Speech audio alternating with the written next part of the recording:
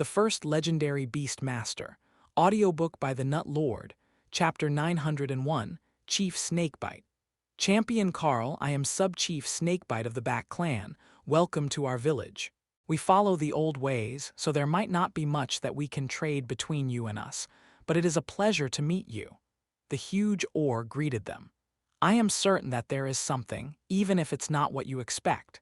We have bone and wood runic items to help with crafting, mana storage, cleaning, creating water, and even improving luck with the opposite sex.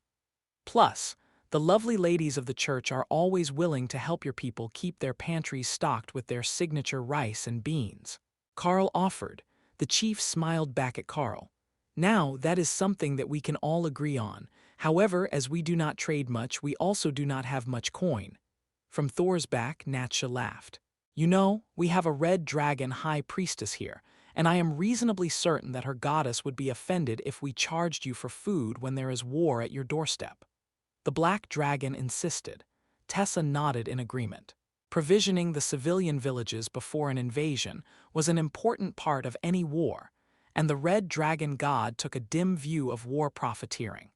Or, at least she did when it came to non-combatants. The red dragon didn't mind at all if you got filthy rich making weapons for both sides of a righteous conflict. The ladies climbed down from Thor's back, and he transformed back into a humanoid to better protect them and explore the town. Carl had noticed that he was becoming more and more protective of Tessa now that she had a fully scaled transformation, but she didn't seem to mind, so he wasn't going to say anything about it. Would you like us to fill a cellar for you, or do you perhaps have a storage silo? Tessa asked. You can make that much, the chief replied, startled at her request. I am a monarch-ranked high priestess. I can make enough to feed an entire army with every casting. It's not uncommon for all of a dragon army's vegetable-based foods to be magically created. Only meat needs to be hunted. Tessa explained. Chieftain Snakebite patted her on the shoulder, then gestured to a tall, round building off to his left. That granary is empty. We can clean it out to prepare it for your dry food, and then the people of the village will have real cause to celebrate. With all these attacks across the border, there is a high chance of blight destroying the crops, and we've already lost much of our livestock. The attacks last week passed by us, and a group of revenants broke off to attack the cattle in the night, he explained. Natsha frowned. Revenants were a nasty sort of creature, and the black dragons killed them on sight. They weren't technically undead, but living creatures whose souls had been ripped out, trapping them halfway between life and death, driven insane by the missing piece of themselves, and ravenously hungry, trying to fill the void where their soul should be. But worse, they often retained some of the skills and powers of their initial species. That made them among the most dangerous residents of Bomgon, and an atrocity that the necromancers often committed upon fallen villages. After all, why would they sacrifice their own to make revenants, when they could capture villagers and rely on the unholy magic to turn them into soldiers? But if they were using revenants, the battles against the Bomgon invaders took on a whole new level of disturbing. With every village overrun, they would have undead much stronger than the usual zombies and skeletons. The orcs were quickly sweeping out the grain bin and putting down a ground cloth, made of higher-grade cloth that the average rodent couldn't chew through, to line the bin and keep unwanted occupants away from the food. Once everything was prepped, Tessa climbed the bin and secured the top of the cloth at the ceiling vent hatch. Then she began channeling the creation spell and slowly filling the large round building with dry food. Over the course of the next 5 minutes, the wooden building creaked and groaned softly as it was loaded, and then Tessa finally dropped the top of the cloth and closed the top vent that she was loading through. In the Golden Dragon Nation, that would be the usual loading point for an auger, but the orcs didn't have anything of the sort, and instead they had a moving ramp for bulk wagons, which could be dumped down a chute into the bins. The setup looked pretty sketchy, but it must work, or they would have come up with something else by now. With under 1,000 orcs in the village, a whole bin full of food would last them months while under siege. Holding out that long would be much more difficult than keeping up the food supply, and if the undead were really outside that long, then the village would most likely be lost to the blight for many years afterwards. Carl looked around the village, then caught the chief's attention. Where is the village well? I am a rune master, and I can enchant it to always stay full of clean water. With a fresh supply of food and an upgraded well, the village should be stable until the situation with the enemy force buildup is settled. He asked. There is a well in the center of town, but we have rain barrels on all the buildings, in case the undead try to poison the groundwater. Carl hadn't considered that. If that was the case, then he would just upgrade one of the storage tanks to always be at least half full.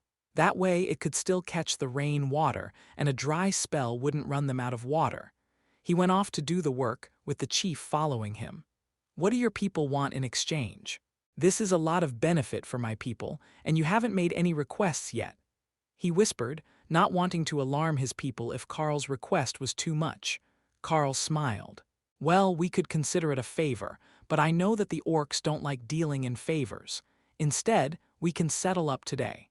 The food is from the Red Dragon. I can't charge you for that during a war. But 2 gold coins worth of whatever you would like to trade for the water barrel upgrades is a fair price. Expensive now, but in the long term, they will pay for themselves. Chapter 902, Orcish Crafting.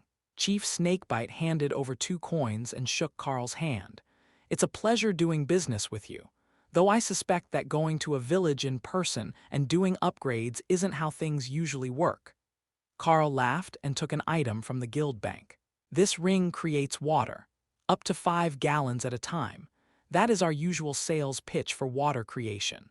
But as magical wood at commander rank, carved and inscribed with runes, there is a lot of time that goes into its creation, and the price is about the same as me placing the runes on your water barrels.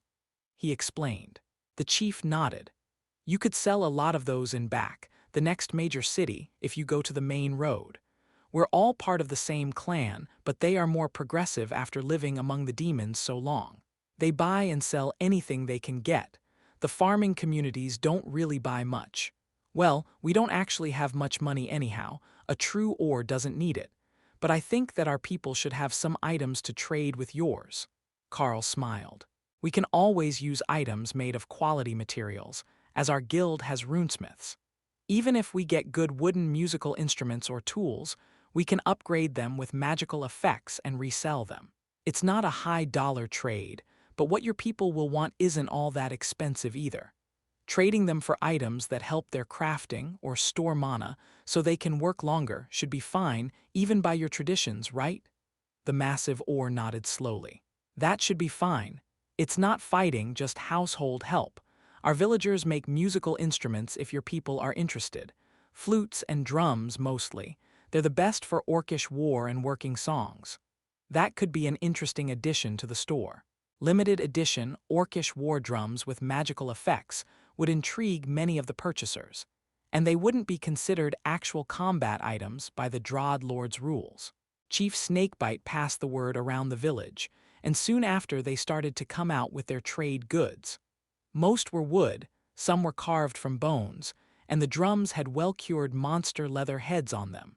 The craftsmanship was extremely impressive, even if they had no real adornment or carving on them. Instead, they were perfectly fitted, properly tuned, and the various types of pan flutes that they produced were similarly well fitted. An old orc came up beside Carl with a smile on his face and a smoldering tobacco pipe between his teeth. You know you're not leaving any time soon now that you've had them bring the instruments out, he muttered as he leaned against the wall of a nearby building. Carl nodded. I rather suspected that when the chief said your village makes instruments. You can't just show something like that to a green dragon cleric and then leave. She would never stand for it, even if we were in a hurry. But there weren't any undead close enough to be a threat today, and I still have 1 team member scouting up above. So, there's no harm if we spend a day listening to stories and songs. In fact, there weren't many things that he could have suggested that would have made Lotus happier than telling her that they were going to spend a whole day singing and eating before purchasing a bunch of instruments to send back to the shop. The bards in Drod City would be happy to see the new additions to the market, Carl presumed, but mostly it was just to help the orcs relax for a day. They were constantly under threat here, and large portions of their crops had been repeatedly destroyed. So, a granary full of supplies and a day of leisure would do them a world of good. Every adult orc was a combatant when they were threatened. So, the fact that they were hiding behind a sturdy wall was strategic, not cowardly. They all could and would fight against the invaders, so they had surely earned a day of rest. Or perhaps, too, the way that they were going through barrels of a potent wine that the orcs called grog. Or perhaps it was a fruit-infused rum. It was hard to tell with the potency level that it had. But as the day wore on, and more of the villagers finished their work for the day, the party only increased. It even got to the point where the singing and war drums were enough to bring scouts from the nearby military units to see if something had happened. They sang of battles past. They sang of bumper crops and lean years as nomads after crops failed. Then, as the sun was setting, they sang of the one true dream of the orc clans: to recover the lost dragon scale and nurture the system back to full activation. In Hawk's space, Carl could see that the fragment of dragon scale that they had was reacting, glowing a bit more brightly golden, but still looking tarnished and depleted. Perhaps the goal of the orcs wouldn't be possible with the world dragon scale fragmented, but the fragment that was with Carl's team was beginning to awaken to their devotion, and the magic of the orcs' music. Well after dark, the party was still in full swing, and the sound of drums carried across the grasslands, telling the world that the orcs were not afraid of a fight that the undead were glad to give them. The forward scouts of the Bomgon force heard the orcish war drums and began to move toward the village, drawn by the challenge sent out by the villagers. So, it was well after midnight when Ray was the first to discover that the undead were sending troops through portals into Drod. She transformed into her humanoid form and went to the town square to get everyone's attention. "The undead have heard our challenge and they are coming," she shouted, while the entire village filled with cheers. Orcs loved a good fight. Drunk orcs really loved a good fight. Chapter 903 follow Ray's lead. The orcs took Ray's words as gospel truth and fired magical flares up into the sky, lighting up the portals and the incoming army.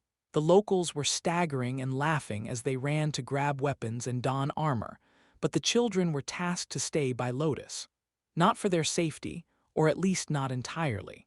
Their job was to keep up the songs so that the party didn't have to end, while the adults fought a glorious night battle. Remy came out to confer with the village shaman and her assistant, then began preparing large spells to handle the threat. Instead of remaining inside the city walls and casting out, Remy had transformed into spirit snake form with the decrepit old orc shaman on her back, so they could both see what was going on. The orcs were up on the wall, and Lotus had the perfect spell for this situation. Field of Vines was primarily an entanglement ability, but she could just make the vines perfectly straight and stiff, while the orcs cut them off to hurl them as spears toward the undead. The vines regrew instantly as the Tree of Life appeared in the middle of the village, and Tessa mounted Thor, ready to leap over the wall the moment that the charge was sounded. Staggering drunk, and from 100 meters away, the orcs were missing far more throws than they hit, but they were certainly having fun competing for kills as they laughed. Carl was a bit more pragmatic and much more sober, so he took out his bow and began to target everything that wasn't a zombie. The mindless undead were not the weakest in the army, but they were the least threatening if the leadership group was eliminated. So far, the only thing that had come through the portals was a horde of zombies and a few demonic necromancers, who had been no match for the might of Void Blast on Carl's arrows. It made for a chaotic situation outside the walls, as the zombies were drawn to the signs of life, but they were left without guidance on what might be an important target. Then Kara realized that there was a better way to annoy the undead. Sister Remy cast Apocalypse through all the portals and see who comes out to play. She insisted. She was circling over the battlefield, waiting for someone to play with, but they weren't sending anyone. The shambling horde was almost to the town walls now, and more of the spears were hitting their targets, leaving a swathe of undead corpses in the fields as the horde approached. Natsha unleashed a wall of her black mist breath weapon, which caused the undead who entered to simply crumple to the ground, lifeless. In the dark, the zombies didn't even know that they were walking into danger. Chief Snakebite stood beside Carl, hurling spears made of lotus vines, and laughed as Thor created a coating of ice along the ground with blockade. And the undead began to slip and stumble. It was like they were staging a comedy show, enraged, but completely incapable of making it to the city across the ice. Then the amused behemoth created a second wall above them and smashed the undead between the two walls. The barriers shattered as the undead lashed out the moment they sensed danger. But hundreds were crushed, and the aftermath left giant boulders of ice in the field that the zombies had to navigate around. Then Ray joined the battle with blood destruction, and explosions rocked the battlefield, shredding zombies, while sending a mist of filthy blood into the sky. The flaming vortexes of Hellstorm easily cleaned the worst of the mess as Hawk passed by and left presents before bombarding the newest arrivals to the region. The sound of the drums was pulling more and more undead toward the village, faster than the combined efforts of the villagers, and even Carl's team's area attacks were taking them out. But still, there were no signs of leadership, other than the handful of necromancers that Kara and Ray had killed. Even having Remy cast Apocalypse through the portals hadn't drawn out anything fun. Chief Snakebite looked over the battlefield as a fresh round of flares went up, accompanied by fireworks. "Do you think that they realized that it was a trap?" he asked idly, then took a long swig of grog. Carl shrugged. "It seems like it. Either that or they simply don't want to send any more troops to us. It looked like they were building up for something big, and we know they use portals to attack, so it could be anywhere." The chieftain laughed and tossed another spear out into the horde, impaling a zombie's forehead. The zombie horde was almost to the moat now, though Thor was likely to drive them back with blockade, so that they would be properly clustered for the fire spells to incinerate them. Zombies burned especially well, especially under the effects of ghost fire.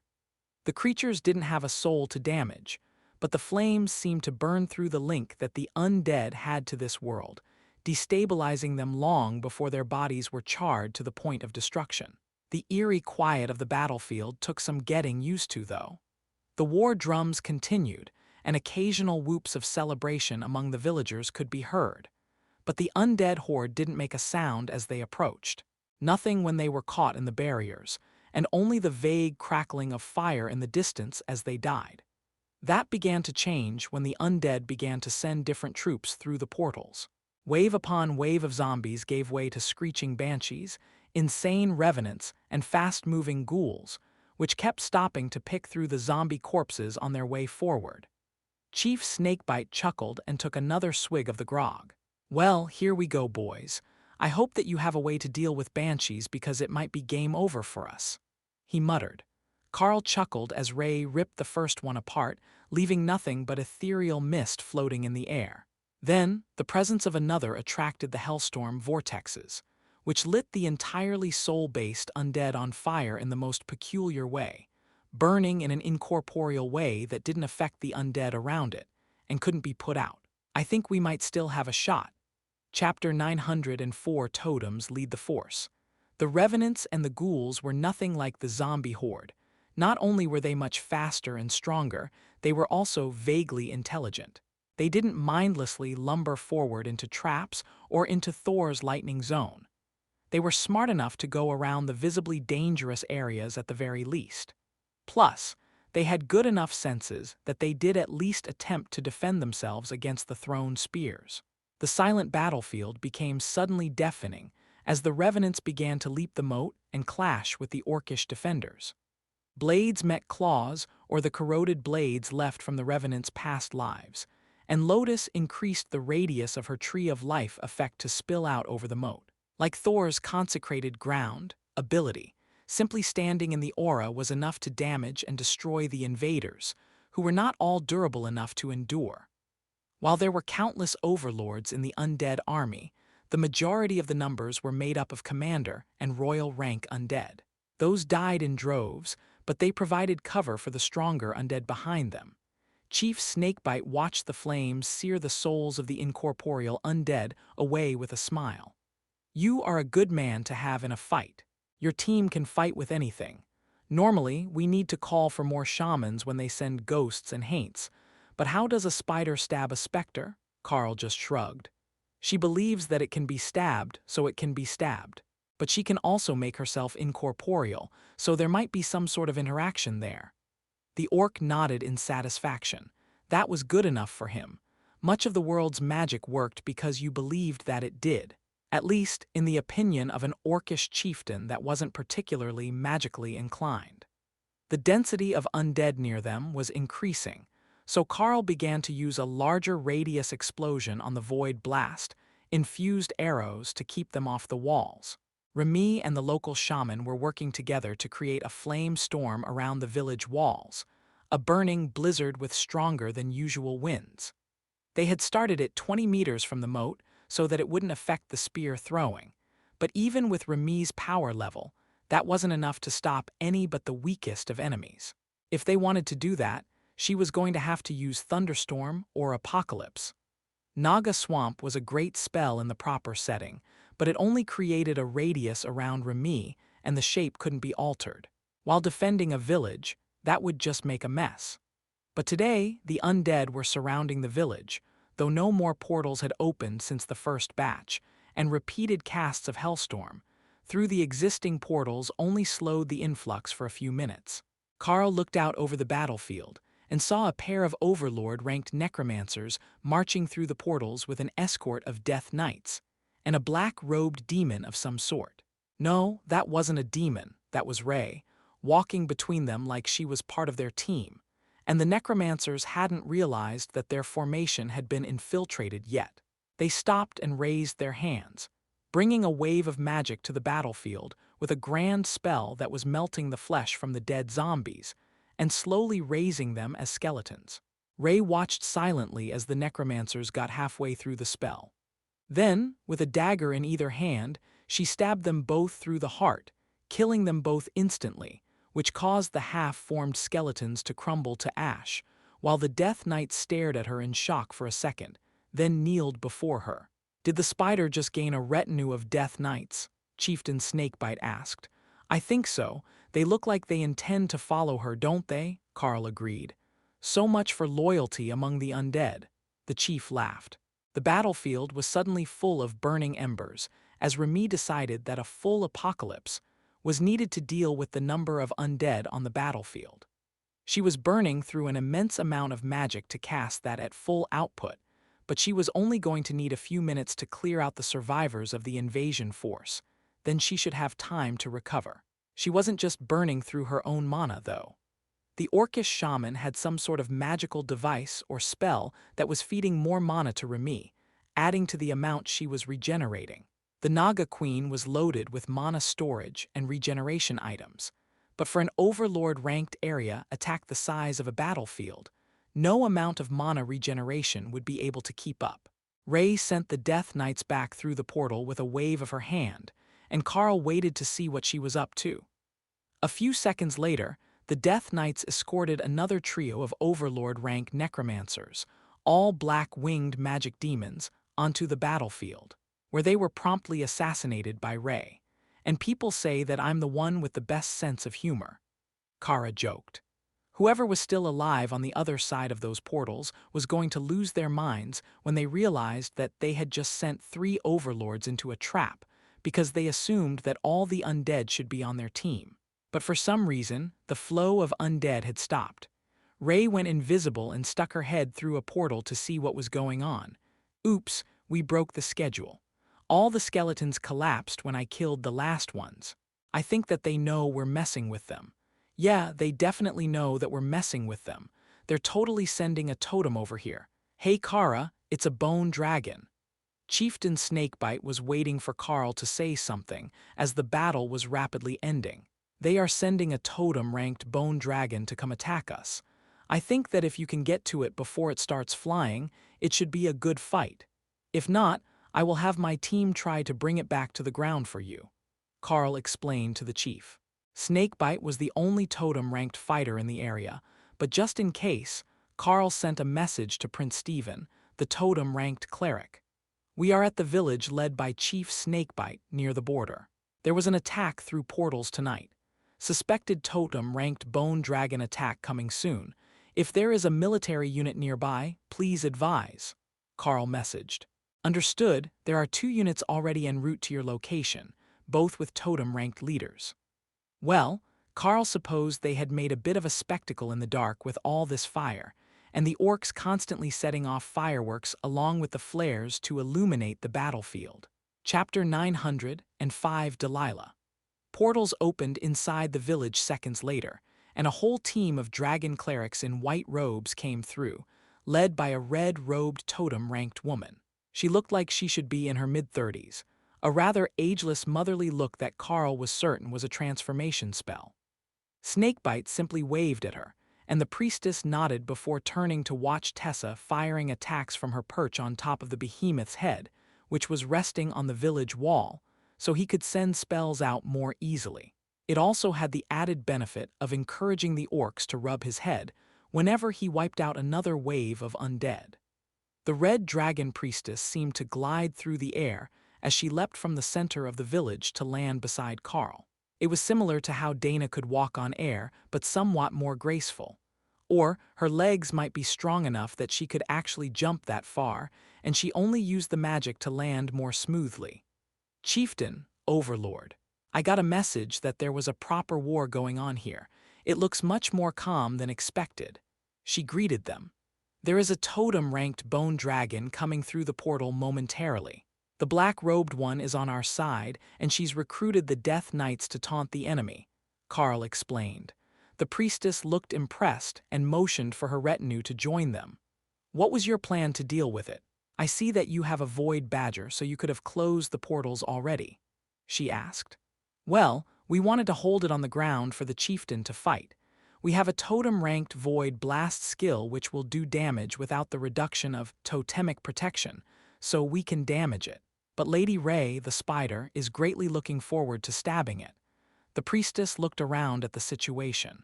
Well, with your abilities, you might be able to take it out. That defensive ability that your team has is quite effective. Carl nodded. I will extend it to Chief Snakebite for the duel as well. Limited invulnerability should make up for any undead draconic nonsense. The woman patted Carl on the head. How about you put it on me instead? Dragons should be the one to deal with an undead abomination like a bone dragon. Carl extended void body and impenetrable bulwark to the totem-ranked dragon cleric.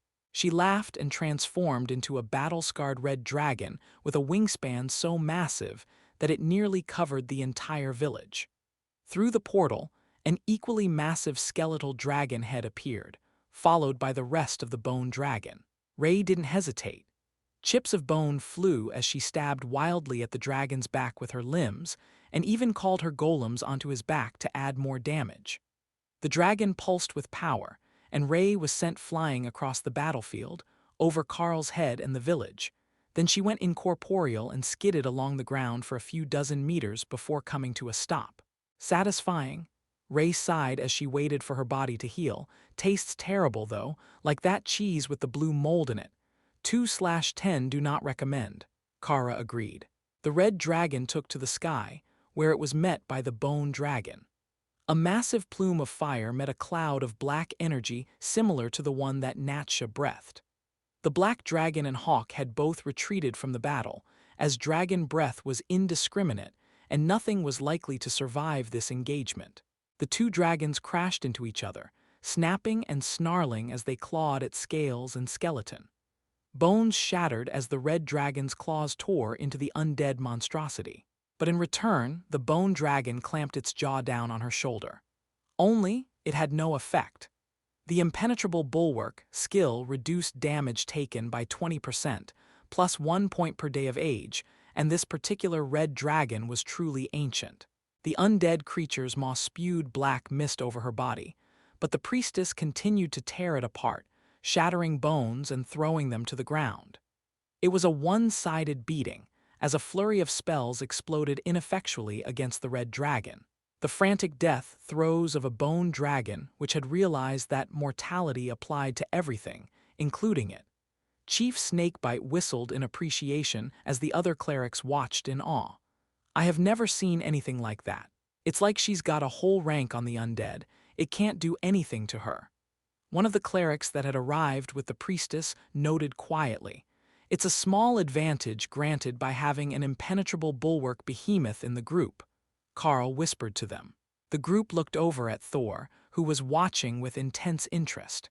If he were that old, he would be able to beat up ancient dragons as well. It was literally just a matter of time. Two massive claws hooked through the eye sockets of the bone dragon's skull, and the glow of power faded from the undead beast's body with a crack of shattering bone. Ray's shadow stepped forward to grab a large red gem that fell from the corpse. That would look pretty in her space, and she wasn't going to let anyone else claim it, even if she hadn't been the one to kill the dragon. New shared skill gained, Army of the Dead, creates a retinue of undead guardians suited to the summoner. Damn it, I forgot to move my undead, Ray noted sadly. The Death Knights had been standing under the battle, and they were now a pile of ash and bone, destroyed by the aftermath of the clash between dragons. You can summon new ones later. Just not now. We don't want anyone to think we're still under attack, Carl suggested. Ray was worried that the spell wouldn't summon anything as cool as those Death Knights had been, but if the system didn't want to give her more golems, she would take these ones instead. Maybe she could get an army of bone spiders. The team didn't have nearly enough spiders. Chapter 906 Strategies of the Red. The portals faded with the death of the bone dragon, and a huge cheer went up from the villagers. Today was a resounding victory. Not a single orc had been lost, and the village walls hadn't been breached. The red dragon flew back to land in the village, then transformed back into her human form. Tessa came down from Thor's back, still wearing her dragon armor skill, and in dragonkin form, fully scaled with a long red tail. She clasped her hands in a formal military greeting and bowed to the dragon. Avatar, it is an honor to meet you. The dragon smiled at her. You may all call me Priestess Delilah. I was never one for formality outside of combat. Overlord Carl, thank you for that defensive skill. It made today's work a particular joy. Sister Tessa, you have the most wonderful mount as a companion. Don't let him escape you.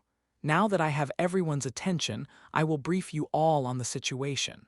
Lord Bomgon recently suffered a defeat at the hands of the Lord of Drod, which cost a huge portion of their fleet's wealth, as well as the permanent death of more than one of the senior lieutenants under him.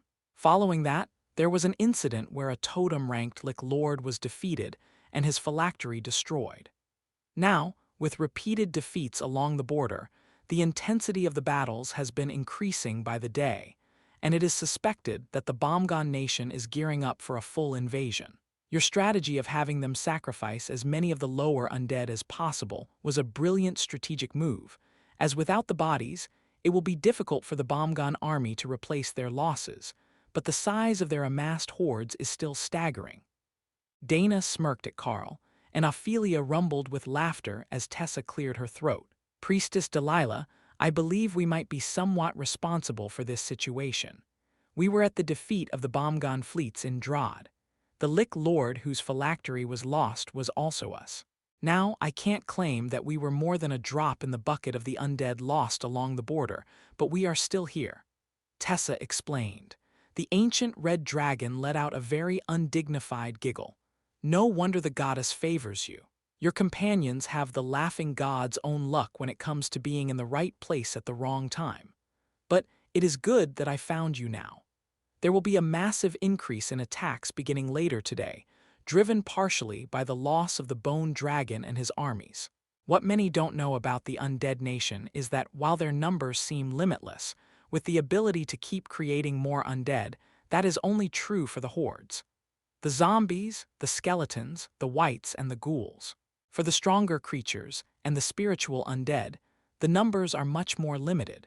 So, every loss of a powerful necromancer, or greater undead with the ability to summon or create an undying plague, is a great blow to their ability to sustain their numbers during a prolonged conflict. They lost at least a few Overlord-ranked necromancers here today. I saw the bodies. That means they're going to be out for revenge, and they've got a whole army staged nearby where they can open portals with minimal effort. Carl had forgotten about that little detail. Sure, you could open a portal to anywhere that you knew, but the amount of mana increased with the size and the distance. So, It was more efficient to keep the army near the border that you were attacking, and then only send them 50 or 100 kilometers to attack. So, what do you want us to do? I'm hoping that you have some sort of plan because ours was just fly to wherever there are undead, and I am beginning to suspect that isn't going to cut it, Carl asked.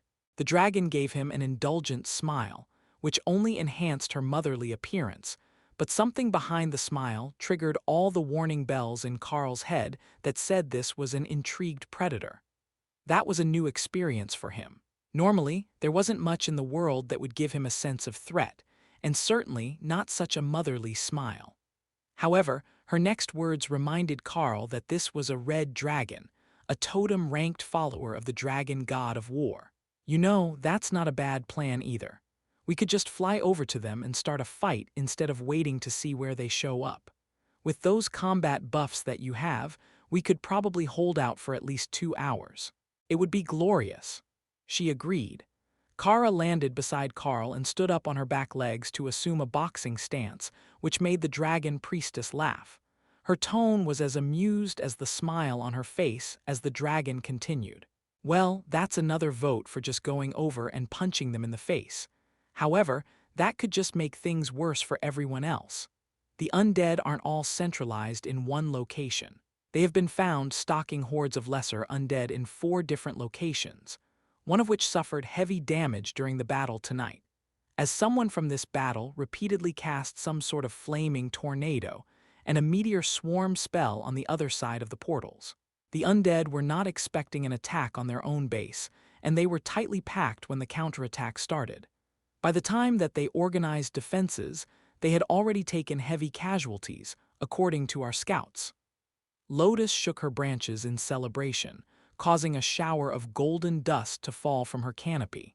Priestess Delilah chuckled and looked past Carl out into the night. If my estimation is right, we don't need to go anywhere. They are about to come to us, under the impression that we are gathering a strike force to go after one of their warehousing locations. Once the reinforcement military units arrive, I give it 2 hours before the next attack. Chapter 907 Burke Regiment. The reinforcements that came for them turned out to be 2 battalions of infantry from the 7th Burke Regiment. Both were made up almost entirely of wrath demons, and they marched with heavy shields in a phalanx formation, ideal for preventing hordes of zombies and other lesser undead from getting into their ranks. They even had specialty shields made, which intrigued Carl. They had a pin and barrel latching system, with a pin on the left and a hollow tube on the right, so that when the soldiers were shoulder to shoulder, the large shields could be interlocked to form a defensive wall that the taller demons could attack over.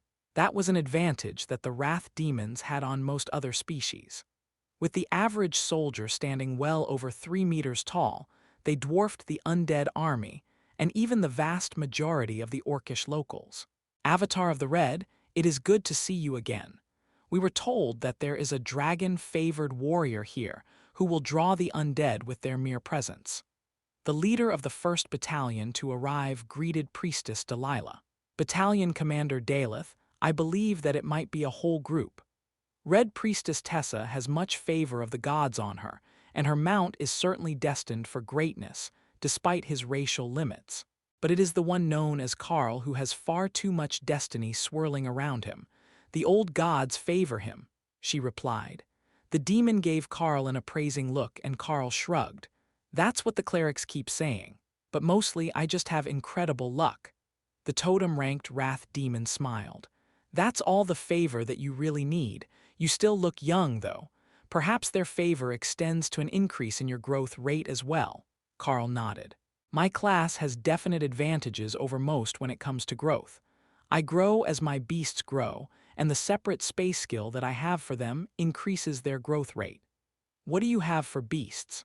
So that I can inform my men. There is a blood destruction demonic spider, a winged void badger, a naga shaman queen, a ghostfire thunderbird, and the behemoth that Priestess Tessa is riding is one of my bonded partners as well, Carl offered. The demon frowned. Your luck must be insane to have stumbled across such an interesting variety of beasts. Carl shook his head. It's a side effect of my class. It helps them evolve as they obtain new skills and treasures. Hawk, the blue streak up in the sky, used to be a common rank windspeed hawk. You named your windspeed hawk Hawk. Why not just call him Bird? Remy laughed as the demon clearly judged Carl's lack of naming skills. I am fairly sure that Hawk was the only one of us who was named by Carl without any input into his own name. There is actually one more, a glasswing butterfly, but she's still in her early growth phase and won't interact with the outside world. Remy added. The commander nodded. That should be enough information. I have a general idea what each of those species is capable of, and what a Naga shaman can do, so a shaman queen should be the same, but on a larger scale. Remy nodded. I have specialized in large area attack spells. It burns a huge amount of stored mana every time, but I can just about clear a battlefield. Having the beast spaces, plus the mana storage staff that Carl made for her, was a blessing. It would be so boring if she could only maintain a full output apocalypse or meteor storm for half a minute or less. The other battalion's leader, a totem-ranked wrath demon named Ligo who could almost have passed as Commander Daleth's brother, came over with news. I have a report from the staging area scouts. The portals are opening now, and we can expect attackers along the border within the next 10 minutes. The sun was just coming up, and they had been fighting most of the night, so the villagers were mostly exhausted and already in bed. They wouldn't be able to stay there long if the invasion came to the city walls again, but the two battalions were staged outside, where they could make best use of their trained tactics. We could just not fight them now, if we wanted. Kara suggested. It wouldn't take much to just keep closing the portals until the undead got annoyed and went somewhere else. We will let the villagers sleep as long as they can. Did you want to have a quick nap before more fighting? Carl replied. He had been on the wall for most of the night, firing arrows, but he wasn't so tired that he couldn't join the next wave of the battle. Eternal lightning recovered stamina with ease, especially when you were just waiting around for the next wave of attacks, and the constant healing of Lotus in Tree of Life form negated any chance of a hangover. Though most of Carl's team had gotten at least a couple of hours of sleep before the attack started. While they waited for the attack to begin, Hawk returned to his scouting pattern, watching for signs of portals opening in the grasslands around them. If the red dragon was right, they should be receiving a rather large force to their location soon, and he had learned to trust the instincts of the clerics. If Tessa got a vision of battle, there would be battle. If Lotus saw snacks or a new friend, there would be snacks or a new friend. Now, at first, that skill had seemed somewhat flaky, but knowing who was a friend and where the food was were both extremely valuable survival skills. Portals are opening, all around the village this time, about a kilometer out. Not large, mostly under 2 meters. But there are at least 20 of them open right now. Hawk reported as the bomb gun attack began. 20 portals in a full ring around the village. How do you want to deploy? Carl asked. Commander Ligo gestured out towards the troops. We brought enough soldiers to surround the village. We will let the villagers hold the wall while we hold outside the moat. Daleth's men will take the north, I will take the south. You can array your team with the villagers for the start of the battle, but kindly hold off on charging out until the initial shield wall is broken. After that, it will be more of a melee, and everyone will recognize your people as allies. Chapter 908 Surrounded. Zombies poured from the portals in an unending wave of rotted flesh, immediately turning the air fetid in an unnatural way. The magic of a black dragon was that of death, but it had a sense of finality to it, almost a lethal cleansing feeling. But the zombies in this group were powerful. Almost all overlords, and they had a half-dozen totem-ranked necromancers with them already. That was not a good sign for a battle that was just starting. There were 3 totems with the group right now, leaving them outnumbered 2-1. However, Carl had a good feeling about this fight. Ray had been learning all sorts of fun new things lately, and there was a good chance that one of the beasts would trigger Skill Master 5 soon and advance a skill by a rank. Even one more totem-ranked attack skill would be a huge boost to their combat abilities. The necromancers had spread themselves evenly around the village, but were hanging back behind the undead horde, guiding its progress while ensuring that there would be no escape from the ambush. Priestess Delilah sent a message as she flapped her wings and took to the sky. "Kindly cast that most wonderful defensive spell again. I am going to deal with the necromancers." Carl chuckled as he cast the full suite of buffs over the three totems. Impenetrable bulwark, limited invulnerability, brutality, haste, terrorize, and sharpness. Then, just for fun, he cast Behemoth on the ancient red dragon, bringing her overall length close to 90 meters when stacked with brutality. It was impossible to miss the rapidly expanding red dragon as she circled the battlefield, even if she wasn't glowing red with divine favor. And that was precisely what the priestess was after.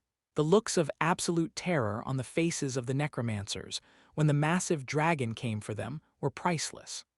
Carl could see that they were ready to flee the moment that they saw the dragon double in size, but they managed to hold together long enough to start shouting something through the portals, most likely begging for reinforcements. The first gout of dragon fire turned a human-looking necromancer to ash instantly, and Hawk made a note of the trick for future reference. She is using holy magic on her flames, and the necromancers are coated with unholy power. It's almost like she doused them in acid before setting them on fire. It's beautiful. The two necromancers closest to Delilah began to bombard her with spells as the undead horde slammed into the shield wall, sliding the soldiers backward nearly a meter before the second rank hacked down enough of the zombies to stall their momentum. A horn blew, and the demons sent out a wave of attacks that shredded the front ranks of undead and gave the shield wall time to return to their positions. It was all very methodical and practiced, a direct contrast to Carl's team, who were just happily throwing skills into the horde, or summoning golems into it. Ray was particularly proud of her new army of the dead, which had made a dozen overlord-ranked zombie spiders for her, each about the size of a house cat. They were built much like Ray was at that size, and their sharp legs showed no mercy on the undead horde as they pushed forward with the group of golems. They were headed for the spot where Delilah was fighting the necromancers, with the intention of forcing a clearing in the horde so that Ray and Kara could move to engage. They had been instructed to hang back at the start of the fight, and they were enjoying destroying zombies, but they really wanted a totem-ranked kill for the day. It wasn't fair that the dragon got to have all the fun. Delilah wasn't going to be the only one killing fun stuff for long, though. Through the portals, the zombie horde was being replaced by a wave of skeletal knights in piecemeal armor, carrying swords and buckler shields. Then specters began to arrive, floating above the melee. Carl changed his focus to the spectral undead, as not all combat skills could harm them. Void Blast had no problem damaging spiritual beings, and Hawk's Ghostfire was similarly effective. But the regular flames of the demon army didn't touch them, and that was the primary elemental attack of most of the Wrath demons. For the first few seconds, the specters didn't understand the threat posed by the arrows, and simply assumed that they would fly through their bodies. But while the poison arrow base spell wouldn't do anything to them, the Void Blast was truly devastating. Fortunately, there weren't many, and the specters were mostly cleared before the skeleton knights made it to the front lines. The skeletons crashed into the shield wall in a cacophony of steel on steel, then the rank behind began to climb over to leap into the defenders. "Charge!" Commander Daleth ordered, and the shield wall abruptly separated as the demons pushed forward, toppling the skeletons. "That's our signal," Carl announced, letting Ray and Remy loose on the battlefield. Ray called her golems back to herself, along with a fresh set of zombie spiders to clear a zone in the battlefield. Remy followed Carl as he vaulted off the wall and into combat. Between them, they had a rather considerable number of guardians, as well as the pair of dire bears that Carl had chosen for golems. Tessa, Ophelia, and Dana were working together, with Thor using Bulwark to bulldoze a path for the army to move into the undead horde. The totems weren't trying to close the portals, or at least, they weren't trying to yet. They wanted the undead to send as many of their forces to this location as possible so that they could deal a devastating defeat to the Bomgon hordes and not have to face them again tomorrow. The way that Priestess Delilah was going through the necromancers, It didn't seem too far-fetched that they really would crush the bomb gun army here. She had already killed 4 of their totem-ranked leaders and mutilated their bodies beyond resurrection. Only 2 more totem-ranked invaders remained, and the dragon's superficial wounds amounted to no more than small damaged sections on her scales, which were already mending themselves. Chapter 909 Rampage Through the Skeletons. As Rampage began to get fully stacked, Carl found that the skeletal knights stood no chance before the Blade of Champions. Even when he simply swung it to create an arc of Ren to weaken a swathe of undead, most of them would be crippled, or their armor would be severely damaged. Of course, this did not go unnoticed. A pair of overlords and their summoned supporters should not be able to cut through an undead horde that was keeping an entire battalion at bay. It simply didn't make any sense.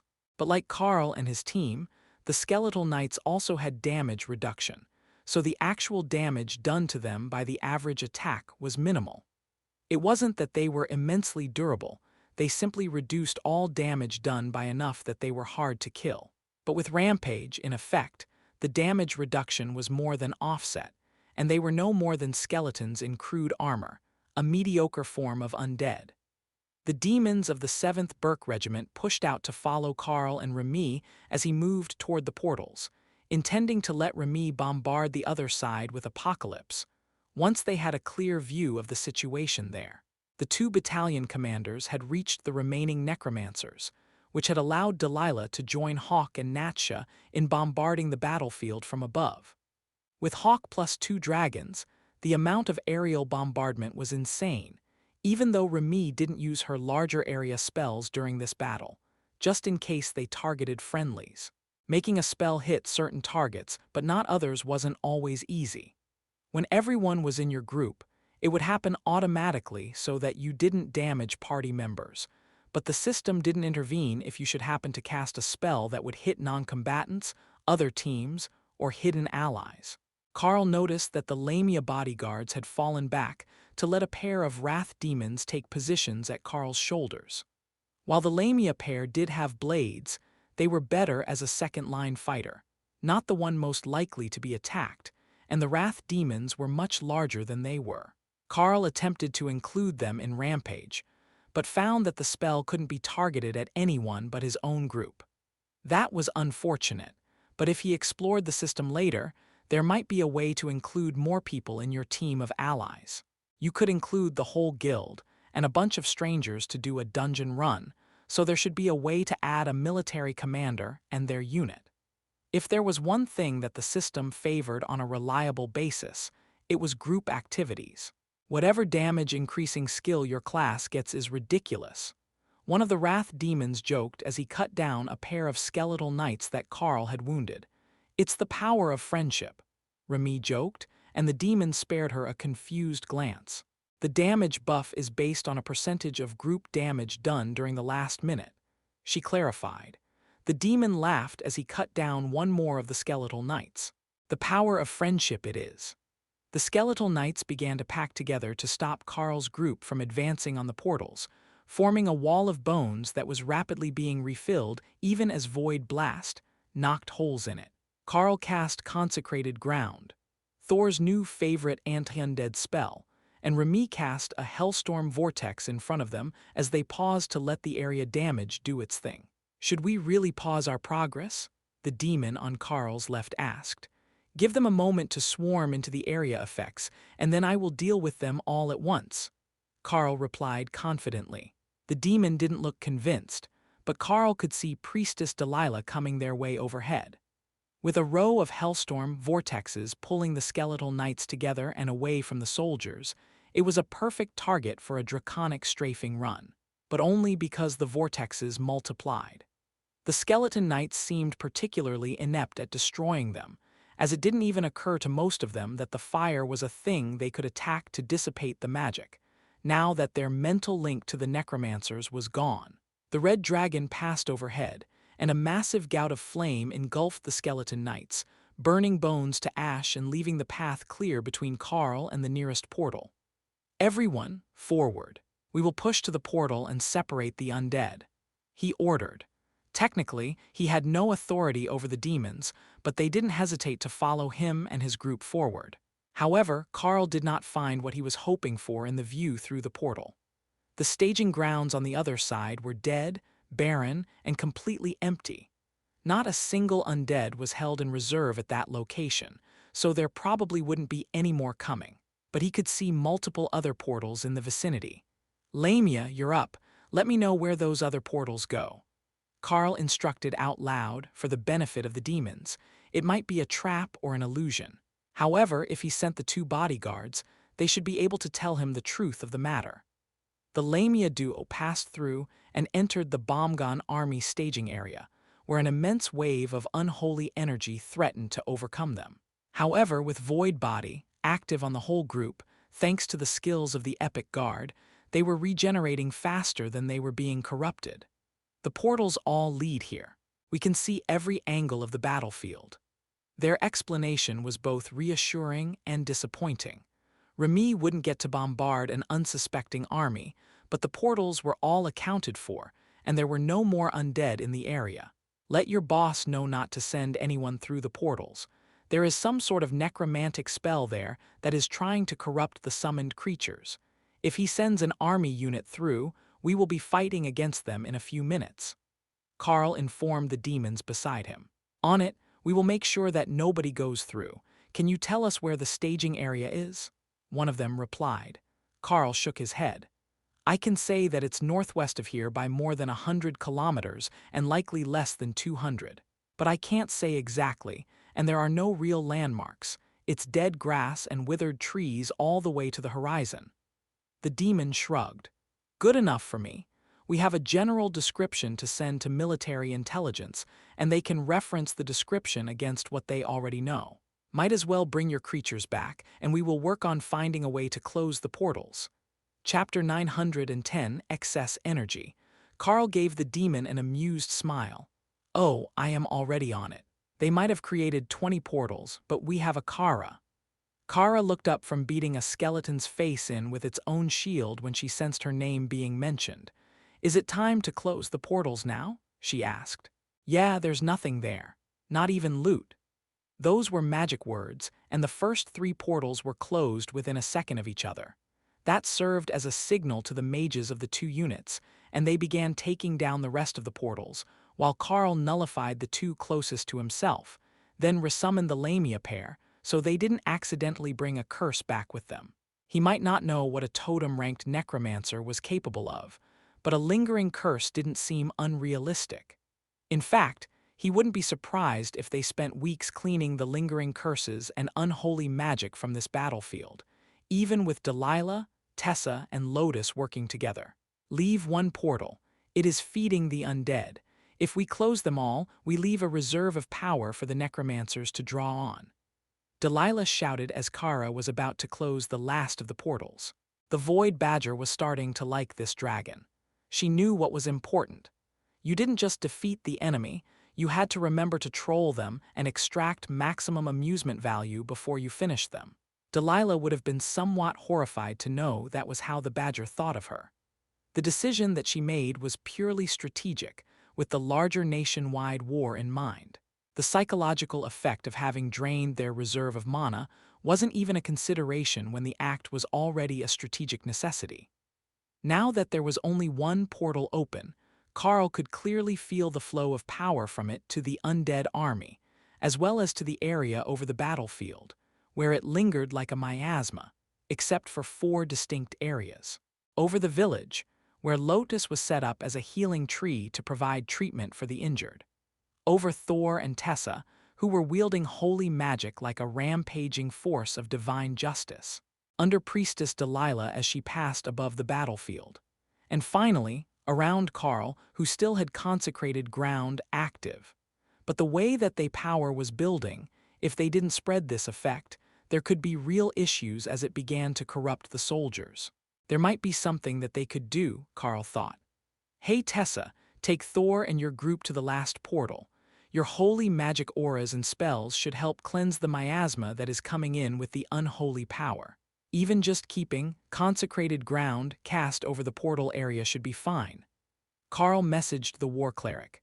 They were the closest to the final location, other than Kara, who wasn't capable of casting the spell that they needed this time. Standing on Thor's back, Tessa didn't bother trying to move her group, which currently included both Tessa and Dana. Instead, she began drawing a huge magical circle in the sky of glowing red power. Her new spear was shining golden with holy light, and then Tessa pointed at the portal, and the whole spell moved over to center on the portal. Glowing golden light covered the area, and the flow of unholy power began to mellow as the miasma dissipated.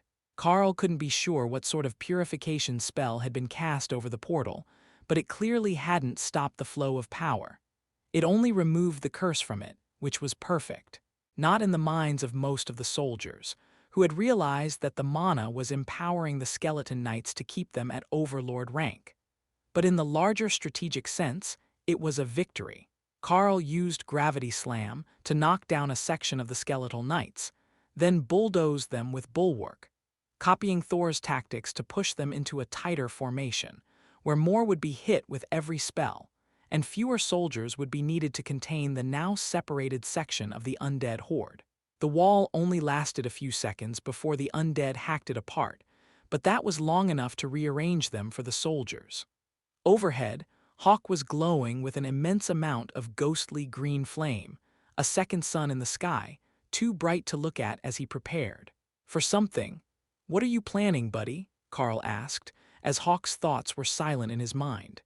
If they had to wrestle an undead Thunderbird to the ground and cleanse, then resurrect him, Carl would not be happy. But Hawk's link to Carl was perfectly intact, whatever he was doing. A massive fireball launched from the sky, causing the demons to cuss and run from the target zone, while the undead froze in place, staring up at their impending doom. Skill Master 5 activation, Fireball, has evolved to the epic grade skill Purgatory Flames. Purgatory Flames launches a maximum 20 million X-user rank fireball at the target. Damage is dependent upon the user's current mana pool, depletes all remaining mana on use, deals double damage to spiritual beings, undead, and water element beings. All the bonded partners saw the message, and Remy had some serious questions. How exactly does Purgatory Flame relate to extra damage against water element? "It's a soul-based attack that purges undead," she asked, while Hawk preened in pride. "That's why it's epic." He insisted, "That's not how logic works. Carl, Hawk is picking on me again." Remy pouted. Carl laughed to himself at their bickering. "Did you not just learn a skill that creates a raging river anywhere you happen to be standing? I think a Ghostfire fireball that targets water is only fair." Purely out of spite, Remy created a Naga swamp under the nearest group of skeletons, who promptly sank in the mud except for the first rank, which was fighting the demons. Chapter 911. Somebody call 911. Even though Remy had created the swamp to spite Hawk and his giant anti-water user fireball, the demons were not the least bit upset about the battlefield conditions. It confused the skeletons, slowed their reinforcements, and if you knocked one backward into it, the creature took longer than usual to get back up, giving the warrior time to catch his or her breath. "That spell takes too long. I want to do it again now. Carl, I need a thing like Remy has for more mana." Hawk complained. A piece of jewelry with enough mana storage to let him double cast that spell was an absurd request. Even 3 items wouldn't be enough to fully replace his mana, but he could get back enough to not slow down his other attacks while he regenerated for a while. "I will work on something for you once we're done with the undead. You might have more ideas with some practice." Carl agreed. He had a point, Hawk thought. The new fireball had just been invented, there might be room to improve it. Remy broke his concentration with a new idea. "You know, if I aimed 1,000-year flood, straight down, and then flew around the battlefield to clean up, that should make it rain about 3 centimeters a second for 100 meters around me. I could be a rain goddess for the withered crops." Hawk snorted. "For one, you can't fly very fast, you'd flood everything. But more importantly, this is clearly just bullying." Carl chuckled. "You two cut it out. No fire versus water arguments in battle.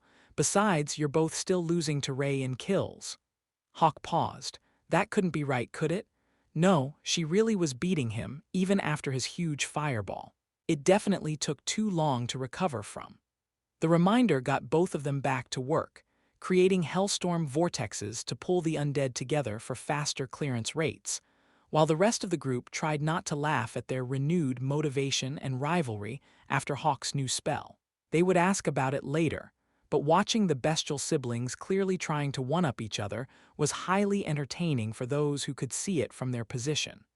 Carl found himself too far from the battle again and switched to his bow, which caught the attention of the demons. "Now that is shiny. Where did you get that?" The one on Carl's right asked as he hurled a fire bolt over the front rank of defenders and into the swamped skeletons. "My guild made it. It's a custom piece, obviously, but we have overlords for smithy, alchemy, and runecrafting." Carl explained as he fired volleys of void blast arrows into the swamp. "How are you not out of mana?" the same demon asked. Carl smiled and shook the bow. "It's got a reduced mana cost for the arrows. They're actually quite efficient to cast, and I made accessories for mana regeneration." The demon fired a few more shots as he considered the description. "I will have to talk to the commander. I bet that he could get approval to buy a few like it for the squad leaders. Now, the rest of us might not make enough in a year to even consider buying that, but the army is a bit more generous with those in leadership." That was certainly going to be true if they were willing to purchase epic-grade overlord-ranked weapons. That was a very generous benefit by any army standards, even if they were well worth the cost. "You know, those arrows are particularly effective. Is there more than just the void spell on that arrow?" the other demon asked. "The void blast is layered on top of a poison arrow made solid with blessed item. As it was made specifically for me, I went a bit overboard. But the arrows get a bonus against anything sensitive to holy damage. With me adjusting the void blast to larger radius with lower initial output, the blast causes holy damage to multiple undead at a time. I'm quite proud of this one, even if I didn't make the base bow that the runes were added to. That was done by our guild's Grandmaster Smith."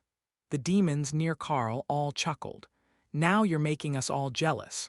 But against the undead, a holy explosion is just ridiculously good. Even a little bit of holy damage would be a huge damage increase. Plus, their damage ignore doesn't work on holy damage." Carl nodded in understanding. "I will talk to the two commanders after the battle and see if they can get approval for a number of items that will add holy damage to attacks. Wait, I have a temporary solution." Carl focused for a second to cast Talisman with runes for bonus holy damage on it. Then he folded it in half and stuck it in the armor of the demon on his right. "Try that," he instructed. The next firebolt exploded with a flash of golden light on impact, and the nearby skeletons were more charred than usual. So, Carl made a half-dozen more and gave them to everyone standing nearby, including Remy. There was no need to give them to the golems and bodyguards. They already got enough bonuses. Shining golden blades made short work of the undead, even if the overall effect was a bit like an outdoor concert in the middle of the day with all the flashing lights. Carl made a mental note that the holy damage runes were not stealth-friendly. The swamp was rapidly being cleared with even a half-dozen holy damage talismans, and Carl realized just how much difference being properly equipped to fight the undead made. The demons had absolutely zero affinity with holy magic. The only chance they had at it was becoming a cleric to another species god, and even that was somewhat sketchy. So, what had been a stalemate between unholy magic element users was completely overturned, with just a few added holy magic spells. And that gave Carl a great idea. It wouldn't take much to make a cloak pin or brooch that gave them some holy damage, or converted a portion of their damage to the holy element. That would absolutely annihilate the undead hordes. It was simply not something that had been available to them, not a new idea. Making items with holy damage that were compatible with demonic users wasn't something that most clerics could or would do. It would normally reject them. But Carl's talismans had been fine, so he hadn't realized there might be a conflict yet. Chapter 912 pulled the boss. Dana looked over at the spectacle in Carl's section of the battlefield with concern. There was a lot of flashing golden light over there, and they were beginning to pull undead from other regions toward themselves. "What is he doing over there?" Tessa shouted so the flying mage could hear her. "I have no clue. If I had to hazard a guess, I would say he invented holy hand grenades. It's just explosions of holy light constantly." Dana called back. Thor laughed at the thought. Holy hand grenades sounded like a lot of fun. Tessa shook her head in dismay. "Well, if that's an item and not a skill, I will insist that he shares it. But we're almost done with the undead in our zone, and the unholy magic from the portal is beginning to wane." As soon as the words were out of her mouth, Tessa had a premonition. The magic wasn't just to keep the army powered, it was a built-in failsafe. "Everyone, we have a mission timer on this battle. We need every undead eliminated before that mana from the portal runs out. It's a trap," she informed the group. If she were wrong, then she would apologize for alarming them. Well, if anyone asked her to. Remy and Ray were currently making bets on who could kill a massive number of undead the fastest. Giving them a timer was just a motivation to compete with each other. Even Thor joined the fun. "Carl, bring up a bulwark, I'm sweeping your direction." Carl saw what Thor was thinking as the behemoth charged through the undead with a wide wall of magical ice in front of him. Carl created his own wall of ice, then charged toward the massive beast and his red-robed rider.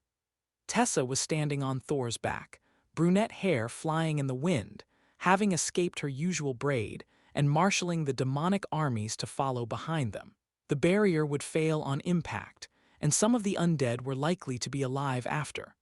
Carl coated the entire wall in front of him with Void Blast, set to detonate on impact.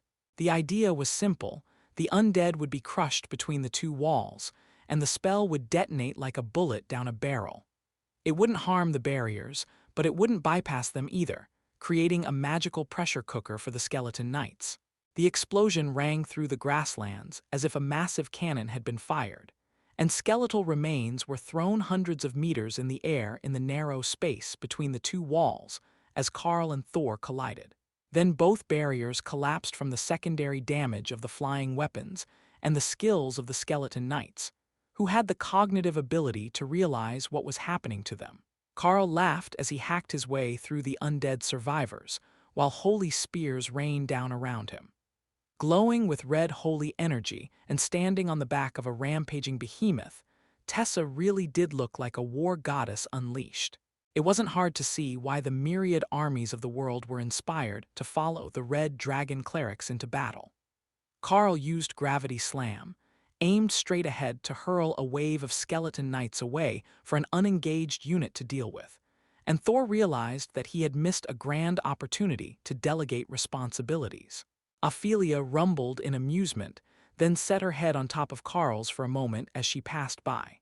Dana descended to talk to him as they finished the last of the nearby enemies. "What did you do over in the swamp spell? It looked like holy magic grenades," she asked. "I actually used Talisman to put holy damage on the demons. It created a flash of light on every strike." Dana nodded, losing interest if it was just some extra damage. But Tessa was intrigued. Holy magic buffs worked on the demons, and they exploded with light on contact. That sounded like the spells were actually creating mutual rejection with the demons' attacks, but not enough that the talisman failed. Carl saluted the ladies with his blade, then crouched and leapt into the air, using swim through air to keep him aloft while he surveyed the battlefield. The undead were almost defeated, with only a few more pockets left. "Hey, tell the others to stay away from the bodies if they're not in battle. We suspect that the mana flow has a trap embedded when it ends, and the army might explode or something." Carl shouted down at the demon commanders. They all passed along the warning, and Remy quickly led the golems and other summons to a clear space where they could attack from a distance. The power from the attack's origin was waning fast, and while they might be able to clear out the last of the skeleton knights in time, it would be a very close call. Then the power through the portal suddenly surged, and another portal opened over the battlefield, almost directly in front of Carl. He moved out of the way, but the portal followed him, as well as the 3 totems that they had on the battlefield. Delilah shouted at the rest. "They've targeted us, Expect 4 powerful undead to come through. Carl, just hold on and we will come rescue you when we're done." Carl gave her a salute, but returned to the ground where the beasts could join the fight. "Don't worry, priestess. I can hold my own." The dragon was skeptical of his answer, but there wasn't much that she could do to change the situation, as her own opponent, a massive bone dragon, similar to the one she had killed the day before, flew through the portal. Fortunately, Carl had thought far enough ahead to give them his limited invulnerability buff before the battle began, and it hadn't expired yet. With that on their side, they should have the edge on the totem-ranked undead that were sent to attack them now that they were wearied by the battle. Chapter 913, Carl vs. Vampire. Carl stared at the undead that had come to face him. The vampire was tall and statuesque, bone-white with long raven hair and not a stitch of clothing on. "They have found your kryptonite and just directly sent you a naked woman." Ray laughed hysterically as she moved into position. "Laugh all you want. Just make sure that you're ready to move when the time comes." The vampire circled Carl, looking increasingly perplexed as whatever mental skill she was trying to use had no effect on him. Then she seemed to vanish, moving so fast that only instinct put Carl's blade in place to parry the first attack. But not the second, third, or fourth. The vampire's claws smoked from contact with the holy energy of eternal lightning, but Carl's barrier was nearly gone, and he hadn't even landed a strike. The undead smirked, and Carl winked at her, confusing the totem-ranked undead even more. Then he centered Void Blast on himself. The explosion of black energy sent her flying backward into Ray's zombie spiders, which were rapidly torn apart by the enraged undead. Even Ray wasn't safe from the fallout, and suffered a shattered forelimb for a few seconds before it mended itself. "That thing is too fast. Even I can't attack fast enough to get a clean strike," Ray complained. She was also incorporeal and invisible, so if she couldn't land a strike, not many others would be able to. Fortunately, they didn't actually need to hit the vampire. Kara retreated to her space where she could get a full overview of the battlefield and prepared for her counterattack. Setting off Void Blast, in a shotgun pattern, should be able to hit, no matter how fast the target was. Ray had the same idea, and sprayed out a net of sticky silk to slow down and locate the target. Vampire claws flashed with some sort of attack skill that created a minefield of rend attacks around her. Not moving, they just rotated into existence like claw strikes, then vanished. Carl had never thought of using rend that way. He sent it out in a wave, but he could likely create hundreds of attacks in a split second. The damage would be low, but a hit would be nearly guaranteed. The undead totem looked at Ray, obviously able to see her, even in Night Haunter incorporeal form, then returned her attention to Carl. "You are a tricky little blood bag," she hissed. "And you got a bit too excited about sucking me, showing up without clothes and all." The vampire vanished and Carl felt her power approaching, so he detonated Void Blast around himself again, a split second before claws tore through his forearm. He was slammed to the ground on his back, and the claws moved to both sides of his chest. Carl grabbed her wrists, trapping her hands as the vampire's claws ripped into his chest and Void Blast flayed her skin. In the battle of strength, they were closely matched. Carl couldn't throw her off without leverage, and she was unable to push her claws into any vital organs, so their battle was one of regeneration. Even with attacks raining down on her, and Ray repeatedly stabbing her in the back with poisoned daggers, the vampire's wounds closed in a split second, while Carl's chest was covered in black mist as Void Body regenerated him. "Why don't you die?" the vampire demanded. "That's my line. You showed up for naked wrestling in a consecrated ground zone, just turned to ash already," Carl replied.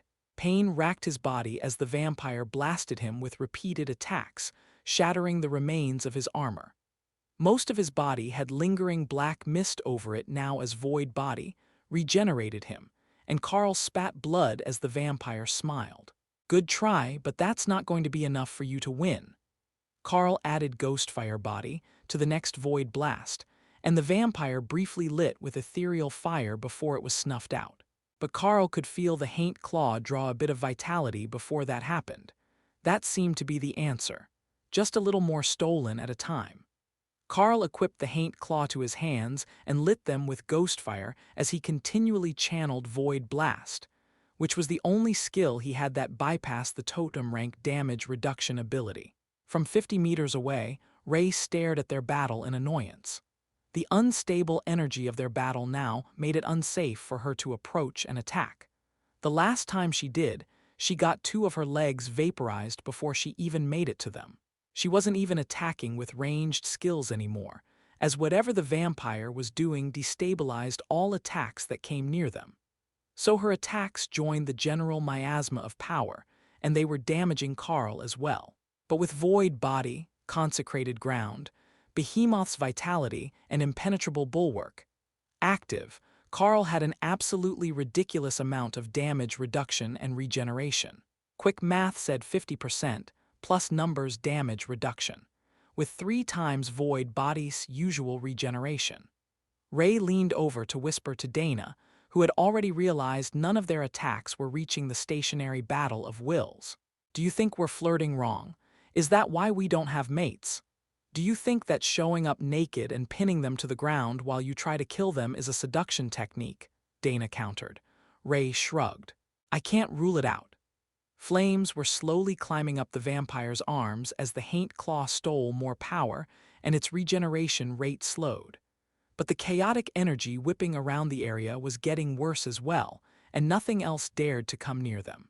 All of the surrounding plant life was destroyed, and Ray wasn't sure if the combatants even realized that they were floating in place, as the ground had been obliterated beneath them, while the energy flows were too thick to let them fall. The real question was who was losing faster, the vampire against the fire, or Carl, whose body was slowly becoming more energy than flesh. Chapter 914 Chaotic Fluctuations. One after another, the totems finished their fights and came over, starting with Priestess Delilah, who transformed into a dark-haired human woman in the same red high priestess robes that Tessa wore. Dana frowned at her while Tessa nodded politely, but the dragon didn't move forward, just waited and watched. Then the 2 demons came to stand with her, and Dana needed answers. "Is nobody going to help him? Surely one of you can get close, you're all totems," she demanded. "We would if we could. You can try it yourself, we can't get within 5 paces of them, there is an invisible divine barrier there. The gods are letting them battle it out on their own terms. The conjured creatures and constructs from his bonded beasts appear to have no issue, but I had to increase my altitude when I came over here, to avoid running into the barrier. Any spell we cast, like yours, will just get added to the mess," the priestess explained. Dana glared at the suspended battle of wills, and Tessa sighed. "If this had happened just a bit earlier, when there was still a battle going on around us, it might have been different. He gets a stacking bonus to damage from the whole group. But right now, there is only one target and the number of attacks that they can use against it is limited. Probably only Carl and Kara, wherever she went, could even stand a chance of doing real damage to that vampire. But what sort of vampire is that? 10 minutes in consecrated ground should have killed almost any undead, and she's taking the full force of a totem ranked Void Blast continually, plus the flames." Tessa pondered. Priestess Delilah shook her head, not knowing the answer. But Commander Daleth had an idea. "But what sort of vampire is that? 10 minutes in consecrated ground should have killed almost any undead, and she's taking the full force of a totem ranked Void Blast continually, plus the flames." Tessa pondered. Priestess Delilah shook her head, not knowing the answer. But Commander Daleth had an idea. "I think that she might be one of the Council of Ancients. There aren't many totem-ranked vampires. Those species with totem-ranked bloodline potential can usually heal from the virus, so they just remain dead instead of turning. That suggests that she might have reached totem rank during the last system resurgence, 10,000 years ago. At that age and totem ranked, she could be considered virtually immortal. The sun doesn't appear to be harming her at all, though not much light is passing through to them now. Plus, that level of regeneration. Vampires get stronger with age, just like our friend Thor here. Only, where he takes less damage for every day, they regenerate a bit faster every day.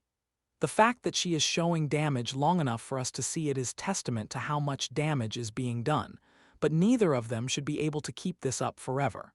The rate they're expending energy has to be faster than their regeneration, he explained. 701 Remy nodded in agreement. The Carl is drawing from our spaces as he fights. Sister Butterfly has insane mana regeneration, and the rest of us are putting at least a little in for him to use, but he's still drawing more than we're putting in. But he's going to run out of body before he runs out of mana. Remy wasn't actually concerned that Carl would die.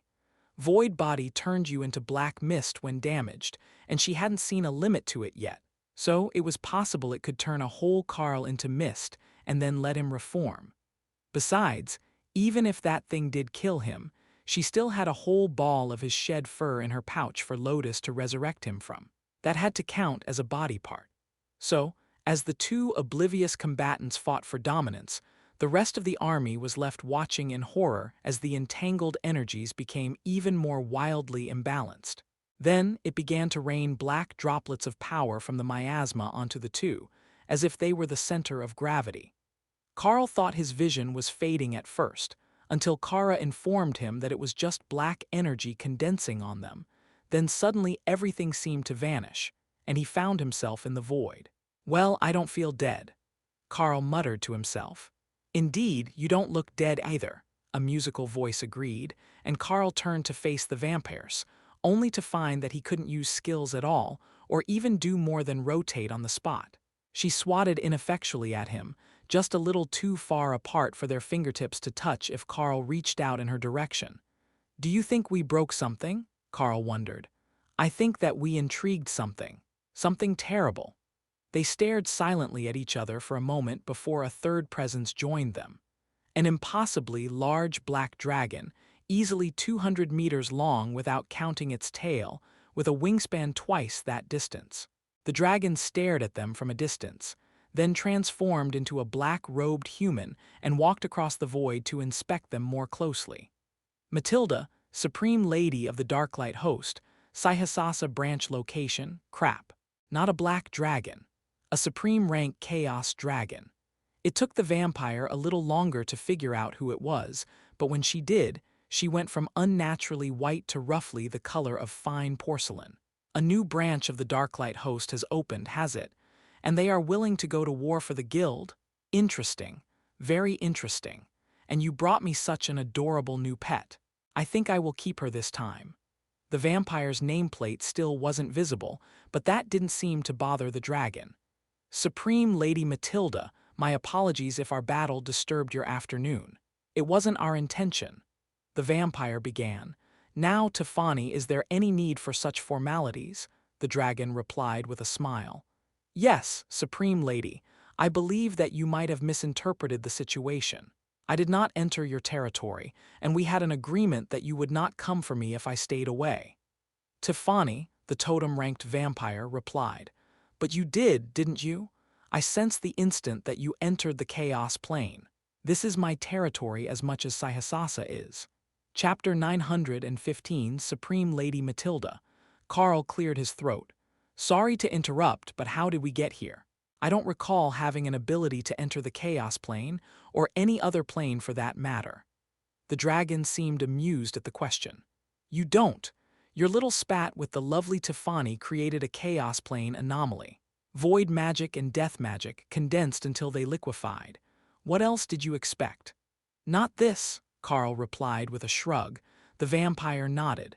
If anything, she would have expected the underworld, or perhaps the netherworld, or one of the other lower planes.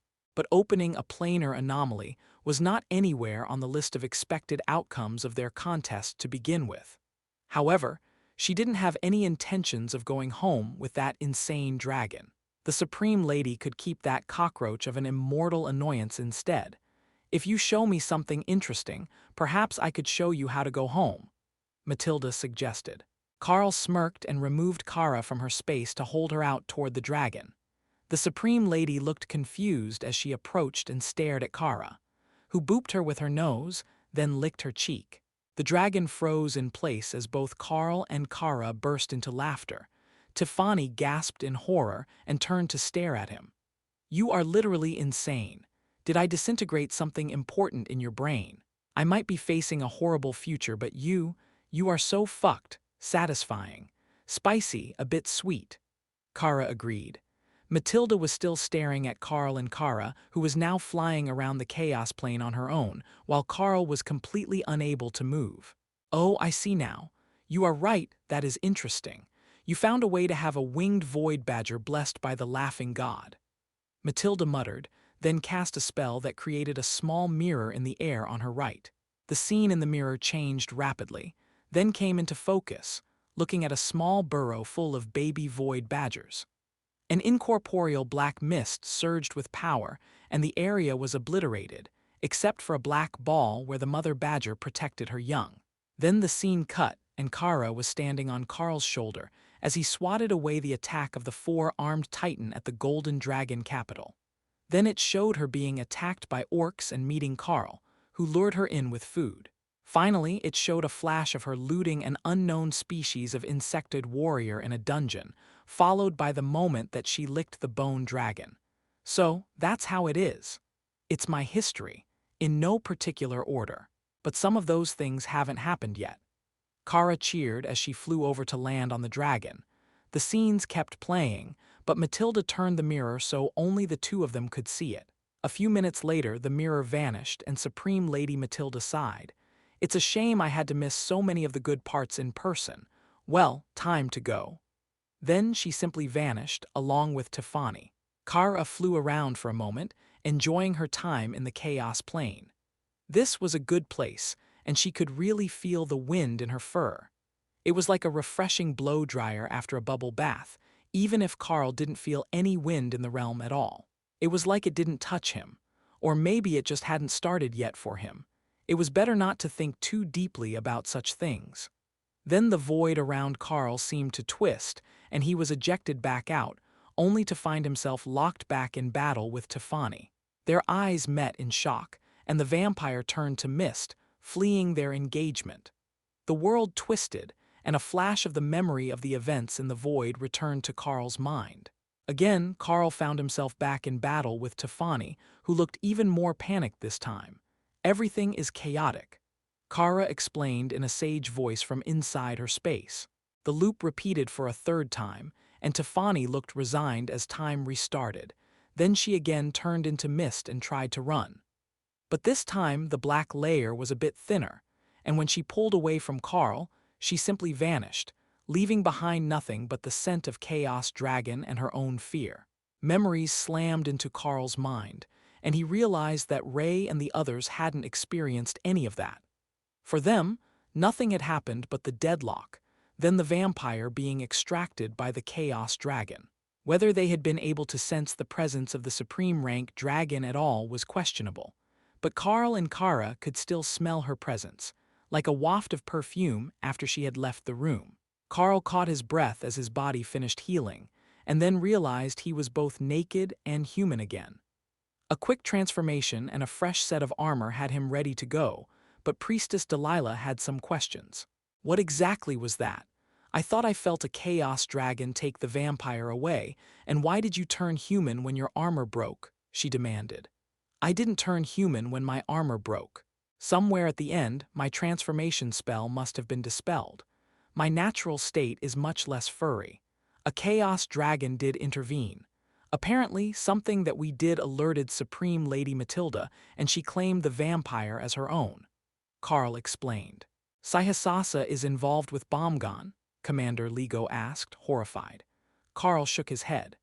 No, the vampire was definitely from Bomgon, but she had some sort of deal where she agreed that the Supreme Lady would never see her again, and once she did, the Chaos Dragon simply took her.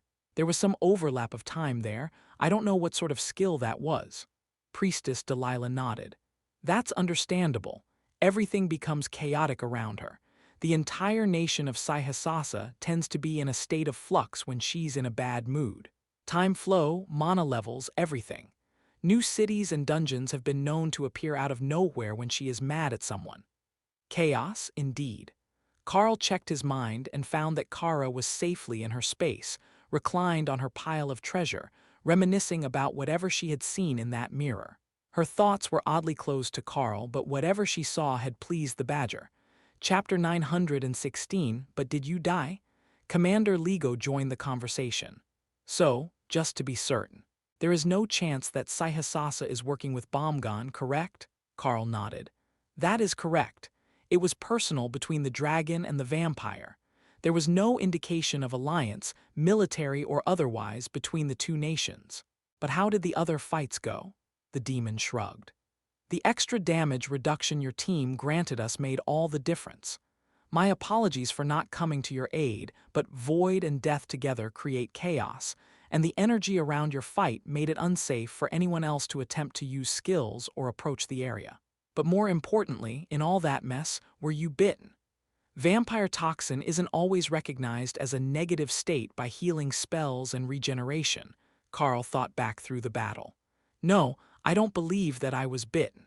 Clawed quite a bit, hit with every offensive skill that she could think of, but not bitten. That is excellent news. It saves us an extra step in the post-fight quarantine and monitoring stage. If there was any risk of high-ranking vampire bites, someone would have to monitor you all night, in case you died and returned as an overlord-ranked vampire. That would be bad. Commander Ligo explained. Oh, Dana asked. Imagine him with all his skills, but faster and driven mad by bloodlust. It takes newly turned vampires months or even years before most of them are sane enough that they can be released from captivity for more than suicide missions.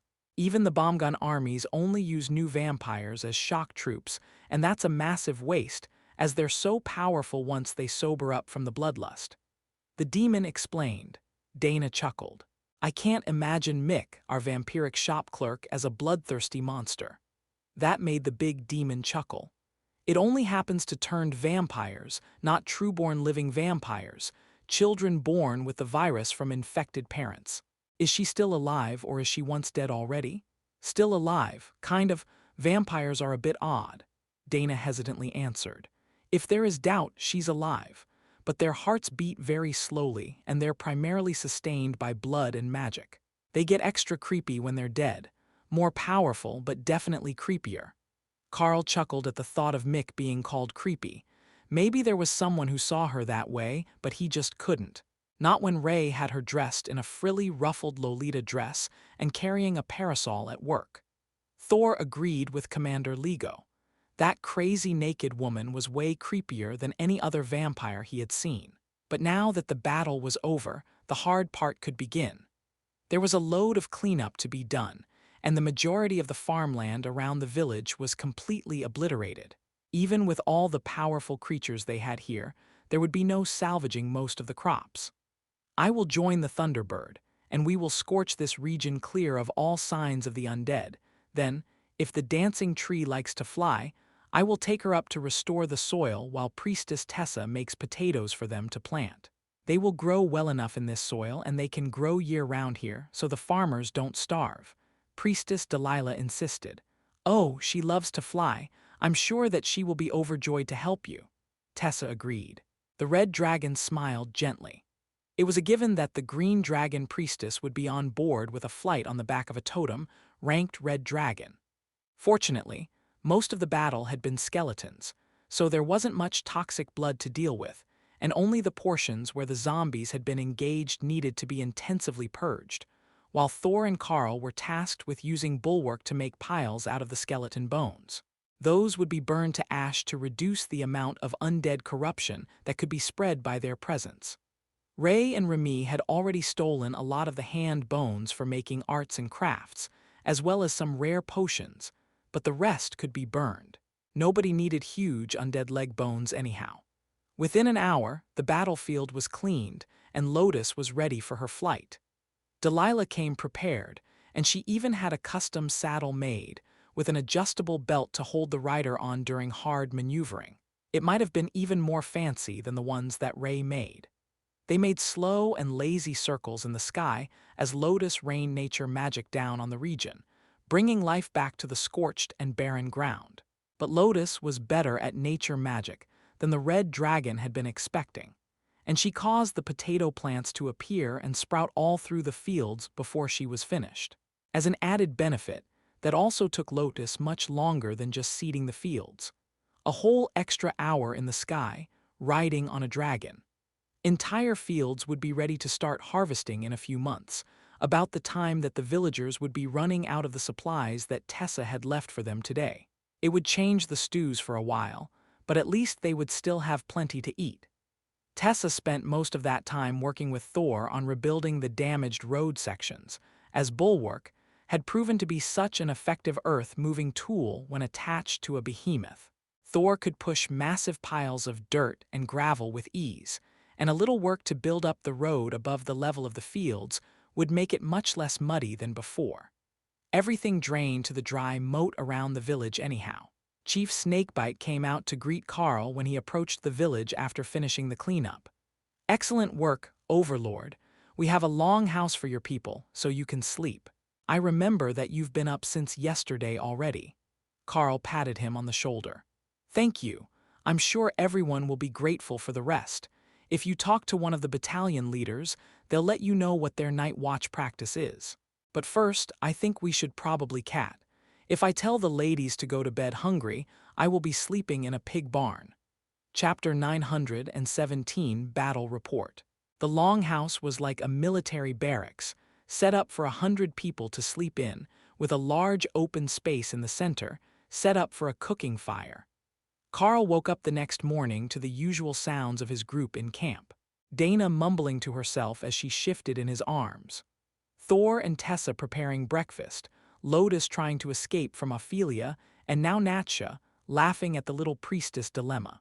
The black dragon waved at Carl as he sat up in bed. "Oh, really isn't a morning person, is she?" Everyone awake shook their heads in solidarity. If she didn't have Lotus with her, she would sleep at least 3 more hours a day. But they're basically a bonded pair at this point, so she puts up with the early morning wake-up calls. Carl explained quietly. Ophelia opened one eye, then ruffled Lotus' hair before tucking the little cleric back underneath her. "You're all too loud. We were up for 2 days and a night. Let me sleep," Tessa chuckled. "Well, it's almost noon. If we don't have breakfast now, it'll be lunch." They had slept from late afternoon until nearly noon the next day, and she was hungry.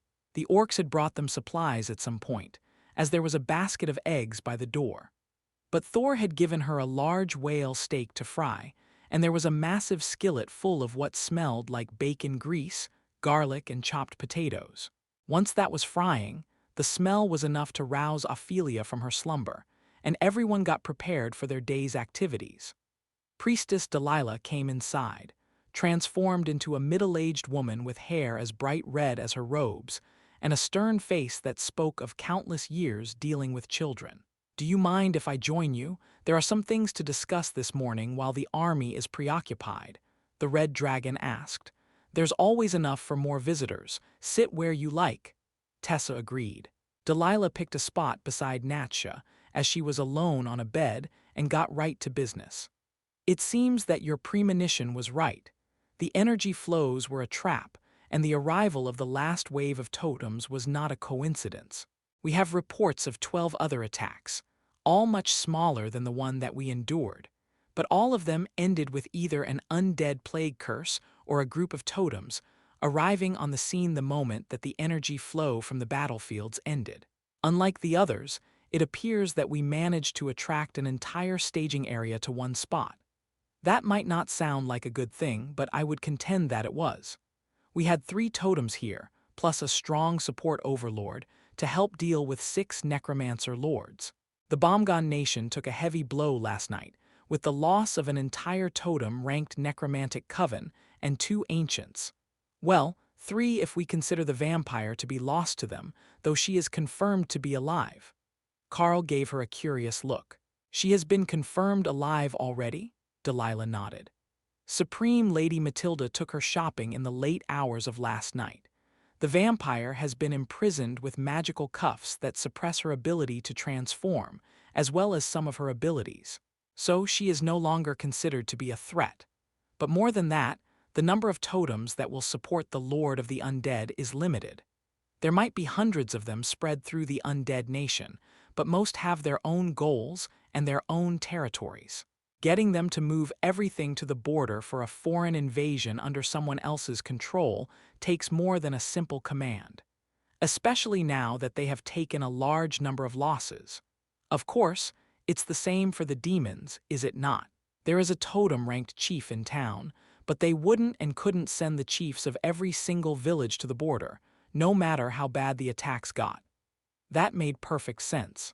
Even if they were creating an undead army, you couldn't take the leaders from every village in the entire nation into the army. Even conscription usually only took a portion of the nobles, then conscripted kids from the families to fill the ranks of officers.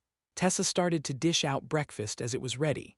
"So, are we expecting more attacks today? How did the other battles go?" Delilah sighed. "Well enough. The Bombgun army inflicted 3 totem-ranked losses upon the Bombgun army for every totem they lost, not counting our group. But some villages suffered extensive damage before the attackers were repelled. At the moment, the Lord is more concerned about what caused this recent bit of aggression. There are some obvious clues, but Lord Bombgun hasn't officially said anything or made any demands." That did sound strange. You didn't usually start a large-scale invasion without some sort of motivation or demands. Unless they were getting overpopulated and needed more space, in which case the answer was that they were just planning to fight until they either gained enough land or lost enough troops. Well, if there is no clear reason or target, all we can really do is wait for them to attack again. That's nearly the worst situation for the border villages, just waiting to see if they'll be wiped out one day. "But I suppose it's worse for the army," Carl replied. Delilah nodded. "Exactly. They're spreading out again so that they don't leave too large of a region exposed to attack, but it's just a guessing game where the attacks will land unless we get some sort of divine inspiration." Beside her, Natsha chuckled. "I suspect that we won't need much divine inspiration to guess that they will attack us again. After yesterday's battle, both the red and black dragons were pleased with our performance.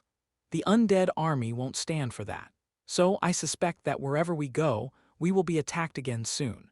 The only thing that would stop it would be to go to a city too large and heavily defended for them to launch another full-scale attack on us." Chapter 918, The Nature of the Dragon Isles. That was the same thing that was on everyone's mind. They were going to be targeted again after eliminating 9 totem-ranked undead and necromancers in the course of a single battle. The loss of an army was a significant blow, but the loss of its assigned leaders was worse. Under normal circumstances, they should be able to escape, and the leaders of an army rarely fought to the death unless they had a sure way to resurrect, like the ones who fought at the battle in Drod City. However, things were still calm after the finished breakfast, and the village was beginning to get back to their routine, with the orcs going out to check on the newly revamped fields to see what they had coming for crops and what it needed. Most of the outlying fields were fine, as they were past the battlefield, but those who worked the inner fields had countless notes to take about the current state of the land, especially as all the field boundaries had changed with Thor and Carl bulldozing up the undead bodies. Chief Snakebite motioned for them to join him on the porch of his house, where he had a large book set out. "Thank you all for the help. If you would like to continue your battles against the undead, I got a notice this morning that the city of Bak has been recruiting adventurers into a force to clear the border region around Ekbor, in preparation for a retaliatory invasion," the giant orc suggested. Carl looked to the others for a decision. The point of the trip was to build experience, which should help their growth and please the gods. Both of those things would be likely to happen if they joined this expedition. But there was always a chance when you joined a larger ongoing plan that someone would try to use you as cannon fodder. For that reason alone, showing up at random places to join border defense forces was a superior method of support. Delilah shrugged. "If you can all advance one more time, you could probably come out of the dead zone and visit the rest of the Dragon Isles. Carl would most likely be all right traveling alone as an overlord, but he's as much a beast as the ones bonded to him." Dana gave her a confused look. "What do you mean the dead zone?" Delilah laughed softly as she realized that they didn't know the nickname. The region around the undead horde, and the whole southeastern isle in general, is known as the dead zone on the other islands. It's where those without potential go to die, never able to reach immortality. For example, I'm from northern Kopji, near the Sihasasa Straits. There are no lesser demon species there. No orcs, no lesser trolls, and the only thing elevating most of the dragonkin above slavery is the law prohibiting the practice. If you can't make overlord rank by adulthood, your life is somewhere between forfeit and worthless. I was the run of my clutch, slow to grow, and I am the last of us still lingering at totem ranked. That is why I was chosen to be moved when the church needed dragons for its deployment. Now, my attitude and accomplishments have often pleased the goddess, but among my peers, I am seen as an underachiever at my age. That might diminish your respect for me, but the red dragon doesn't care about personal pride. Then there is Shalaha. I heard that the dwarves of Bara have gone there to fill an order for Karl. Something about blood. They should have it at your guild house soon. The Dark Dwarves hold a combat tournament along the shores of Naraldum Lake, and it doesn't even start until Overlord rank, which is the amateur fighters. The pros are all totem and mythic ranked. Karl was intrigued. What do they fight for? What sort of prizes would intrigue enough people to come fight in such a battle? The dragon laughed. They fight for the right to levy fees on the Zilaz dungeon. The winning mythic and totem ranked fighter split half the income from the dungeon entry fees, with the city taking the rest. It probably sounds outlandish to you, coming from this region, but it's really not unexpected if you have lived long enough to see the change. The problem here in Drod is somewhat of their own making, after all. They went on a rampage to eliminate all the most powerful monsters and beasts. That dropped the latent mana level in the region, and now they are weakening themselves with their supposed safety. We have tried to talk sense to the Lord of Drod in the past, but he likes things just how they are, and this is his territory, so we let it go. Dana sighed. So that's how it is. But now that the system is back, aren't things going to be tossed on their heads? The dragon smiled at her. Unlike humans, who have zero innate power and unlimited potential for growth, almost every other species will hit a cap within the system where they cannot progress any further, no matter what they do. Chromatic dragons need variable amounts of time, but they can reach demigod status, in theory. Though, I am not certain the world could support a demigod at this point. We need higher quality mana to keep growing. But other than humans and dragons, everyone else will hit a genetic dead end. Even the elves and dwarves will reach their limits somewhere within the realms of the immortals. Few in the past did make it into the realm of peak immortals, but there has never been a supreme-ranked dwarf or elf. Once upon a time, the two species both had legendary heroes, but that was a gift from the system, and they skipped the supreme rank entirely on their way by. But you're not here for history. What I'm saying is that, from a logistical standpoint, it makes sense for you all to try to get to Overlord ranked within the next few years. I can see that the ladies are still new to the Monarch rank, but your power is growing. Earn enough rewards from the system and you'll make it there. It's not like you're short on time. With a fully active system, your aging process should slow dramatically once you're in your later 20s, or the species equivalent of the human end of early adulthood. Chapter 919. Wait, how long? Lotus sighed at the thought of needing to make it through a whole rank to keep traveling. That was a long time, but she was pretty comfortable in Drod and they were all Darklight. Host. Guild members now, so there was no reason that she couldn't just stay there forever if she didn't make it to Overlord rank quickly. The downside would be that if everyone else did, then she would miss out on too much fun stuff. If it was just Karl, she could get Ray and Remy to bring her back fun stuff. But losing her cuddle bear to separate adventures was simply unacceptable. Delilah noticed her dilemma right away. Let me guess, you're trying to balance the amount of actual work involved versus the amount of fun that you will miss out on if you don't do the work in a timely manner, the dragon asked. Lotus gave her a suspicious look, but nodded in agreement. Delilah consoled the little cleric. Well, as they say, nature is all about balance, right? You just need to convince the other ladies to do fun stuff in between jobs so that you don't get too bored. I would likely just accept that you're going to lose the Beast Master eventually. His growth rate is destined to be spectacular, and he will hit totem rank long before any of you are overlords. Dana patted Lotus on the shoulder. Relax, it's depressing for all of us. At least your bed doesn't get cold when he goes out to do other things. Ophelia chuckled at the comment, and Dana shrugged. She had just accepted it at this point. Even if her and Carl weren't on the same sleeping schedule, if he was gone entirely, then all of her usual sleeping partners were gone as well. What are you going to do next? Ophelia asked the totem, ranked red dragon. There is another battle coming that I feel the calling to. Bagondorman is a coastal city right on the border, close to 100,000 demons and orcs. The goddess says I need to be there for their next battle, she replied. Tessa stared meaningfully at Carl, who chuckled in response. Well, I suppose that we could all go to the city with you. It will make the red and black both happy if we're there to fight. The dragon shrugged.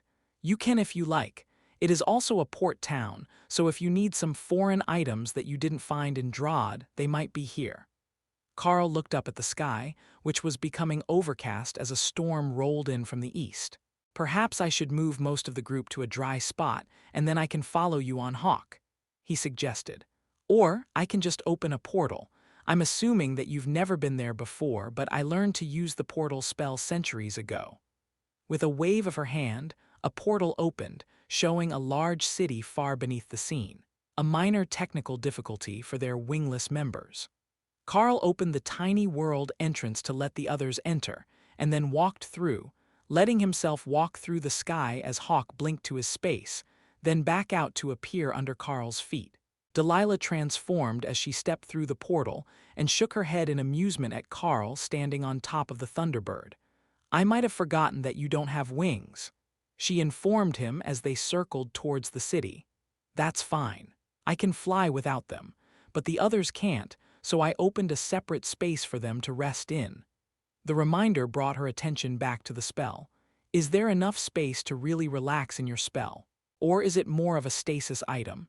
There is room. Is there not a good hotel here? Carl asked. Delilah shook her head. Even when the city isn't under attack, it's impossible to find a decent room. I suggest that we land outside the city and let the others out, then leave again before dark. Carl gestured down toward the army units stationed outside the city. Why don't we go join them? I can have a proper resting spot, suitable for a high priestess, made in no time at all. She was dubious about that, but led Carl down to the army camps to make the introductions. She shifted into human form the moment that she landed on the east side of the city, furthest into Drod territory, and Carl let the rest of the team out of the tiny world, while they waited for an officer to approach from the military camps. Avatar Delilah, what brings you here today? The demon asked politely as he spread his black leathery wings in a slight bow. I sensed war coming. I also brought ones favored by the war god. Might we rest in your camp tonight? She asked. The demon suddenly went stiff and reluctantly shook his head. My apologies, priestess. The camps are on lockdown. There was an infection outbreak, and it is suspected to have been brought by infiltrators from the city. We can help you set up near the camp, but not allow you in until protocols are finished. Carl shrugged. That is fine. We will set up in the trees over there if you're not planning to cut them for firewood right away. The demon chuckled. We've got more than enough fire magic for that. We will make sure that the patrols keep an eye on your location, so no spies or intruders attempt to attack your camp. Carl was about to thank the man when Ray simply vanished with a swoop of her cloak, using it as a shadow-to-shadow step into the tree line where she could set up a fort. Then they could upgrade the fort with illusionary domain, upgrades, and some runic traps. As long as Remy and the butterfly worked with her, it would be the greatest fort that they had ever made. But the butterfly had an even better idea. Instead of making the illusion inside the fort, she would make it outside the fort, so that those who tried to get to them would have to go through hundreds of meters of fake forest, without knowing where the forest had stopped being real. Chapter 920, Greatest Fort Ever. Carl smiled as the three of them got to work on the new camp, and Ray encompassed 5 large trees with her construction plans for the fortress, which was now more of a silk palace than a tree fort. All right, Lady Ray is ready to show us her masterpiece, Carl announced as she finished with the fort. He ignored the extra distance as he led the group inside, but noticed that Delilah was intrigued by all the illusionary elements. They were at overlord rank, but it was rare that anyone saw through them, even if they had a level advantage. Then they got to the Silk Fortress, which had 2 levels, multiple bedrooms, and even a slide around the outside to get to the ground. You keep that sort of equipment with you? That's a bit excessive. The dragon laughed. On the contrary, Lady Ray made this with her own silk over the last 5 minutes. It's a fully custom design with an improvised security system in place. I will add some runic wards around the perimeter to keep away pests, and then we should be able to sleep in peace. Butterfly passed control of the illusionary domain to Carl as her energy was limited, and he led everyone inside, where Ray was waiting for them. Lady Delilah, welcome. Oh, I don't think that Natcha has seen one of my forts either. First up, we have the seating area. The floor is stretchy and warm, but I also made hanging chairs.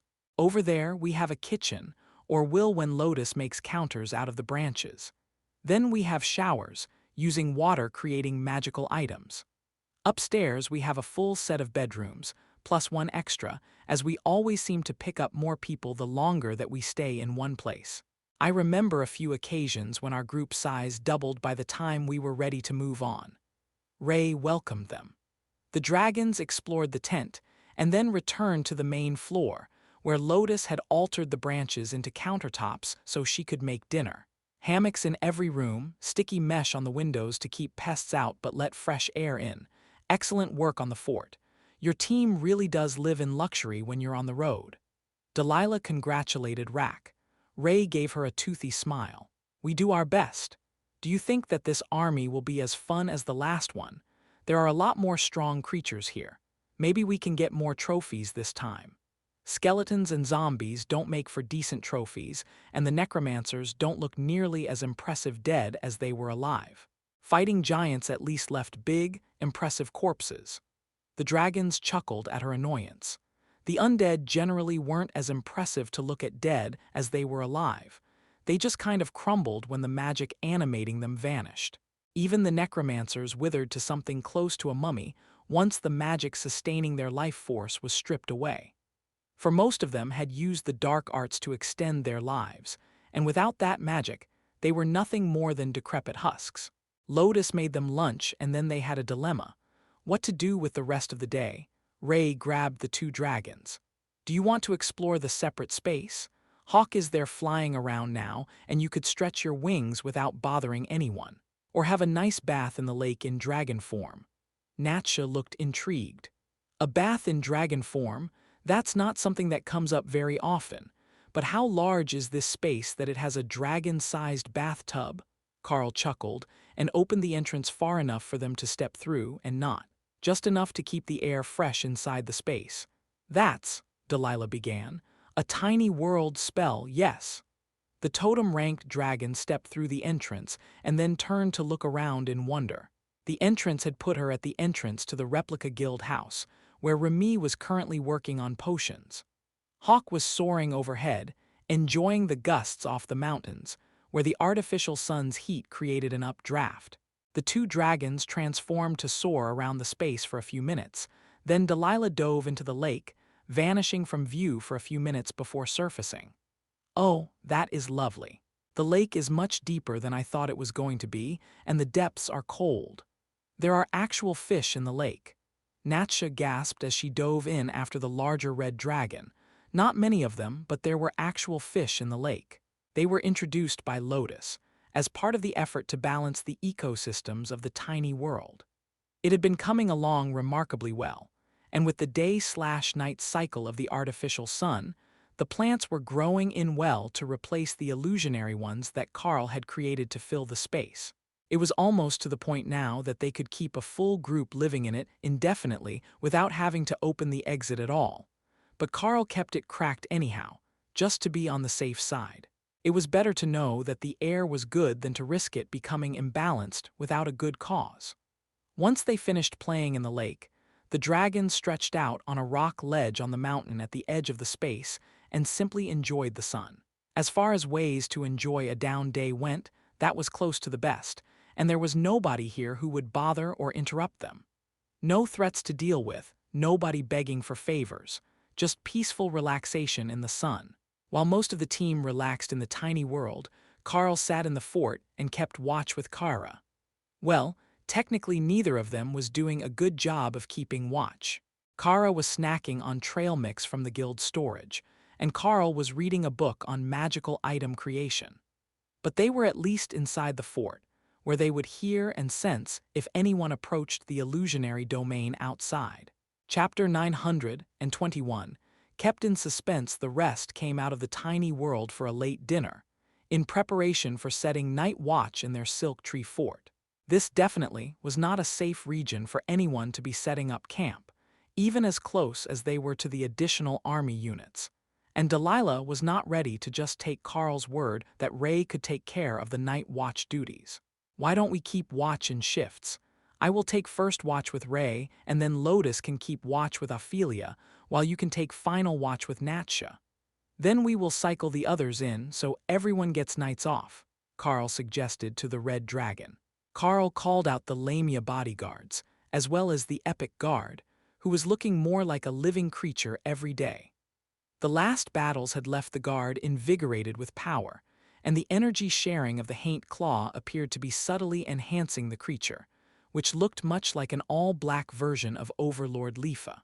But as the Epic Guard increased in power, it was subtly changing to be less like the wayward Haint. The bark on its body was beginning to separate, giving it the effect of a ghostly woman in a humanoid tree, and less of a bark-covered humanoid like a dryad. Carl wasn't sure if this was a form of evolution or an armor skill, where the bark was the ablative armor. But the Epic Guard was becoming increasingly distinct. That is a curious creature you have summoned. Tell me, do you usually equip it with weaponry? Delilah asked. If anything, I will give it a Haint Claw. It makes the guard exceptionally combat capable. The Haint Claw itself has skills imbued on it, and the Epic Guard skill is capable of putting them to good use, Carl explained. That was a bit less than a fully detailed description of what happened when the two things were combined, but they would get fully sidetracked if he started describing that. Interesting. And her presence activates a group buff. I can see why you activated that guard for the night shift, Carl smiled. She also doesn't need to sleep, so the three of them can keep night shift company. The Lamia pair knows the basics of making tea if you should get thirsty. Once they had finished eating and showered with the pleasantly warm water, courtesy of Remy, everyone but Carl headed for bed. Even Dana went up to sleep with Kara following her. Remy giggled. I hope that Sister Ray's snore proofed this place. Kara talks in her sleep. Then she borrowed the unobtrusive behemoth skill to shrink herself down to 1/10 of her normal size, which made her small child-sized, but without the toddler's chubby body. She was still as lithe as ever, but now fit conveniently in Carl's lap as he reclined in one of the hanging chairs. Oh, this isn't bad. I'm going to have to try this for breakfast tomorrow. Food will be huge. Carl took out items from the guild bank to inscribe with runes as they listened for approaching enemies, or signs of disturbance at the army camps. Ray was outside somewhere, keeping watch and setting more traps in the woods, just because it would be fun to see what got caught. The two most likely attack times would be just after dark or just before dawn. There was some chance that the enemy would come during a random point during the night, but in Carl's mind, that was lower than the strategically advantageous all-night battle or the twilight hours, when every species had trouble adapting their sight to the changing light. It didn't come during Carl's shift, and by Ray's update, it didn't arrive during Lotus and Ophelia's either. So, it was with great confidence that Remy followed Tessa to the kitchen in the morning to start making breakfast. She wanted to know what food looked like at 1/10 of her usual size. Her memories of being a hatchling were fading, but she could be small again. Tessa, not being privy to the inner workings of Remy's mind, simply thought that the eccentric Naga had decided that there was some advantage to being 1/10 her normal size while helping in the kitchen. They finished with all the usual breakfast foods, and Remy took a carefully curated plate to the counter to test whether eating while in a shrunken state was superior. Only 2 chunks of fried potato in, it was decided. This was definitely the superior way to eat. It might not be best for helping in the kitchen, as more body would make it easier to move around. But for purely eating, so much better. The smell brought the watch team in and woke the others.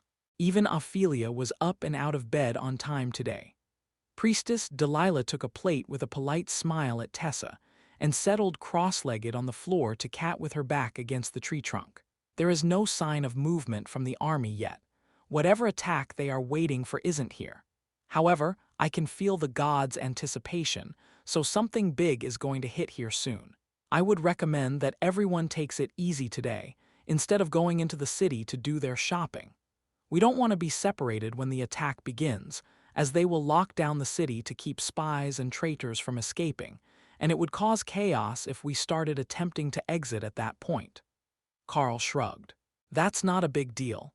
We can spend a day crafting and mending gear. There's always something to patch, and if we run out, we can go assist the army camp. Did you need anything made while I'm at it? I will be making items for the guild shop, but there should be time for a custom piece or two. The red dragon shook her head. No, I am fully equipped. Just focus on anything that your guild needs so that they're not left hungry while you're on the front lines. Chapter 922, Odd Group Composition. Carl got started on the list of things that Lauros had made for the day, starting with the requested higher rank items that nobody in the shop could make. Now that they had Dora, they could make some higher quality items, but there were a few requests for Overlord and Monarch ranked non-combat items as well. Those were the first ones that Carl made, followed by one of the weapons that Ashbringer had prepared. Is that made of corium and elven steel? Delilah asked as Carl prepared to begin adding runes to the scimitar. Possibly. I'm not a blacksmith, so I don't know all the metals and alloys. I just have an arrangement with our smith that he will make a number of high-quality weapon blanks for me to finish. The difference between a master-crafted weapon and a rune-crafted weapon is enormous, so it's good for our guild budget to make a few a month for auction. Remy made a bunch of potions yesterday while everyone was relaxing as well, so the shop is pretty well stocked. They are just lacking some of the Overlord-grade supplies I usually provide. I see that we have mostly utility magical items on the list for today, though. So, our clientele must be adapting to what is regularly available instead of demanding specialty or combat-related items all the time. Carl explained. The dragon chuckled as she ate. Once you start making weapons, you can never stop. They will always want you to make more. It's better to get into something where the demand will one day dry up so that you don't end up making the same exact thing for the rest of your life. So many of the clerics fall into that trap and end up making simple healing potions or rice and beans for decades. Carl finished the blade and then took out a bag full of royal-ranked gems that Dora had made. They were uncut and just roughly polished into the shape of an egg, but that was perfect for carving spells into them. It made them easier to hold as you worked, and the surface could be polished without damaging the runes. The most common requests that they had were water creation and fireball, but water creation could be done without a spell. So, Carl started with the fireball spell gems that could be added to other items that the crafters made. It was a relaxing start to the day. But their little fortress of solitude in the trees was slowly gaining more attention from the leaders of the army, who could sense the group of powerful individuals inside, but had no idea what Carl's group was up to, or Delilah's group, as they assumed it to be. The dragon was a totem-ranked cleric, so it was only natural that the leadership of the group would go to her. But she saw herself as a lone individual, simply camping with Carl's team for convenience, and for the large sunny cliff in his tiny world, where even an adult dragon could bask without anyone bothering them. The fact that people kept moving in and out of the tiny world only made the camps even more wary about what might be going on in the woods. To them, it felt like a small group of powerful combatants coming and going repeatedly, but without any updates as to where their allegiance lay or what their mission was. However, when enemy movement was spotted, they still send over a team to inform Carl's people that the invasion was imminent. 10 ships of the Bomgon fleet, along with 3 entire regiments of soldiers coming from inland. Hawk flew out to see what was going on and then began reporting back increasingly disturbing messages as he approached. 1 in every 10 is a necromancer. The rest are not Dana mages. I can smell the dead, but I don't see any zombies or anything. He reported as he passed over the approaching armies. No undead. Did that mean they had something like Carl's separate space to store them in? Or were the necromancers planning to animate the dead once the battle started? If that was the case, then something drastic was about to happen to the city. Killing enough soldiers to tip the scales at the start of the battle, even if the army was almost all golem mages, would be difficult. But if they attacked the civilians, that would cause chaos in the city. You look disturbed, Priestess Delilah noted. They have an army that is 1 in 10 necromancers but with no undead. I'm more than a little concerned about where they plan to obtain them from. Carl explained. Delilah frowned. He was right. If you were going to bring that many necromancers, you would expect at least 50 undead per necromancer, even if they were at the royal or monarch rank. To have an entire military company worth of necromancers and no undead practically screamed that they were planning to do something horrific to procure their army after arrival. The Drod army should have realized that by now as well. They've got plenty of flying scouts. Let's see what the new arrivals have to say. The group from the army was already within the illusionary domain, avoiding the traps that Ray had set on everything but her one designated path in and out. Hail to the camp, one of the soldiers called from outside, unsure who was in charge here. Delilah motioned for Carl to answer, so he moved to look down from the floor entry. Come on up. What is the status at the camps? Our flying scout has reported general army numbers for the incoming bomb-gun soldiers and fleet, but that's it so far.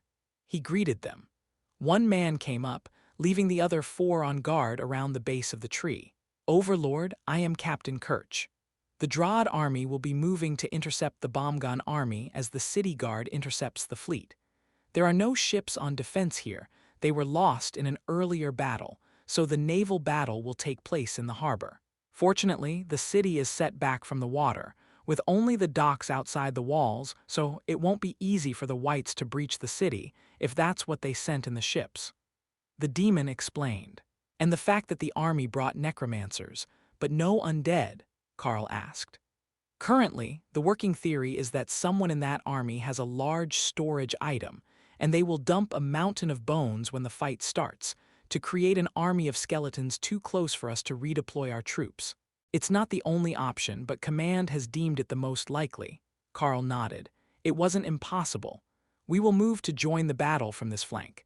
We have clerics with us, both for buffs and healing, so we will have a triage center set up once the fighting starts. The captain nodded his golden horned head. If you could stay near the triage center, it would be appreciated. Or at least some of you, as I see that we have an avatar of the red dragon with us today. I wouldn't dream of telling the war god where to deploy a dragon. That man's sense of self-preservation was impeccable. Chapter 923, Undead Engagement. Carl led the group down from the fort, and Ray sealed the entrance with Overlord ranked sticky silk, so they didn't have unwanted visitors before they came back at the end of the day. The armies were already moving into deployment positions, so Carl led them to an open position on the left flank, just behind the front lines, and had everyone call all their summons, while Lotus transformed into the Tree of Life. Their presence brought over multiple doctors and nurses, who set up in the area of effect under Lotus branches, but not everyone was as happy to see them. You do realize that the undead will take the presence of that tree as a giant fuck you to them, right? One of the sergeants near their position asked. They forgot, and everyone who looks like you, but I will take the sentiment. Having a powerful dedicated healing station here will help prevent the flank from being overrun. Don't worry about it too much. We will send our golems to assist the line. Carl replied. A few golems were not going to be equivalent to all the extra attention that they were going to draw, especially with a whole army of mages incoming. Mages who were likely to be using golems themselves. Tessa and Delilah were practically glowing with energy already, and the battle hadn't even started. If anything, that was not a good sign. But when Natsha began to shimmer with a faint black mist, it didn't take a genius to realize that someone, very near to them, was completely and immeasurably screwed. The battle started in the bay, with the ships bombarding the city walls as they approached, and the demons flying out to meet them. The mages summoned tens upon tens of thousands of golems, and the attack on land began. But the energy around the war and death god's acolytes was only growing. "Can I start yet?" Hawk asked, circling high above in the clouds. "Not yet, something is about to happen. Once it does, then we attack," Carl replied.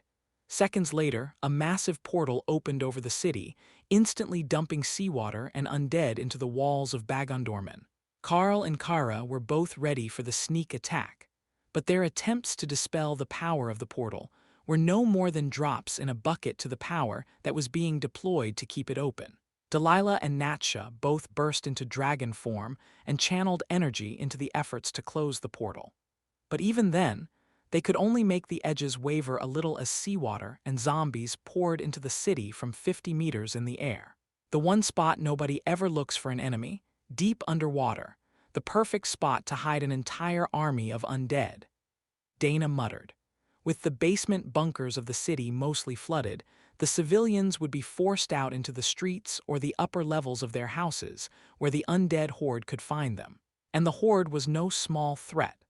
Every undead that could be controlled by the thousands of necromancers in this army should now be inside the city, and the screams echoed over the battlefield, even as the first plumes of smoke from a city being ransacked began.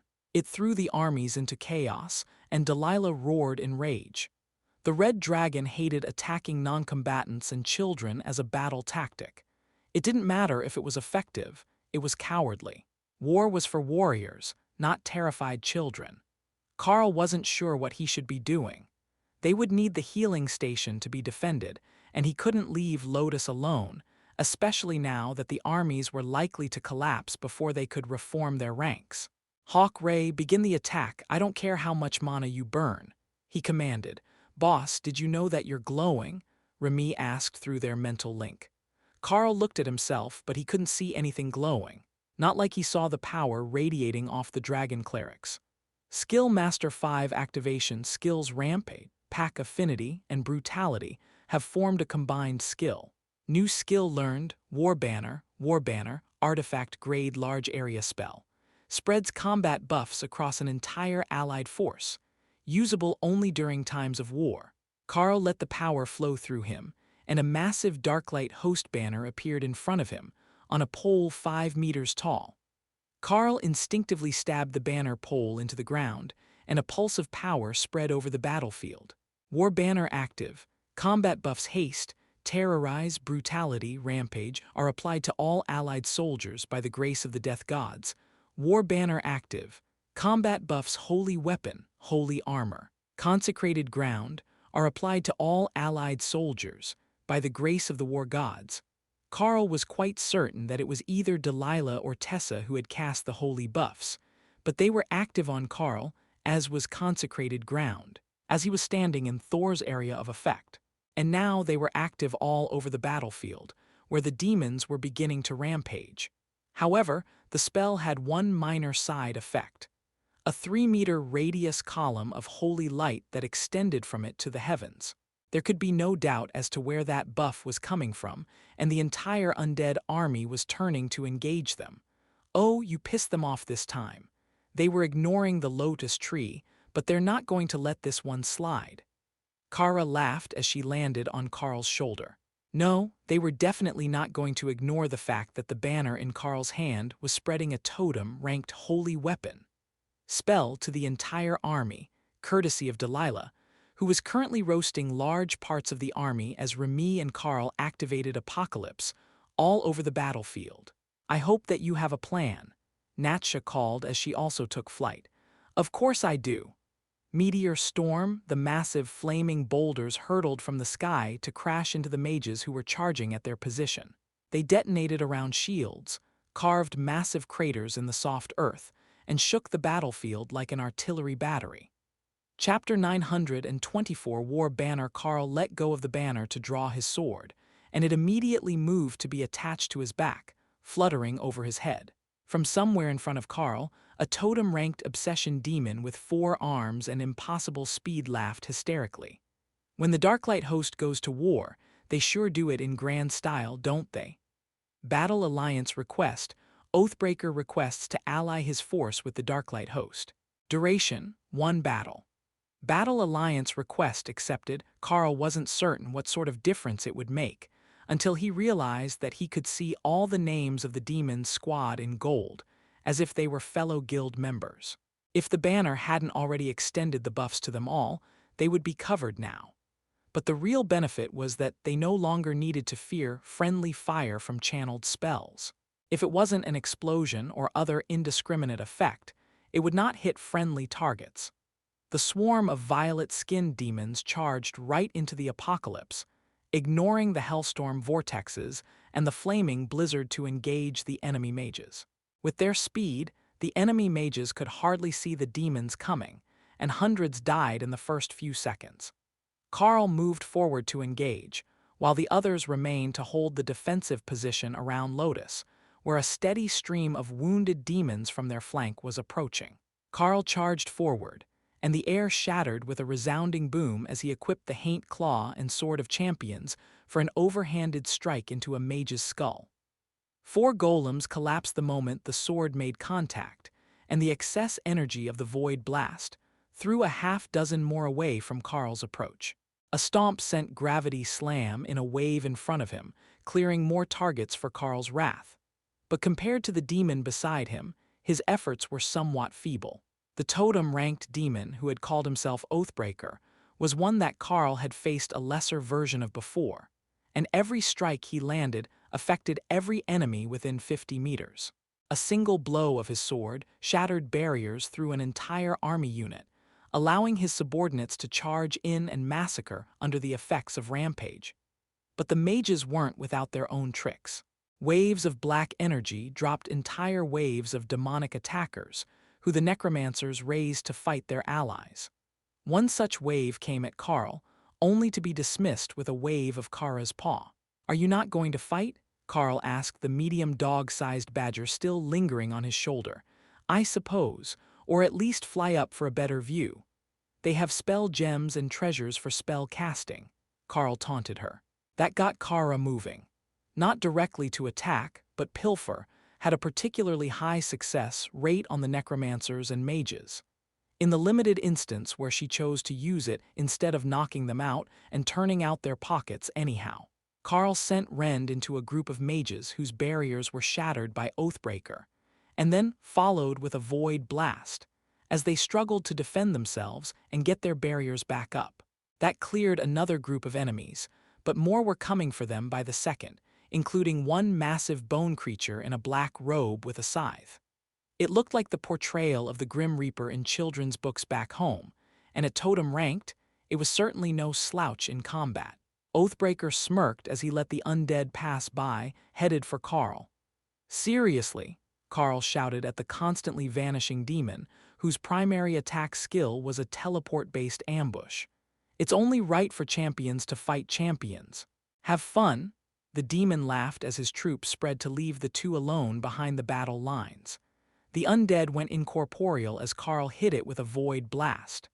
The spell crackled over its surface, burning at the robes, but even with Rampage stacked to its cap, it still wasn't enough to do serious damage.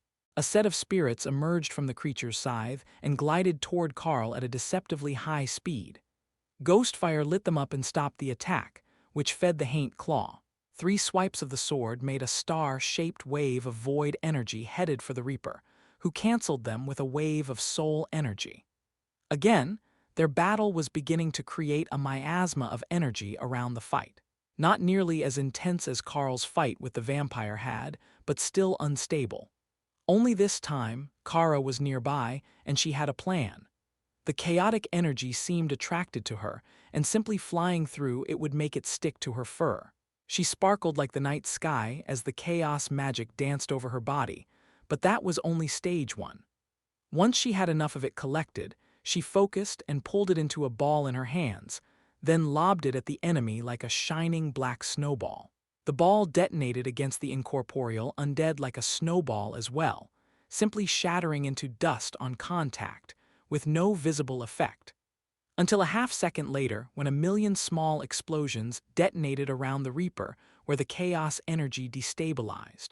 Carl found himself thrown from his feet, and the Reaper was smoking, with parts of its body solidifying, while others were remaining ethereal. The chaos magic had destabilized its transformation spell, and now it was stuck halfway between forms. That didn't slow down its barrage of soul attacks, though. Carl was forced onto the defensive, blocking the soul strikes, as the Haint Claw positively glowed with energy that was seeping into Carl.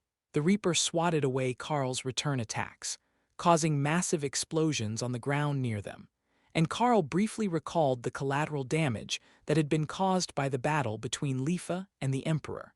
If they were in the air, the destruction would be much worse. But as they were on the ground, it was mostly limited to the 100 meters around them, where the deflected spells were landing. But if you ignored the sound of explosions and the horrible shrieking that soul attacks made when they were dispersed, the battle had an eerie silence to it, with both sides maintaining their distance, where they could use larger-scale attacks. Chapter 925 Overload. Eventually, the Reaper moved further into the air, looking to bombard Carl from above. That forced him to use swims through air to join the creature in the sky, where their battle became the focal point of both sides of the fight, despite not being the highest-powered or most intense ongoing fight. That honor went to Oathbreaker, who was methodically tearing apart a pair of mythic ranked mages who fought as a duo. Soul attacks shrieked through the air, a dozen ethereal blue skulls racing towards Carl, who hurled void blasts at them.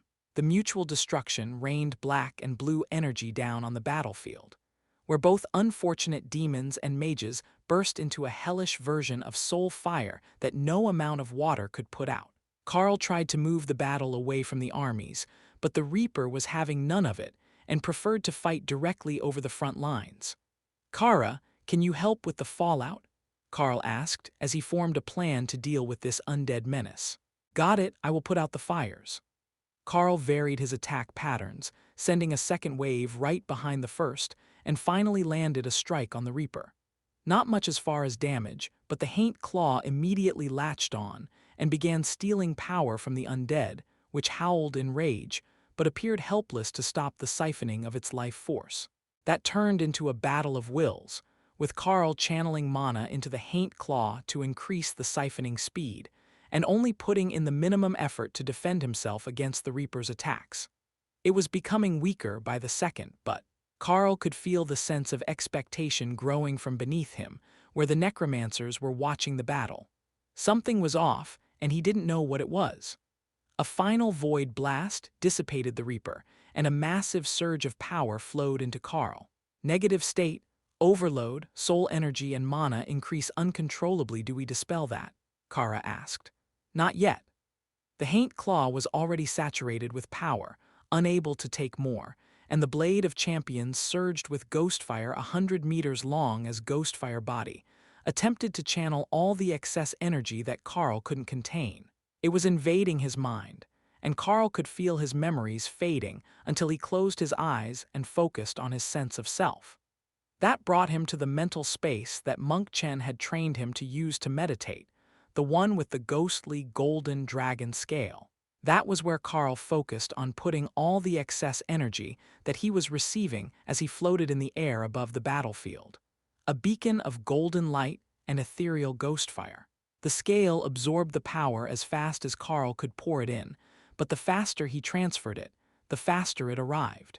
So, this was the final strike of the Reaper. An uncontrolled power surge that would destroy the mind and body of anything that dared to go against it. Carl was so focused on dealing with the influx that he hadn't even noticed that Kara was frantically trying to dispel the effect, with no luck at all.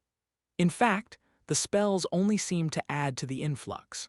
Far beneath him, Delilah landed next to Tessa and slumped down with her massive draconic head on her front paws. "Will he survive that?" the war cleric asked the ancient dragon. "Probably. The favor of the gods is strong on him. Besides, look how terrified the undead are. They're already fleeing the city, and the ghost fire hasn't even touched the city walls yet. She had a point. The whipping tendrils of fire from Carl's overloaded spells were tearing furrows in the earth and lighting up the sky, but even the heat from the flames seemed to tear the souls from the undead and add them to the growing ball of power that was Carl. What happens if that spell succeeds? Are we in range of whatever explosion will follow? Dana asked.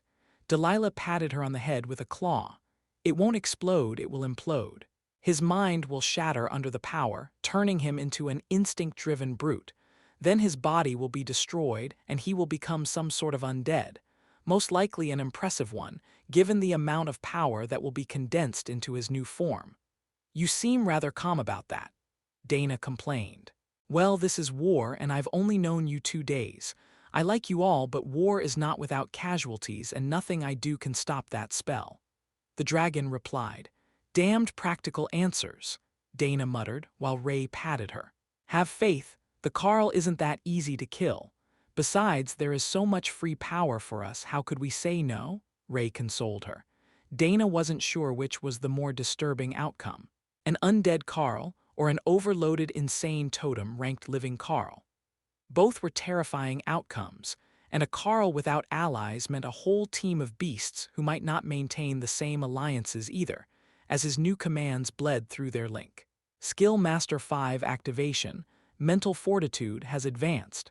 Skill Master 5 activation, Mental Fortitude has advanced. Carl focused on keeping his thoughts intact as the power flowed through him.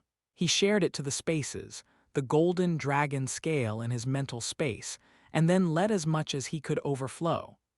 Ghostfire body was completely out of control, and the effect was beginning to spread to other spells. Demonic oppression was surging, and the oppression effect was hitting everything on the battlefield except Carl's team and the small group of demons that had a battle alliance with them. Both sides were beginning to retreat now, unable to stand the side effects of the overloaded war champion. Far in the distance, Lord Bomgon watched the scene with amusement. It had been millennia since he had seen anything like this spectacle. If it wouldn't have drawn the Lord of Drod, he would have gone to get a better view. But even from his current position over 100 kilometers away, he could pick out the smallest details of the situation. Perhaps he would have a new war champion at the end of the day. Or perhaps the overload effect would force the war champion to adapt. That could cause absolute chaos within the living, especially those greedy necromancers who still thought that they were the masters of the undead and would see it as an opportunity. In short, there was no way that he lost out. Chapter 926. Welcome back. Carl felt the excessive mana beginning to burn his body, but with void body and impenetrable bulwark active, it wasn't enough to actually harm him yet. The power was still growing, though. It didn't make any sense to Carl. The power had to be coming from somewhere, but the enemy was dead. If the enemy was dead, and the spell made his mana go out of control, shouldn't it just be a buff of his own regenerative abilities? No, because there was a massive influx of soul power coming to him as well, so it was most likely stored somewhere else, or linked to another location. Perhaps this could be an opportunity. The power had an indescribable sense of eternity to it, as if he couldn't see the limits of it. What if the issue wasn't that the energy was limitless, but that it was so much higher quality than his body that it simply felt like it? Just a casual swat of an overlord's power could do something like this to a common ranked elite. Could this be a curse or blessing of an immortal or supreme that was placed on the Reaper? If that was the case, he could use this power to advance. The problem was that Carl was not a beast himself, and the knowledge of how to integrate power with your body to advance was not part of his genetic memory. Kara and the butterfly were trying to explain it to him, but how did you explain a basic bodily function? It was like telling someone how to move their fingers. The first step was to just do it, and if you didn't know how, it was impossible to explain. The Bomgon Lord felt the shift in the power as Carl tried to internalize it and smiled. Yes, that was precisely the way. Take it in and embrace the route to immortality as an undead. But the more of the power that Carl channeled through his body, the more that the Bomgon Lord became concerned that this strange creature might know something that he didn't. He wasn't dying. If anything, his vitality was skyrocketing. With the retreat of the Bomgon army and the defeat of the undead in the city by the town guard, who had circled to the south side of the walls to avoid the oppression of Karl's aura, the battle was officially over. All that was left was for him to stop doing whatever he was doing. The mana began to grow faster than Karl could adapt, and then more than his damage reduction could handle, to the point that his body was beginning to burn, then reform with void body. There was still one thing that he could try, though. Purgatory Flames, Hawk's new fireball skill, used every bit of your available mana. In theory, that should reset his mana levels to 0, and even if it didn't deactivate the skill, it would at least buy him some time. Karl began to form the spell, with the intent to hurl it at the village in the distance, where the Bomgon army had retreated. If they wanted to curse him with overloaded mana, they could have it back. The energy condensed, and then suddenly Karl was standing in the void again, floating in space, the same as he had been during the battle with the vampire. Shit, death and void magic make chaos. But this was soul and ghost flame. I should have been fine in the distance. A haunting chuckle began, coming closer by the second. Supreme Lady Matilda appeared in front of him with a curious look on her massive, draconic face. "You show up here entirely too often for a mortal, do you know that? What did you do this time?" she asked. "I was attacked by a reaper, and when he died, he cast some sort of spell that made my soul power and mana overload uncontrollably," Karl offered. Lady Matilda watched him for a moment as the effect began to grow again and nodded her head. "Interesting. You're not supposed to kill the reapers, they belong to the death god. You should have banished it. I will remember that for next time. Is there a way to stop this effect?" Matilda stared at him for a few seconds, then nodded. "Just give it a minute or two and it will wear off on its own. It's not like the effect is permanent." Well, that was reassuring. "Can you transfer me back when it ends? I'm quite sorry that I keep ending up wherever this is," Matilda sighed. "I suppose that I can. I will just call the entertainment factor enough payment for the spell." The power was growing even faster now than it had been at the start, as if purging the mana from him had not affected the spell's progression at all, and had only emptied the excess from his body. Again, he focused on using the power to strengthen his body, the way that Kara and Butterfly were trying to explain to him. They were both doing the same, attempting to demonstrate to help Karl's comprehension rate as they increased their own power. Or, in the case of the butterfly, stabilized it. The influx of power had done wonders for her stability and evolutionary state, as well as the mana level inside her space, which was exponentially denser than the mana in the spaces of the others, though it was close to the same quality. Skill Master 5 activation, Void Iron Body, Right Arrow Chaos Beast Constitution, Chaos Void Constitution, Epic Grade Chaos Element Physique. Removes physical limitations on development. Enhanced compatibility with Chaos and Void Element magic. Karl wasn't certain what that meant, exactly. But he did know that the influx of mana and soul power no longer hurt, and it wasn't triggering his damage reduction skills. Not bad, you managed to adapt to being overloaded. Now, you just need to learn to absorb all that excess energy, and you'll be able to advance properly. Lady Matilda congratulated Karl. Kara came out of her space to examine him. He was still glowing with power, but it wasn't destroying him anymore, so he should be safe to land on. "Oh, the badger is back. Hello, tiny creature." Kara waved at the Chaos Dragon, then got busy inspecting Karl. There was something odd about him still, and it wasn't just the excess power. Chapter 927, Stabilized Matilda lost interest in the pair, now that the spectacle was over, and banished them back to the material plane, where Karl found that no time at all had passed, and the power was still flowing from his body at the rate it had been when he left. Then the flow reversed, as his adapted body began to suck it back in and bring the overloaded spells under control. His body was vibrating with power, and the spaces wouldn't accept anymore, but the situation had stabilized, and Karl was no longer in danger of exploding or accidentally lashing out with an out-of-control skill. Slowly, he returned to a stable state, and in the distance, Lord Bomgon sighed in disappointment. That was far less spectacular than expected, and the war champion appeared to have found a trick to deal with the overloaded energy without any of the expected outcomes. The undead lord closed his eyes, about to turn away to take care of business, and then realized that Carl still shone like a beacon, both because of the spell he had active and the immense amount of soul energy on his body. Undead and spiritual beings from hundreds of kilometers away would be drawn to him, and most likely stripped bare of their power in order to fuel whatever he had done to survive the overload. He would have to keep a close eye on that to see if it faded, or if Drod was going to have a walking beacon of potential salvation, drawing every undead in Bomgon to him just by existing. The demon army kept a wary distance from Carl as he descended into the clearing closer to their camp, and then dismissed the war banner, ending the beacon of light on his location. The only ones that came over to him were Dana and Delilah, but the beasts could all hear what was going on through their link with Carl, and most of the team was busy with treating wounded demons. The ancient red dragon didn't bother to transform as she inspected Carl for damages. "It looks like you survived that well enough. It might take some time for your energy to stabilize, though. I don't know why you are holding so much power, but it might just be a matter of time before your body absorbs or releases it. Excellent work out there, especially with that war banner. Very impressive," she declared. "Thanks. The war banner is a new skill and surprisingly effective, but it will only work during a declared war. It's one of the restrictions on the banner.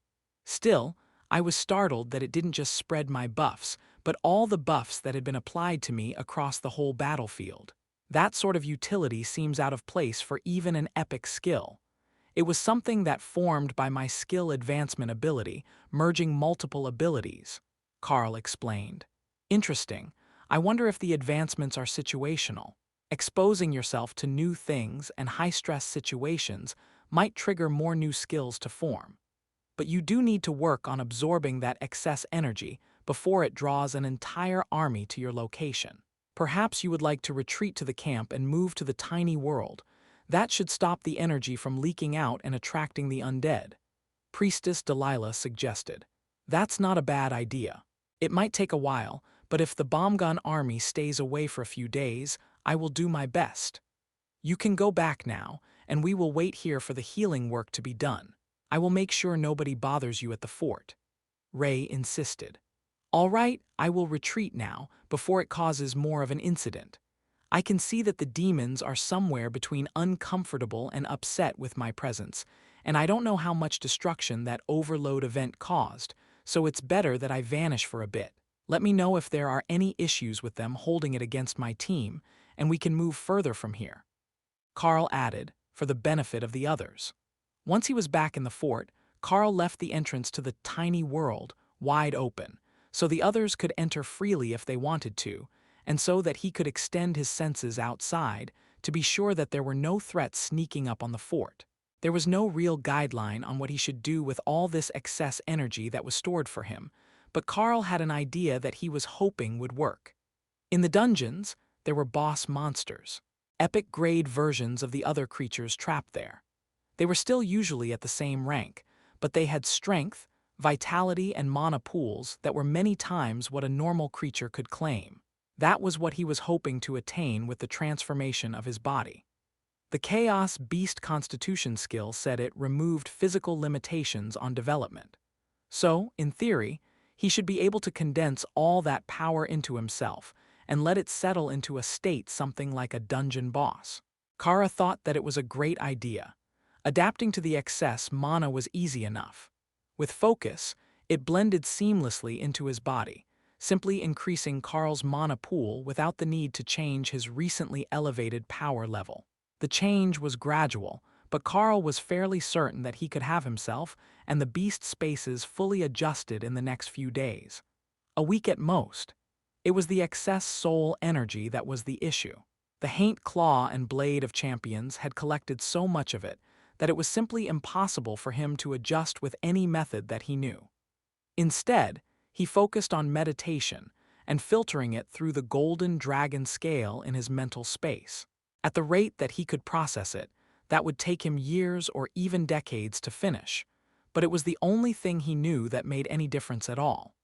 What he really needed was a way to store all of that excess energy until he could process and adapt to it all. Chapter 928, Where to Put Power. The solution to Carl's issues came in the form of one tarnished golden dragon scale. Not the image of it in his mental space, but the actual treasure that Hawk had looted. Carl took it out and held it in his hand as he meditated, then watched as the depleted scale began to rapidly absorb both soul energy and life force at a rate that dwarfed anything Carl could manage. The way that it managed it was simple, the same way that Carl had been attempting to integrate the energy with himself. But the rate was so far beyond what he could manage that it was almost embarrassing. However, Carl didn't just give all the stored energy to the scale, which was rapidly regaining its luster. He still wanted as much as he could absorb for himself, as the combination of soul and life energy caused his own power level to skyrocket. If he had a few months to simply sit and work on it, Carl was certain that he could force himself to the totem rank just with what he already had. The qualifier was mostly that the weapons were both oversaturated and leaking power, and he needed to get them below that point so that they could continue to function properly during the next battle and not cause another overload situation. The Haint Claw had begun to change, Carl noticed.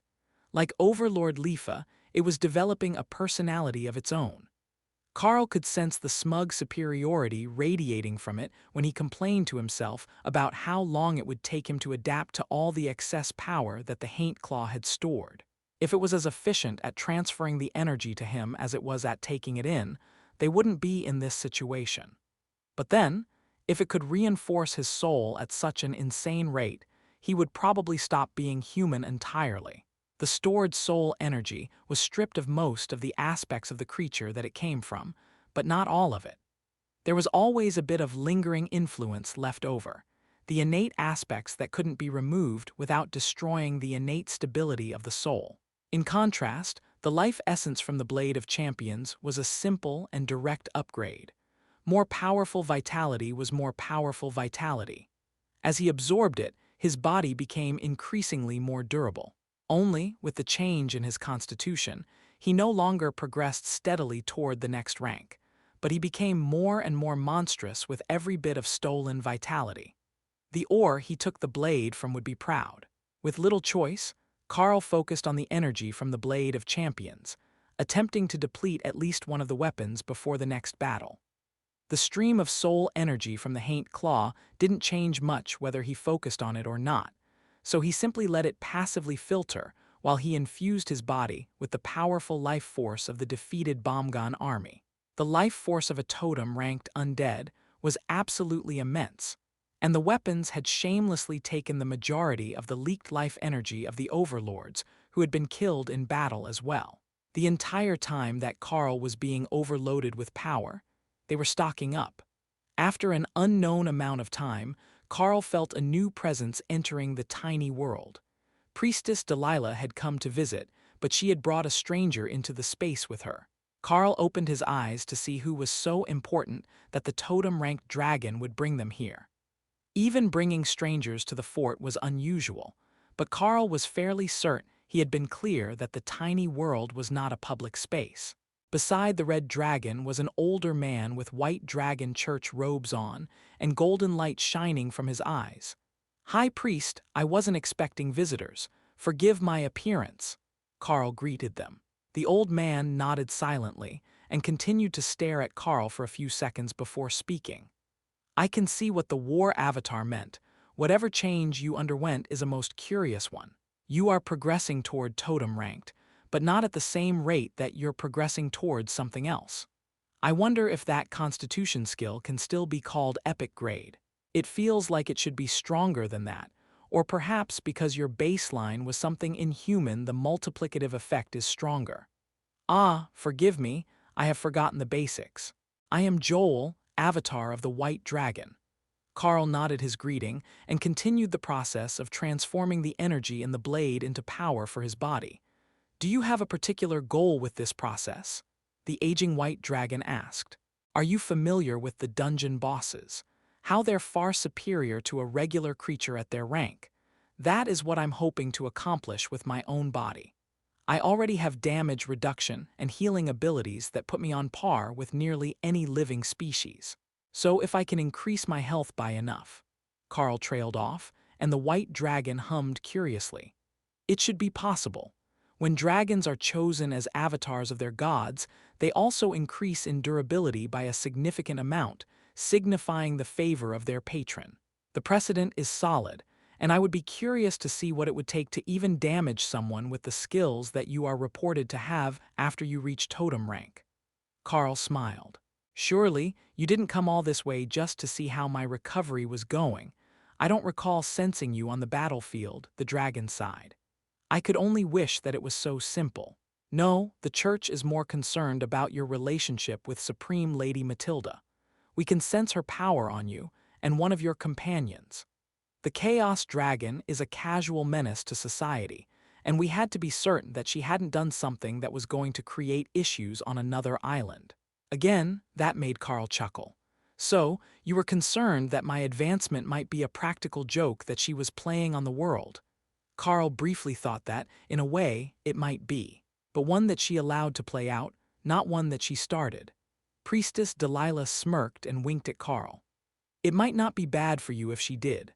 I recall once when I was a child, she cast a curse called alternation on a hatchling that caused them to cycle between their current state and their state on their final birthday at random.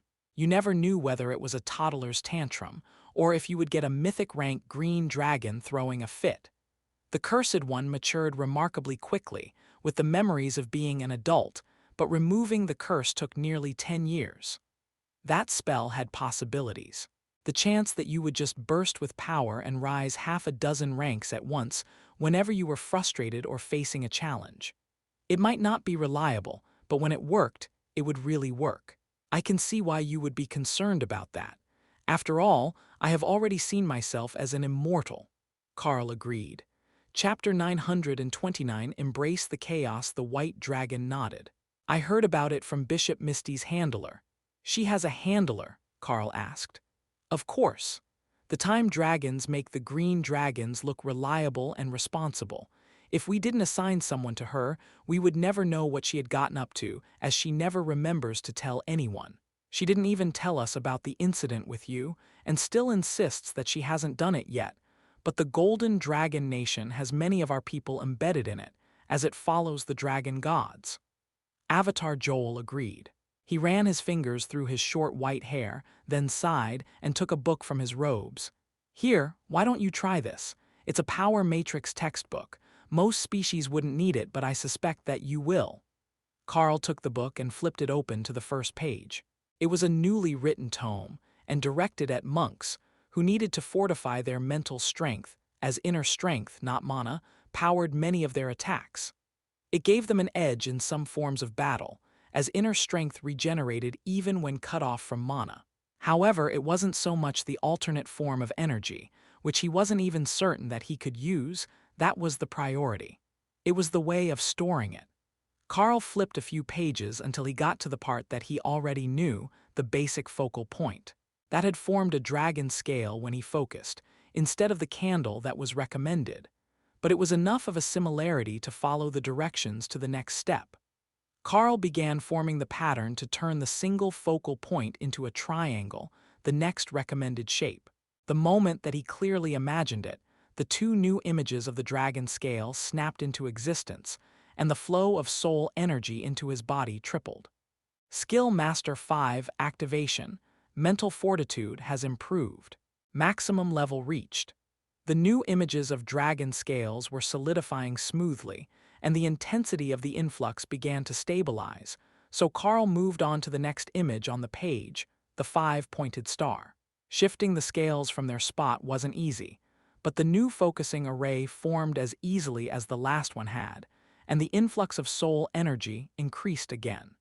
There was a skill in his skill tree that Carl could see becoming incredibly powerful with these changes. It came after Follow Me, Little One, and it was based entirely on mental strength. 50 points, dominating power, the Pack Master's aura gains a mental domination effect at will, requiring weaker minds to submit to his will. hypnosis-type ability. It wasn't really his style, but with this much soul power and capped-out mental fortitude, it would be effective on nearly anything. However, the other two skills waiting for him under Pack First in the skill tree were still more interesting. 100 points.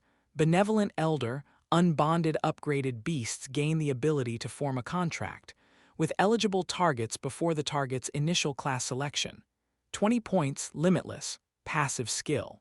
Beasts evolved by the Packmaster have an increased chance of surpassing milestones in development.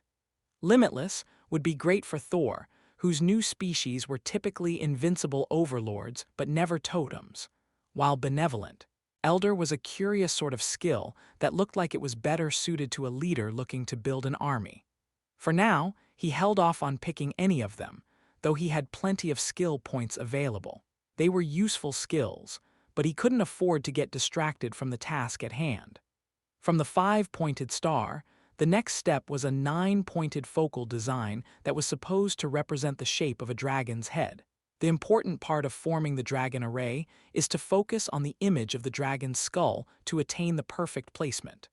The clearer the vision of the dragon's head in your mind, the more closely aligned to the dragon gods your array will become. Carl read the text 3 times, then realized he had a dilemma. Each of the dragon species had a slightly differently shaped head. If he was going to align the array to a dragon to increase and shape his mental strength, he would have to pick one of them. The adorable, childish chubbiness of the hatchling that Lotus turned into when she was in beast form made Carl smile, and the two dragons watching him realized that he was making real progress on the mental exercises. They didn't say anything, so as not to disturb his practice, but they watched carefully as the level of soul energy that his body was absorbing increased again.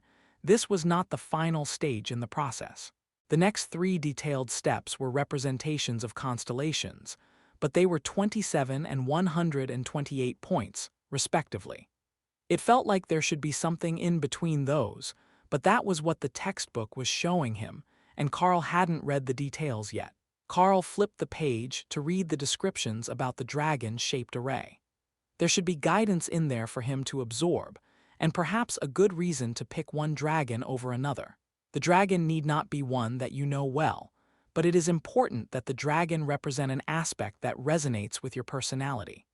The visualization of the dragon the points represent is integral to the practice and future growth of the monk following the path of the stars, and a poor choice or visualization may lead to a crippling reduction in growth speed. The book informed him. Carl opened his eyes for a moment as he considered the best path forward. "You look lost. What stage are you at?" Delilah asked. "The 9-star dragon's head representation. I'm not sure what dragon to visualize to optimize my growth speed," Carl explained. The red dragon shrugged. "As long as the visualization is good, you should be fine with any dragon you know." "I know the perfect one," Kara offered. "The Chaos Dragon? I think that might be more you than me," Carl reminded her. "Your new growth skill disagrees. You too are the Chaos." Chapter 930 Visual Impact. Carl considered it. He knew what Supreme Lady Matilda looked like well enough. It was hard to forget the visual impact that a massive, supreme-ranked Chaos Dragon made. Plus, Kara wasn't wrong.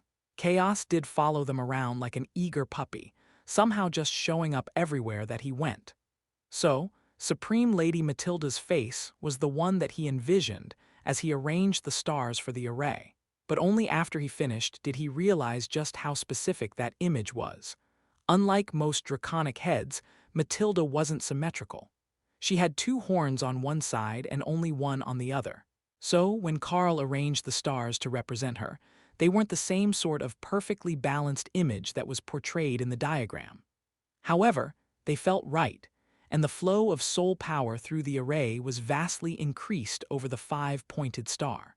Whether that was as much as a monk was supposed to get from the array was something that Carl had no reference for, but going by the impressed look that the white dragon was giving him, it shouldn't be too bad.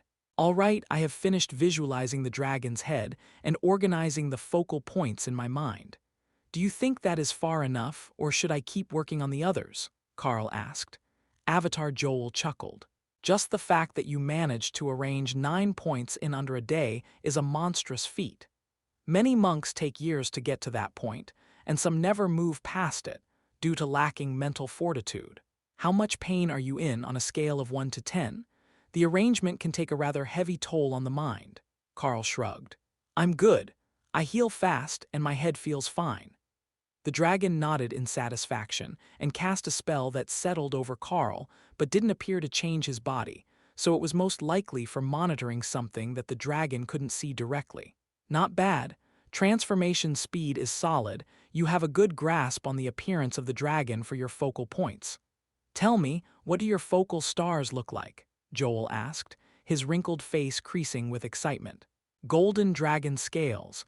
They glow softly, but I used that instead of the simple candle flame that was suggested during my basic training. Carl explained. Oh, that would explain things. Using dragon scales as a focal point would make this part of the process much easier. Now, soul strength isn't a major factor for you yet, but it will be. It matters in the totem rank advancement and the mythic advancement, but at the immortal threshold, there is nothing more important. All immortals have to undergo a tribulation, and while it is partially a test of power, it is mostly a test of soul integrity and mental fortitude. The mind normally shatters long before the body, and then the failed progression will be the last attempt that they ever make. The white dragon explained. Well, at least I've got an advantage when I make it to that point. Now I just need to make it through 2 more ranks and I'm home free, right? Carl joked. The 2 dragons laughed.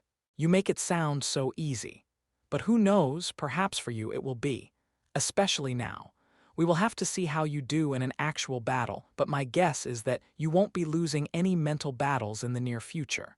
Carl smiled at the pair. I don't intend to lose many battles of any sort in the near future, but how are things outside? How long was I out of it? Delilah shrugged. All night. It's almost morning now. The locals were surprisingly understanding about the situation, and your overload, which they took as an attack by the enemy mages. Having a healing station on site helped their mood considerably. Everyone else is in the fort, as they didn't want to interrupt your progress in here or risk injury. If you're settled enough, you can go let them know. Carl nodded. I will let them know that they can come in. I'm sure that someone will want to sun themselves on the beach or the cliffs. Delilah laughed. That's not a bad idea. I will be here for the afternoon. The undead are not showing any signs of attacking, according to the other clerics in the area. While Carl had spent the day recovering, and the team had spent the day helping with the wounded, all over Drod and Bomgon, the system was undergoing a subtle shift. More residents were getting fully active systems, with features silently appearing to anyone who checked, and many youngsters were gaining system access for the first time. The extra power that had been added to the dragon scale might still be hidden from the world inside of Carl's inventory, now that he had recovered the damaged relic from Hawk's storage, but the effects were not contained. To most, it was a nearly invisible background process. But to Lord Bomgon, who had the soul-bound devotion of every undead creature within his realm, as well as most of the living ones, the change caused a visceral reaction. Causing the system to become fully activated was the last thing that he wanted. His necromancers were powerful without the system. There was no benefit to him of making them just a little stronger when it would be making every demon and monster species around his borders gain power even more rapidly. It wasn't clear what had caused the change, or where it was centered, as so few of his spies had noticed any anomalies, even at home in Bomgon. But it was clear that the world was changing, and it most likely had something to do with the dragons. If it were the orcs who had found the relic they had been searching for, the whole world would know by now. Orcs were lousy at keeping secrets. Chapter 931 waiting for Bomgon for the next 2 days. Carl and the others relaxed in the fort, or in the tiny world, where the 2 totem-ranked dragons were still sunning themselves, and most likely avoiding responsibilities, as outsiders were unlikely to discover them while they were inside. Fortunately, it did not appear that anyone was actively looking for them, or for anyone else in the group, for that matter. The undead armies weren't attacking. They had retreated to a city over 100 kilometers from the border, and the army was more concerned with properly purging the last of the undead and any infected items from the city. The death toll of the attack had been catastrophic, and the port city of Bagondorman could hardly be called a city anymore. Demons weren't truly helpless, even the ones that weren't soldiers. But with so many undead literally dropped on their homes, over half of the city had died during the attack, and many more were infected with various undead curses and viruses. The Drod army had declared it a quarantine zone, so even Lotus could only stand near the wall in healing tree form to help the residents. She could not go inside to let them get the full radius of her aura. But after a few days, the situation appeared to be mostly under control, and only a few lingering undead or survivors were being found under rubble. "What do the most recent reports among the clerics say, priestess?" Carl asked Delilah, as the red dragon transformed back to human for lunch on the fourth day after the battle. "A whole lot of nothing. The undead armies have retreated further than usual this time, and they're not launching any attacks along the border at all. If anything, the attempt to expand the borders might have ended. There doesn't seem to have been a good reason why, as they've still got plenty of troops left. But Lord Bomgon likes to test the waters now and then, so he might just be changing his target to the border along the Unzatharb side. The two share a border nearly the same length as Bomgon and Drod, but a bit more mountainous than the rolling hills around us." She replied casually as she inspected the lunch buffet. "Well, at least that makes it decidedly not our problem. But trying to understand why the undead are so insistent on expanding the blight is beyond me." Carl agreed. Joel, the white dragon, currently in the form of an old man, smiled at Carl's admission. "It's really quite simple. They thrive on unholy energy of a particular variety. The blight radiates it, and the larger the area of the blight, the stronger the energy is. Much like moving from a lower mana continent to the Dragon Isles, this is something that helps their growth. The undead might not be fully functional in the brain capacity department most of the time, but the ones who did retain most of their mental faculties understand well enough that they need territory if they're going to create an undead horde strong enough to keep themselves from becoming a nomadic threat on other nations' territories." That was a valid concern. Nobody really cared for the undead, and none called them true allies. A few species, like the vampires, had managed to get along well enough with others to integrate, but the chances that the necromancers would accept such a setup, or that zombies and skeletons would ever be capable of it, was laughable. So there really isn't much chance that they're going to stop trying to expand. I would imagine that's frustrating for everyone living near the border." Carl sighed. The white dragon shrugged. "They work on a much longer timeline than most, so a major push tends to be more of a once-in-a-decade situation than an every-year issue. It makes it less dangerous to live near the border, or the whole border region would likely be a militarized zone. Now, with so many lost here in the city, they might wish to turn it into a military fort, but normally the villages live fairly normal lives. But the rural villagers are mostly orcs, and the orcs enjoy the fights more than most species, so they don't retreat. Unfortunately, I cannot continue to relax here forever. There are threats to the other islands as well, and I have been called. I do hope to see you all again soon, but under better circumstances." Priestess Delilah brushed her robes clean. "I should also move along. The threat here has faded, so it will be some time before the undead attack this border again. If you want to keep hunting them, that is your choice. But you can head home for a break." Carl turned to the others for their opinion and received no objections. "All right, we will all head out. Ray, please take down the fort, unless you intend to leave it for the locals." "Definitely not," Ray decided. This was a great fort, completely unsuited to being left for a bunch of random demons with no creativity. They would never appreciate the pure brilliance of her designs. But Ray didn't want to just return to the boredom of Drod City. "Why don't we all go play in the Dwarf Lands? I know that the problem is too many totem-ranked monsters, but there have to be others that are a problem, right? Everyone can help clear the extras, or they can go shopping while we clear out the Bara dungeon. That would be good too," she suggested. "You ran out of new and fun things to do at home, didn't you?" Carl asked. Ray nodded emphatically, and the ladies did their best not to laugh. But you're also stronger now. We should test your combat capabilities before you have to face off against another totem rank something. That way, you can be sure of what you can do with this extra vitality and mana. Ray added.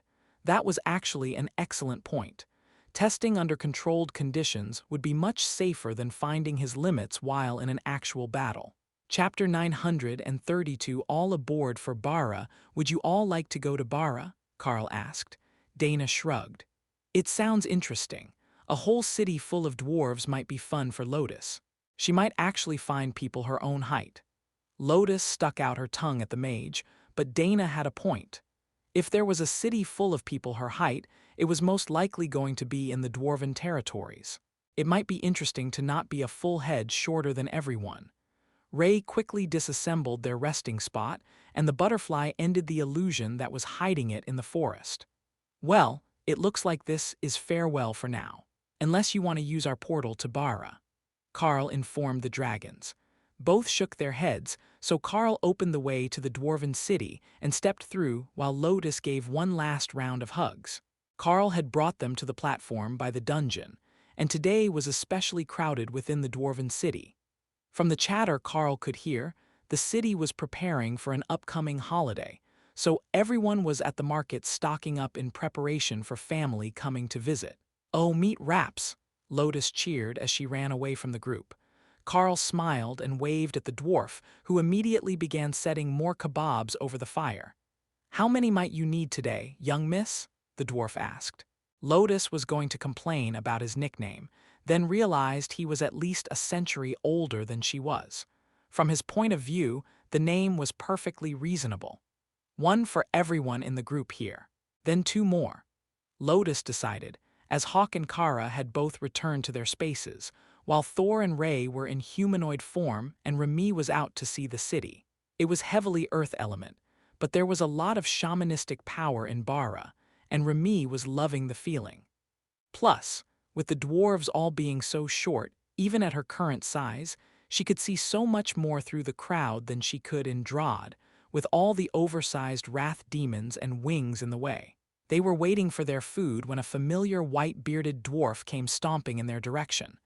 Overlord Carl, good timing. We have collected your payment. Slate Petros, the totem-ranked shaman from their political delegation, greeted them.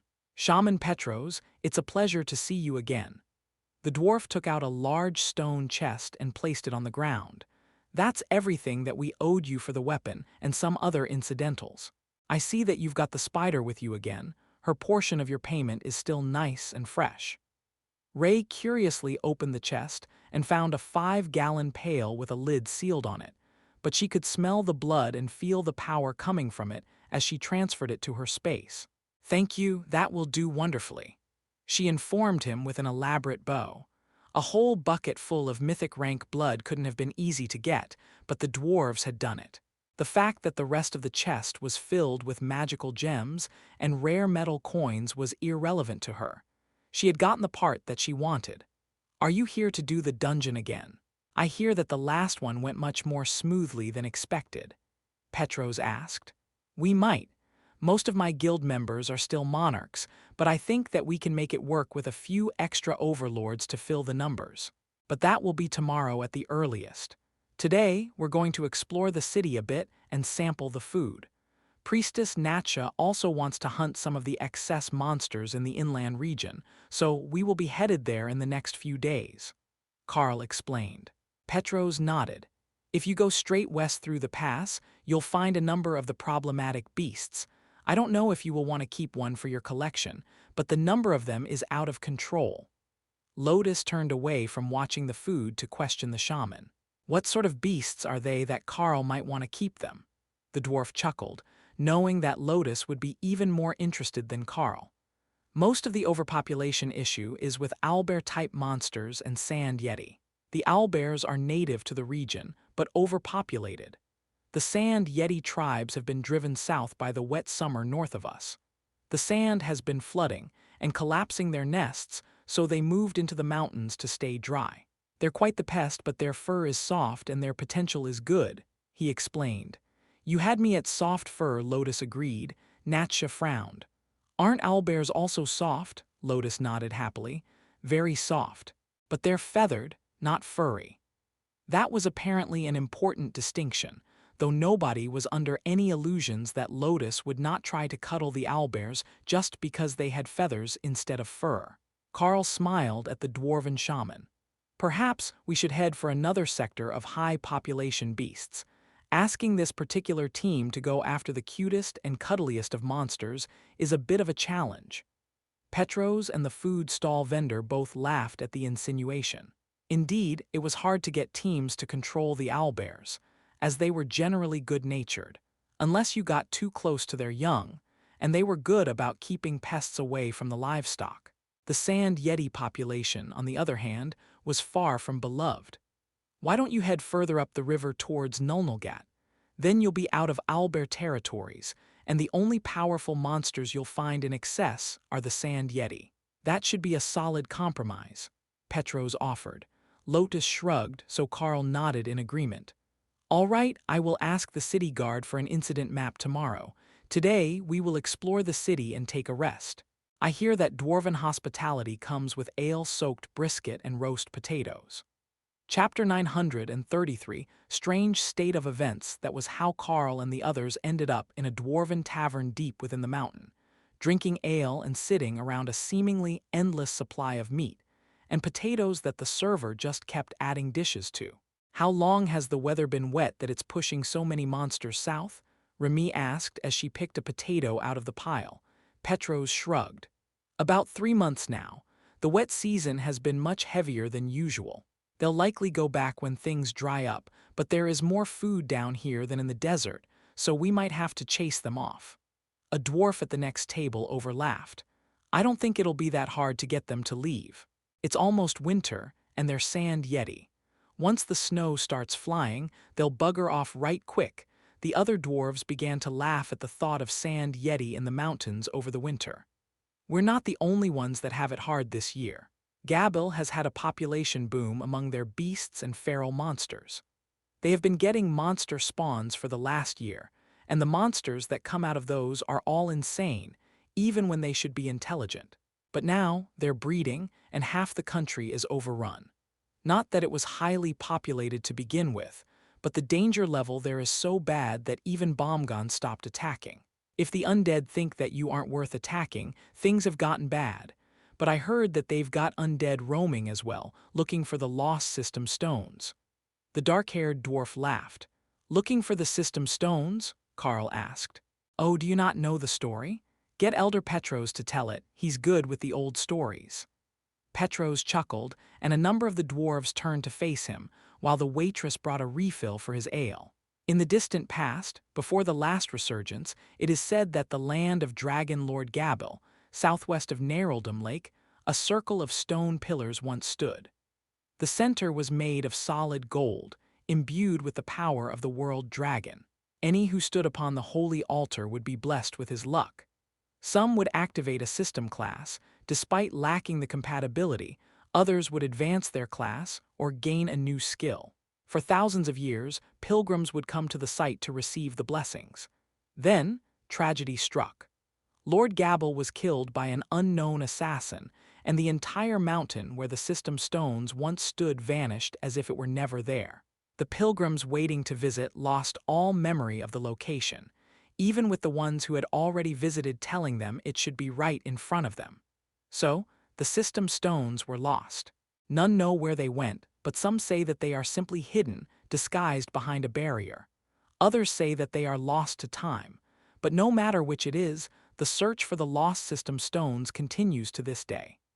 Petros told the story with dramatic tone changes and elaborate hand gestures, drawing the viewers in. Ray tilted her head. The stones weren't made of gold, though, they're just shiny stones. Everyone turned to stare at her. You've seen the system stones? Petros asked. Not those ones, a set in the Golden Dragon Nation. They were definitely just carved from stone, not made of solid gold. But the effect was right.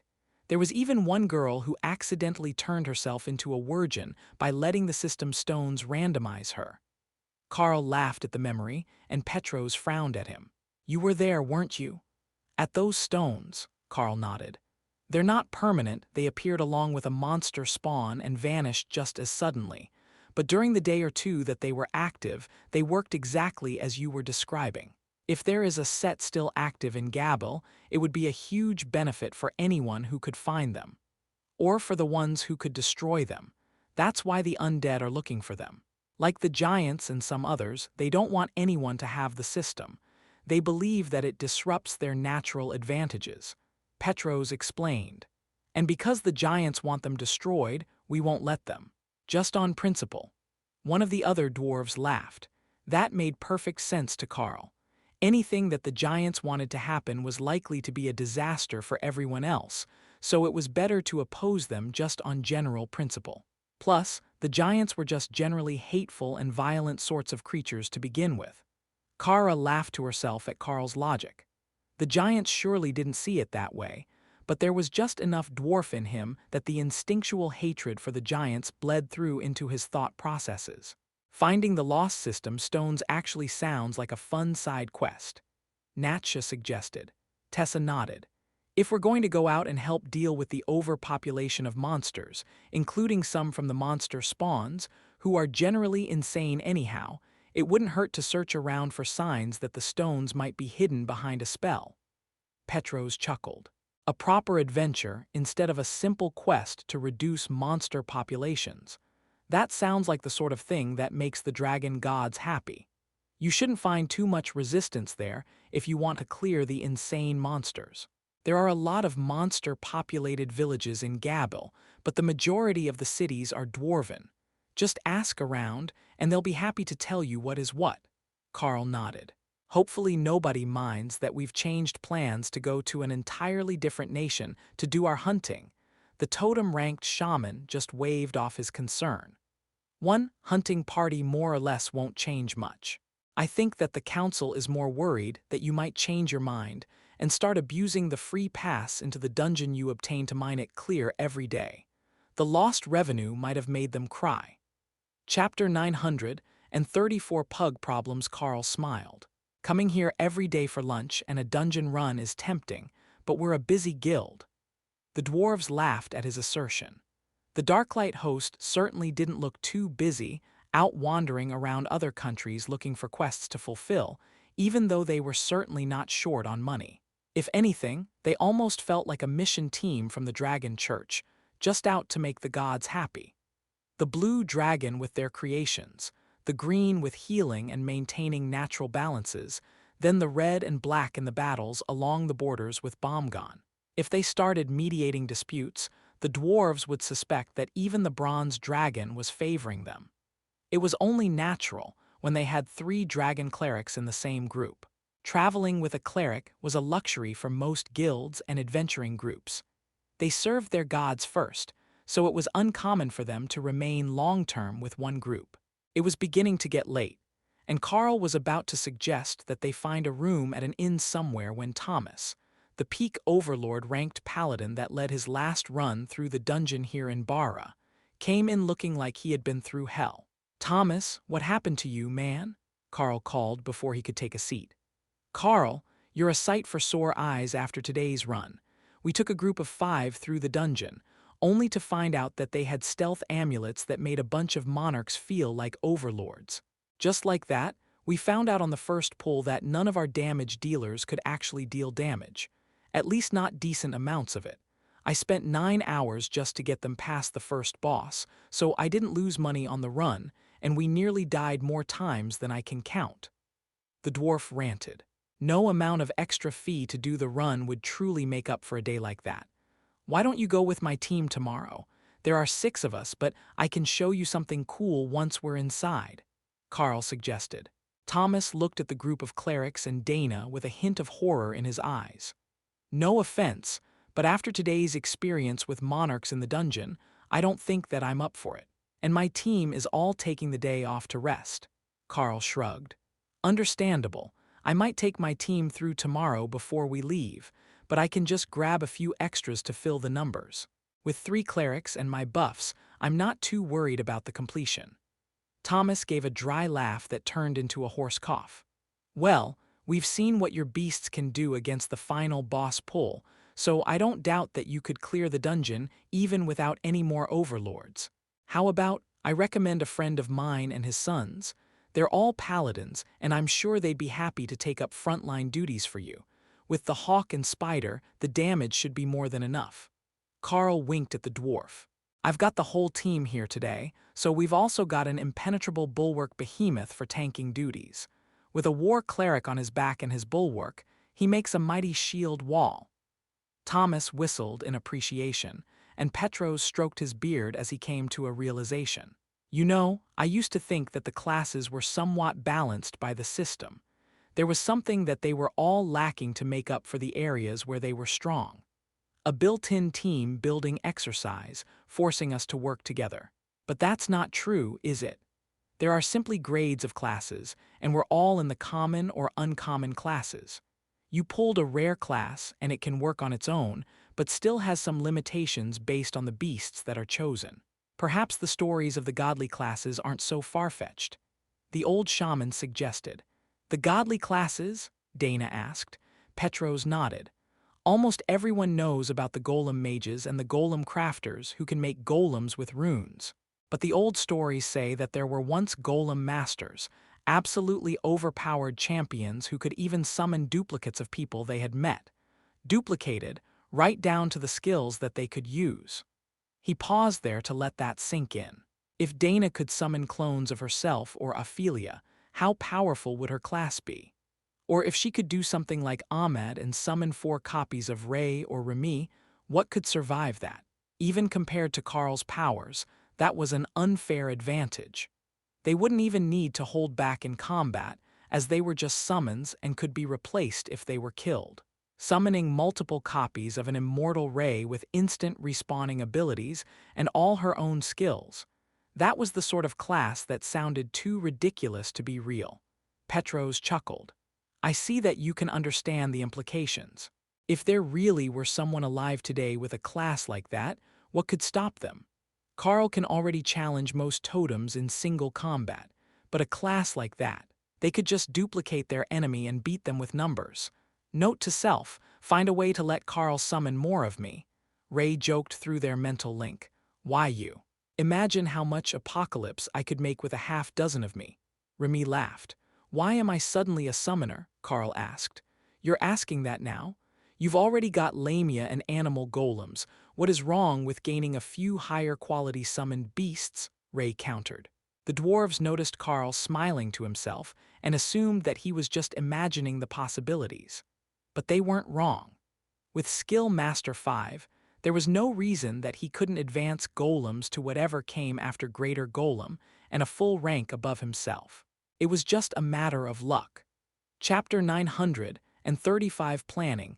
It was late in the evening when Carl led the group out into the dim light of the tourist district of Bara to a hotel that Shaman Petros had suggested. It was set up for large groups, as it was near the dungeon, and the sizing was multi-species friendly, unlike some of the inns that were deeper into the mountain, where most of the rooms were sized for dwarves. While a few of Carl's group members might be all right with that, most of them would be incredibly uncomfortable on a dwarf-sized bed. The next morning, they all gathered at breakfast to make a proper plan for their excursion, now that they had additional information about the threats. I've got a copy of the day's mission requests from the innkeeper, but it's not a big list, as it only covers the region immediately around the mountain. Even if we want to go deal with the sand yeti issues, they're not on this list. Carl explained. Tessa shrugged. We can't get lucky every time like we did in Drod, with their nationwide threat assessments being passed out at the guard station. Why don't we skip over the sand yeti groups, as they're going to go back soon enough on their own? We can start with the monster spawns as they're an invasive threat, Lotus suggested. To the nature goddess, the invasive threats would always be the priority. Natcha shrugged. That works for me. They all need dealing with. Ophelia nodded in agreement before speaking. We should go see the dungeon first. Not just because I want to see how Carl's combat ability improved after that last incident, but to see if we can get anything good out of it. It's Overlord ranked, so it might give us something unexpected.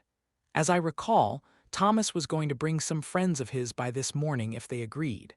At the least, we should give them a couple of hours and leave after lunch if they aren't coming. They didn't have to wait long, as the dwarves were already outside the restaurant when they finished eating and already geared up for the dungeon. "You're going to join us today, Thomas. I thought you were going to take a day off," Carl commented. "For your group, I'll skip the day off. Hell, I might even make up some of the lost revenue for the week. It's been a rough one all around, and we've had to abandon more than one attempt after the first boss." The paladin explained. That was barely a break-even day for the group with the entry fee. It might be half the dungeon run, but it was far less than half the total loot at the end. "Did everyone have what they need? Other than packed lunches, we can get those from the restaurant now," Carl asked. The restaurant had them pre-made and sitting on a counter for the adventurers, so it only took Lotus a second to get the food and return. "Good to go. Now, let's go see what's in the dungeon. I want to see Ray bully the spiderlings," the little cleric announced. The three new dwarves looked around to see who she was talking about, but with so many women, it was impossible to tell who Ray was. "She's in her separate space right now. If the beasts are out, they will count as members, and we don't want that as there are already 10 of us," Carl explained. "So that's how you get around the restrictions on group numbers. We will take a moment to introduce the boys to the team once we're inside. We might as well get ahead of the lineup. Do you have your token?" Thomas asked. "Indeed I do." The guard at the dungeon smiled as he saw Carl's token and nodded to Thomas. "I see that you found your new friend again. Go ahead, hope you have better luck today." The gate guard greeted them. "It can't be much worse than yesterday, but this group is stronger." The guard wasn't sure about that, as half of the group wasn't trying to hide the fact that they were monarchs. But they did have a black dragon and the Carl with them. That cat demon was already a minor celebrity in the city guard community, as they had all seen the artifact axe that he made. The three new paladins were nearly vibrating with excitement when they finally got into the dungeon without paying any fees. "This is going to be a good day. I can feel it already.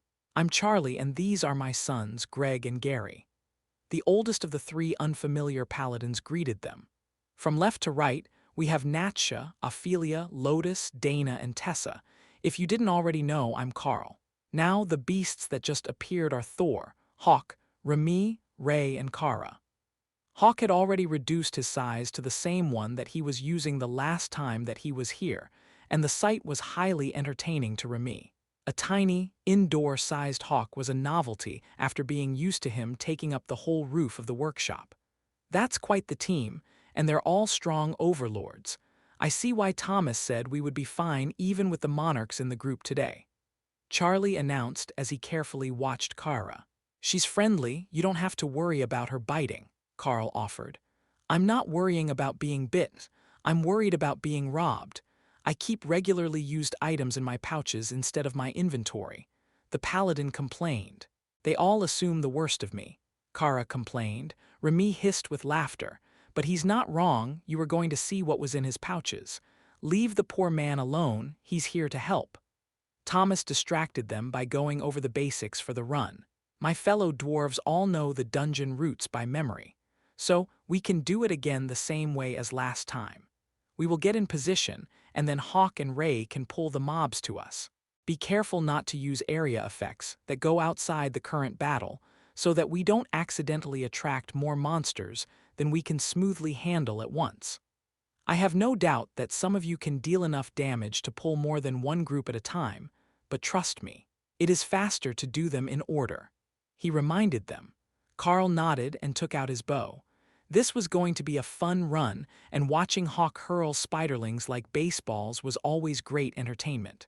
Chapter 936 Guild Dungeon Run. With that final warning, Ray leapt forward to engage the first group of the dungeon, and Carl let an arrow loose into the spiderling nests. The amount of mana that he used was the same as usual, but the damage done by the explosion was significantly higher than usual. It was hard to quantify what the difference between a special constitution and an epic grade physique was, but when he saw it in action, there was no denying that there was a hidden modifier in there somewhere. Not only that, but the mana that he used recovered nearly instantly. Carl wasn't sure that he had judged it correctly, but when he fired the next arrow with the same result, a lot of dead spiderlings, he was certain that his status had been elevated. I get it now. The Carl has become a boss monster. Ray realized as her next group of potential targets vanished to a single arrow. She hurried off to grab another group, and Carl carefully picked off the spider rider from the pack. Beside him, Dana laughed. Are we going to do anything at all? Or do we just watch the Carl and Ray show? Carl chuckled. The first few pulls are easier. The number of mobs increases once we get to the intersection. That's when everyone will get a real chance to fight. Carl wasn't joking. Once the additional dark elves started to join the groups, there was more than enough for everyone to do, especially as they couldn't use any of the larger scale attacks, which would pull more groups to them before they were ready. Unfortunately for Thor, the way that the dungeon was set up, there was no good way to use Bulwark. Aya's new signature spell was rendered redundant by the enthusiasm of the enemy and the narrow streets where Thomas chose to fight. But not all was lost. He did get to stand behind the dwarves and smash the attackers with Gravity Slam, while Tessa threw spears at them. That was fun. Ray has a particular affinity for the spider priestesses, so we will let her deal with them. The rest of the damage dealers can take on the spider riders, and I will deal with the spiderlings. Carl explained as the group dynamic changed during their approach to the first boss. It was an easy shift for the group to make, as the majority of them had hardly been doing anything to start with, but it did leave Ray in a bit of a conundrum. There was only one spider priest with each group. One. That was not nearly enough. So once she was finished with her target, she started in on the spider riders, helping the rest of the team finish them off so that they could keep moving once Hawk brought them another group. He was getting extremely accurate with his spiderling tosses as well. Direct throws, bouncing them off a wall, sliding them on their backs to trip someone in the next group, he could do it all. Dana laughed as a quick flip of Hawk's body sent a wounded spiderling directly into the face of a dark elven warrior, who signaled his group to charge into combat. Hawk laughed happily as the elves charged, then squawked in annoyance as they started throwing attack skills at him. Seeing how frustrated Hawk was, Ray waited a few extra seconds before launching her attack. Let the silly bird suffer for a bit if he wasn't going to retreat far enough to make the enemy engage the dwarves. The beasts aren't even taking the dungeon seriously, are they? Everything dies so fast that they are just playing around. Charlie asked. Thomas shrugged. Whatever shared skill they have is incredibly overpowered. The faster they clear, the more damage they are doing. That's why the bird pulls monsters before the last fight finishes. But we are almost at the first boss now, and it's only been a little over an hour. We will take a quick break before the boss fight, and then continue. The boss needs to be kept on the ground so that we can fight it properly. Lady Rack will help with that, as she did last time, but I will ask that everyone avoids using skills that encourage the boss not to step on the ground. There are many area skills that do great damage, but if the boss takes flight, none of the melee classes will be able to do their job effectively, and it will start going after the weaker members first. Thomas explained. With a whole group of monarchs among them, it was pretty obvious who the first ones challenged would be. How intelligent is the boss? Dana asked. It's a dark elven warrior, smarter than average among sentient species, and it's got a vicious sort of cunning. If you leave yourself open, it is prone to switch targets to go after wounded or vulnerable members instead of the highest damage dealers. It's particularly fond of going after the healers as well. The paladin explained. Lotus frowned. She wasn't the fastest runner at the best of times, and these elves had all been extremely agile. If things started going bad, she was definitely hiding behind Ophelia. That seemed like the best choice. If the boss couldn't see her, it couldn't attack her, and Ophelia was the biggest one who couldn't fly. But then Thomas nodded to Ray, who sent out a net of webbing, and Lotus realized that the boss had more things to worry about than a green dragon cleric, like a Carl, and a black dragon cleric who had realized that her breath weapon did not melt Ray's webs. It was putting up a valiant fight, though, hacking at webs, throwing out skills that sometimes even broke the eternal lightning barrier that Thor had over the group. A few times it even broke free and went after Carl, who had been repeatedly shooting it full of arrows. That led to an epic fist fight, and Lotus was beginning to regret the fact that she didn't have a way to record that and watch it again. No, she did have a way. Somewhere in its space, the butterfly was watching, and it could put on a reenactment when they got home. Chapter 937 Utter Confidence. Instead of letting the boss' attention go back to Thomas, who was ostensibly the group's main tank, Carl kept the attention on himself to test the changes to his body. With Kara, they could nullify the strongest of the boss attacks, but the ones that were hitting Carl were still enough to take down his barrier in a single strike. He wasn't in a hurry to bring them back up, though. He had to see what would happen if one actually hit him, with void body, impenetrable bulwark, and his new constitution. The first strike that hit without a barrier up slid Carl back by over a meter, but only left a thin gouge in his armor spell, and what was likely to be a nasty bruise underneath. That was a pleasant change. Those hits were taking most of his effort to keep everyone protected through last time. If Carl had to guess, he would say that he was very close to on par with the dungeon boss as far as durability went, but with faster regeneration. While his armor might get beat up, if the armor broke, he would still recover from the wounds inflicted in a matter of seconds, where the boss would not. Ray wrapped the boss up to keep it from flying, while Carl traded blows with the twin scimitars of the dark elven warrior. Carl's speed was enough to keep the boss tied up, while the rest of the group pummel it with skills. But the real star was Ray, who had the timing of the boss's power explosions down to an art. Kara couldn't cancel them, and they broke the web every time. But Ray managed to get the web back on the boss right away, even in its enraged state, which allowed Carl to capture its attention before it turned on anyone else. With that alone, the fight was destined to go smoothly, and they didn't have to worry about Lotus or Dana, their physically squishiest members, being targeted for attack by the boss. The boss fell with little fanfare, and the group gathered to try the bagged lunches from the hotel. Good work so far, everyone. We're making great time, and even with the level disadvantage, the damage from the ladies is still commendable. I don't know what sort of group buff that is, but I would say that it more than makes up for the fact that you're not overlords. At least, it does when we're clearing the trash mobs.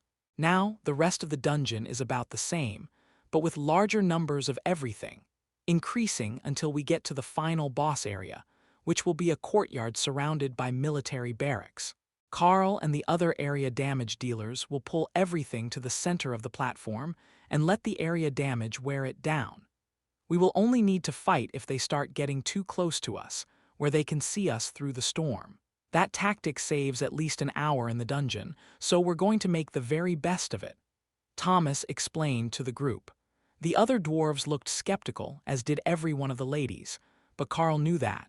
It worked, and with the entire group here this time, it should work even better than the first time. The increased number of mobs only increased the speed that Rampage stacked at, and after the first minute, the beasts were practically walking through the dungeon. With Kara throwing around void blasts, Remy using chain lightning and Hawk throwing fireballs, at anything that moved, the Dark Elves really didn't stand a chance. Eventually, it got to the point that they weren't even waiting to pull groups anymore. As soon as the numbers got low, Hawk would go and get more. So, they usually had 2 groups in combat at any given time, with Thor reinforcing the front line of paladins using his massive body. As Thomas said, he made a much better door than a window, and the behemoth practically plugged the street, leaving the spider riders to go around one side of him or the other.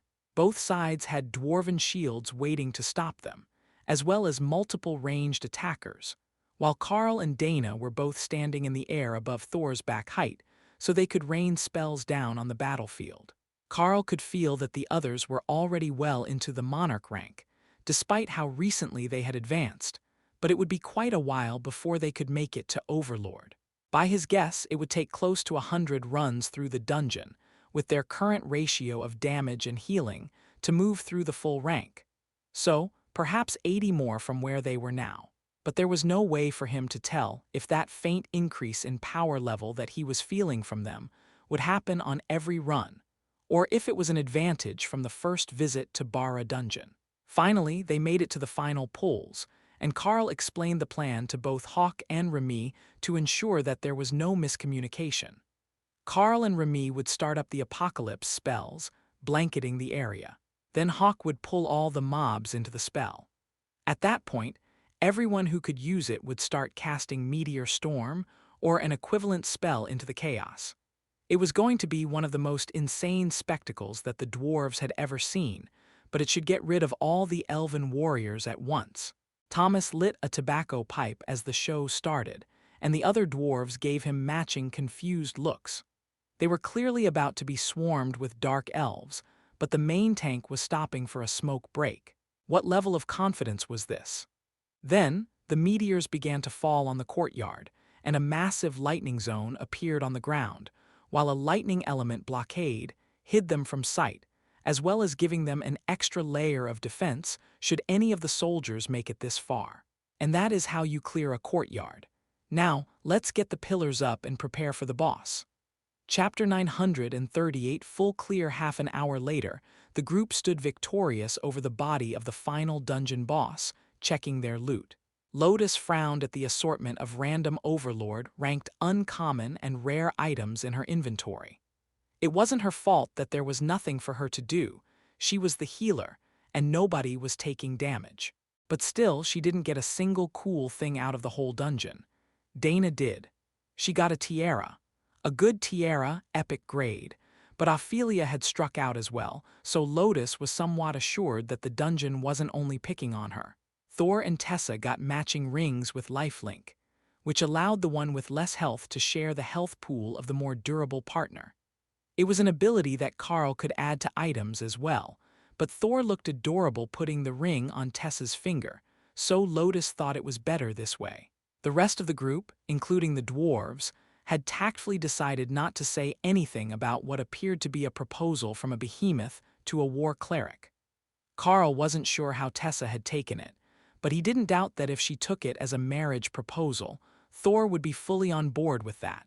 Did anyone get anything that they would like to trade? Sometimes it does give items that aren't suited to your class. Thomas asked. Everyone shook their heads. The loot today wasn't great, so nobody in the group would actually need it. But Ray transformed into her humanoid form and handed Thomas a pile of black cloth. "To make you less shiny, a gift from me," she explained. Thomas shook out the item and found that it was a pure black tabard with short sleeves and a spider web pattern in dark gray. It was also a rare grade overlord ranked item and had bonuses for self-mending and stealth. "Did you make this?" Thomas asked, startled. Even before he had equipped it, the item was clearly made for a dwarf. Ray nodded happily. "I made it while we were on lunch break. Try it on." Thomas tossed the cloth over his head, and it equipped instantly, covering his shining plate in black cloth to mid-thigh. He twisted and turned to check his appearance and realized that his armor no longer clanked and creaked, nor did his footsteps thump when he walked. Ray smiled happily. Much better. All the paladin, none of the extra noise. Charlie and the other dwarves began to laugh. "Stealth dwarf." That made Thomas snort in amusement and confused Ray. "Dwarves are never sneaky, you see. We have a surprisingly low number of rogues and thieves among the mountain folk because we're so bad at sneaking around." Thomas explained. Ray smirked at the paladin. "Now you are the sneaky dwarf in the name of righteousness and good ale." The dwarves cheered, while Tessa rolled her eyes. The beasts returned to their spaces, and Carl led the group out of the dungeon. The guard gave them a startled look as they left. "That was a quick one. Did it not work out with the monarchs?" Thomas patted him on the shoulder. "On the contrary, we are already done the day's run.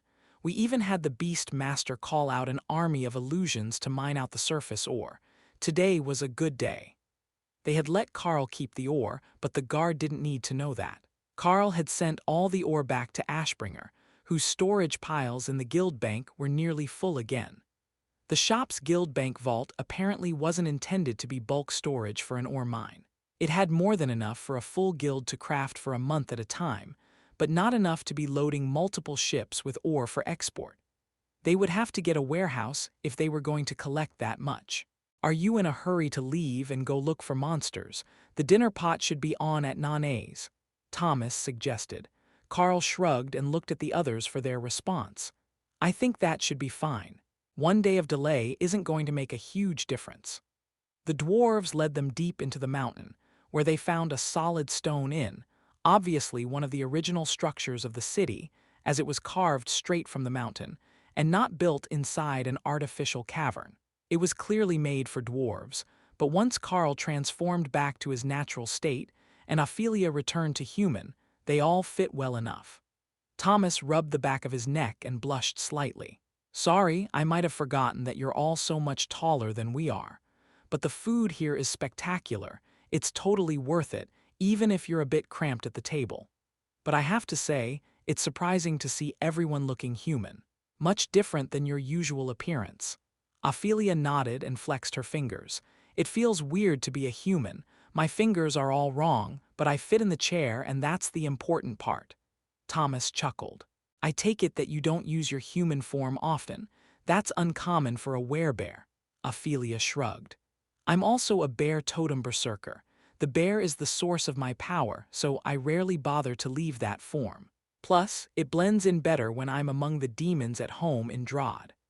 Thomas was about to say something in response, when the conversation of a group walking in got everyone's attention. Looks like Lord Bombgun is probing for soft spots again. First he went after Drod, now he's going after Unzatharb and the ships in the channel. If I didn't know better, I would think that he lost something, the way that his fleet is spreading out. The dwarf was loudly informing his partners. They've been all over the coast of Gabble as well. Not attacking inland, but sailing the coast and attacking ships. If I didn't know that they were thousands of years old, I would think they were a new civilization, mapping the shoreline for the first time. His partner agreed. Carl frowned. What could the undead be up to? Chapter 939 spawns here too. The undead were definitely up to something. That much was clear to anyone who had been offshore in the last few weeks. It didn't appear to be about loot.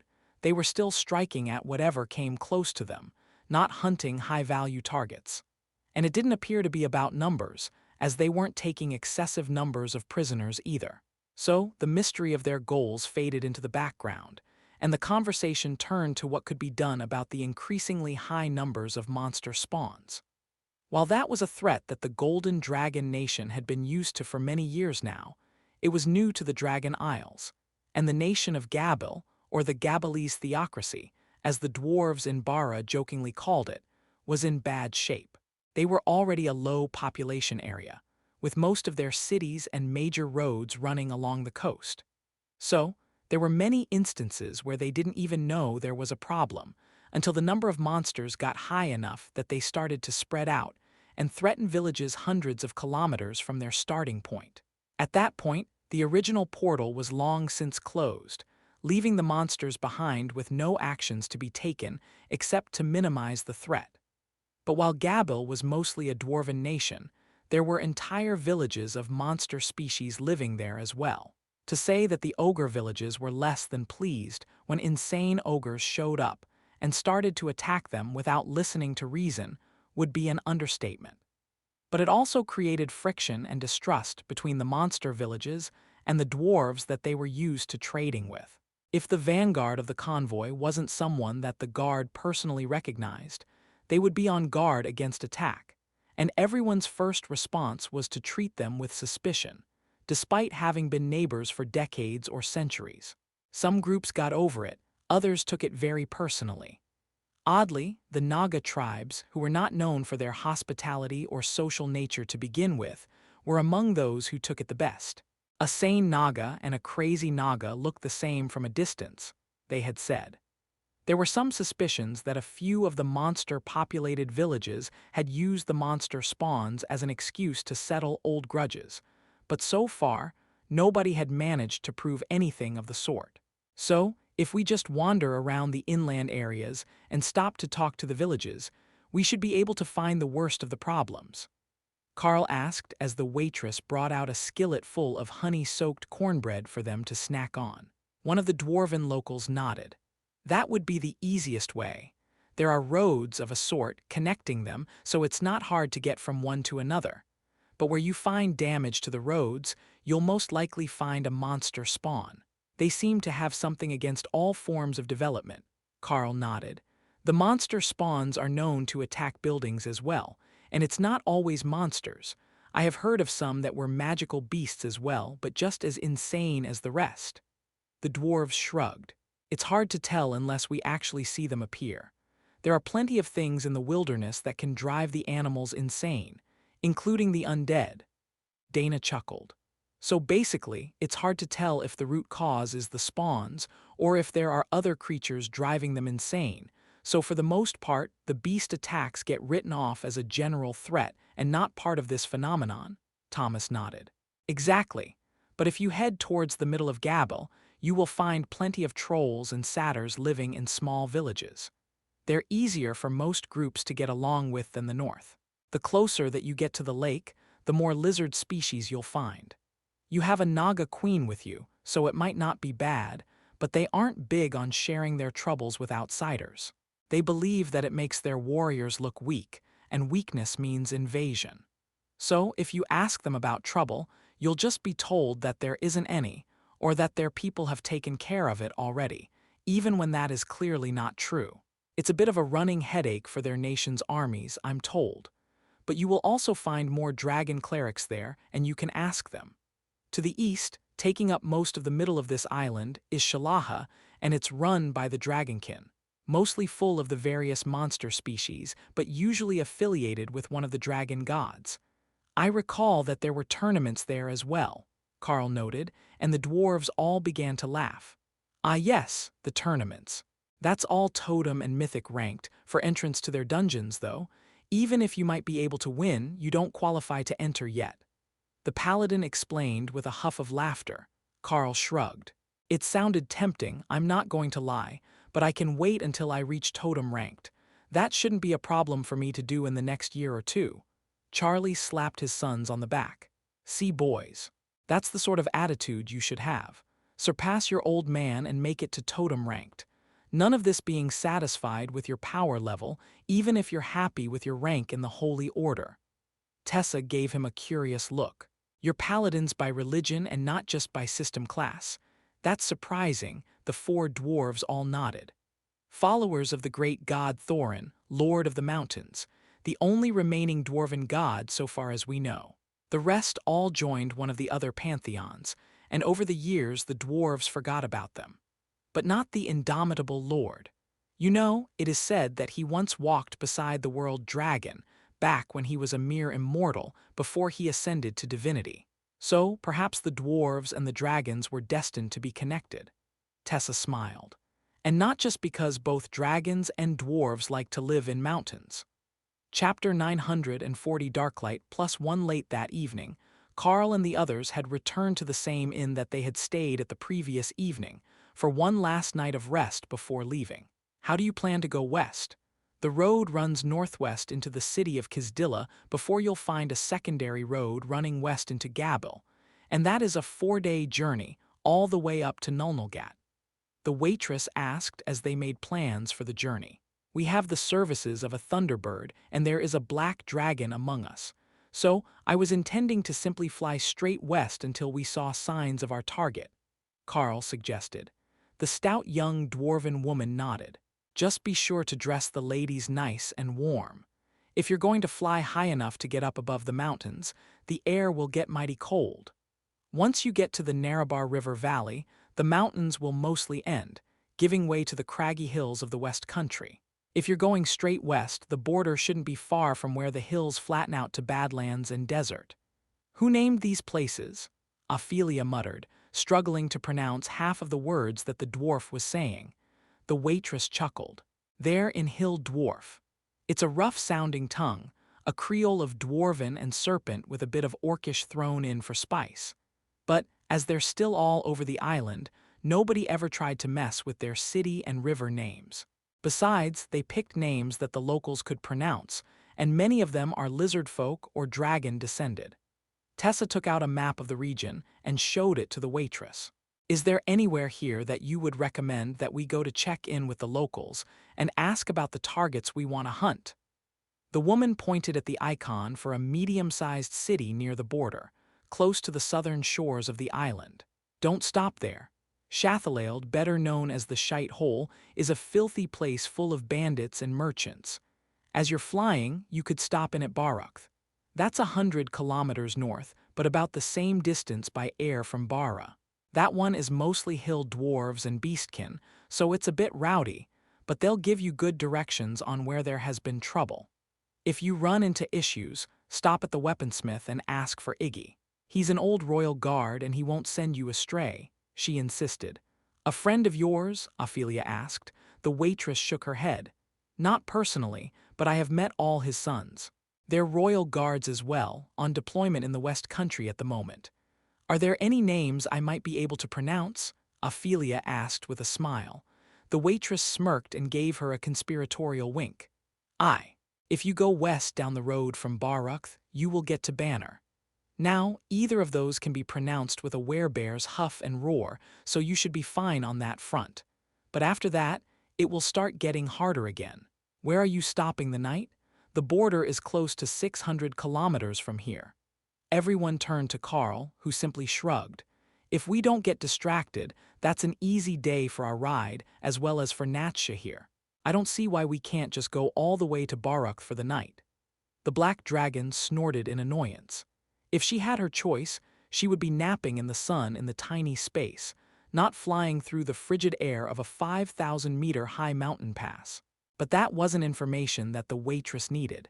The waitress went to serve another table, and Carl turned to Natsha.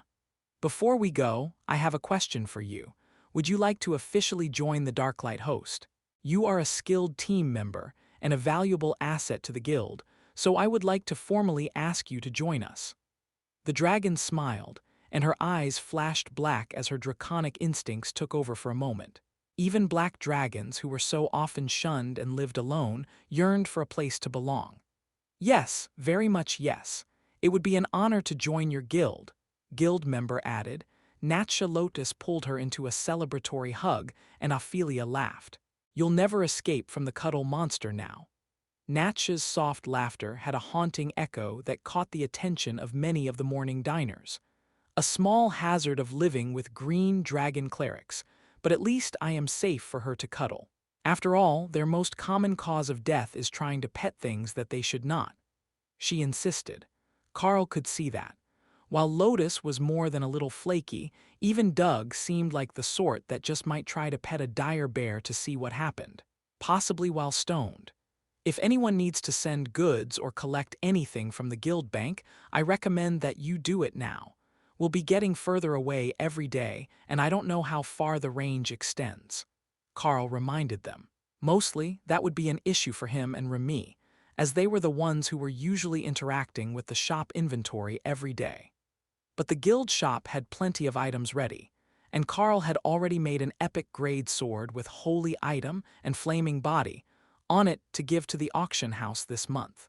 A holy flaming sword was suitably impressive looking, and with the issues Drod had been having with the undead, it would probably be in high demand.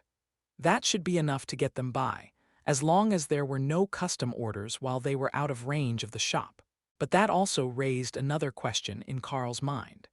At what point would they move far enough northwest that they would be in range of Supreme Lady Matilda's guild house in Sihasasa? Once they were, they should be able to access the main guild bank again, and then Davis could transfer the items to the guild shop's inventory. Chapter 941, Over the Ridge. Once they left the restaurant, Dana nudged Carl and gave a deliberate look at the crowd near the outer ledges. They couldn't open the tiny world there and risk someone thinking it was a portal. Common courtesy was to allow people traveling to the same area when you happen to open a portal to pass through, and it would be awkward to explain that it was actually a separate space, capable of supporting life. That was not a common sort of skill, and there were still enough powerful people around that Carl couldn't rule out one of them trying to kidnap him to force him to teach them the way of making the tiny world. He hadn't been too concerned about it with the dragons, as they only had to ask the blue dragons at the libraries if they wanted to know the answer. but others would not have that same level of access to information that an ancient dragon of the Dragon Church had. Carl turned them down a narrow alleyway and opened the tiny world across an archway so they could walk through without looking suspicious.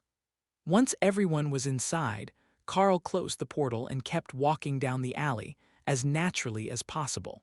If someone had been watching, it would be a mystery where the others went. Unless they thought there was a hidden entrance to something in that alley. But if there wasn't, it would just look like an outsider taking a shortcut to get to the light of the mountain's surface. Carl made his way through the side streets and to the outer ledges, where the crowds were even heavier. That could be a bit of an issue for departure, but Hawk had a plan.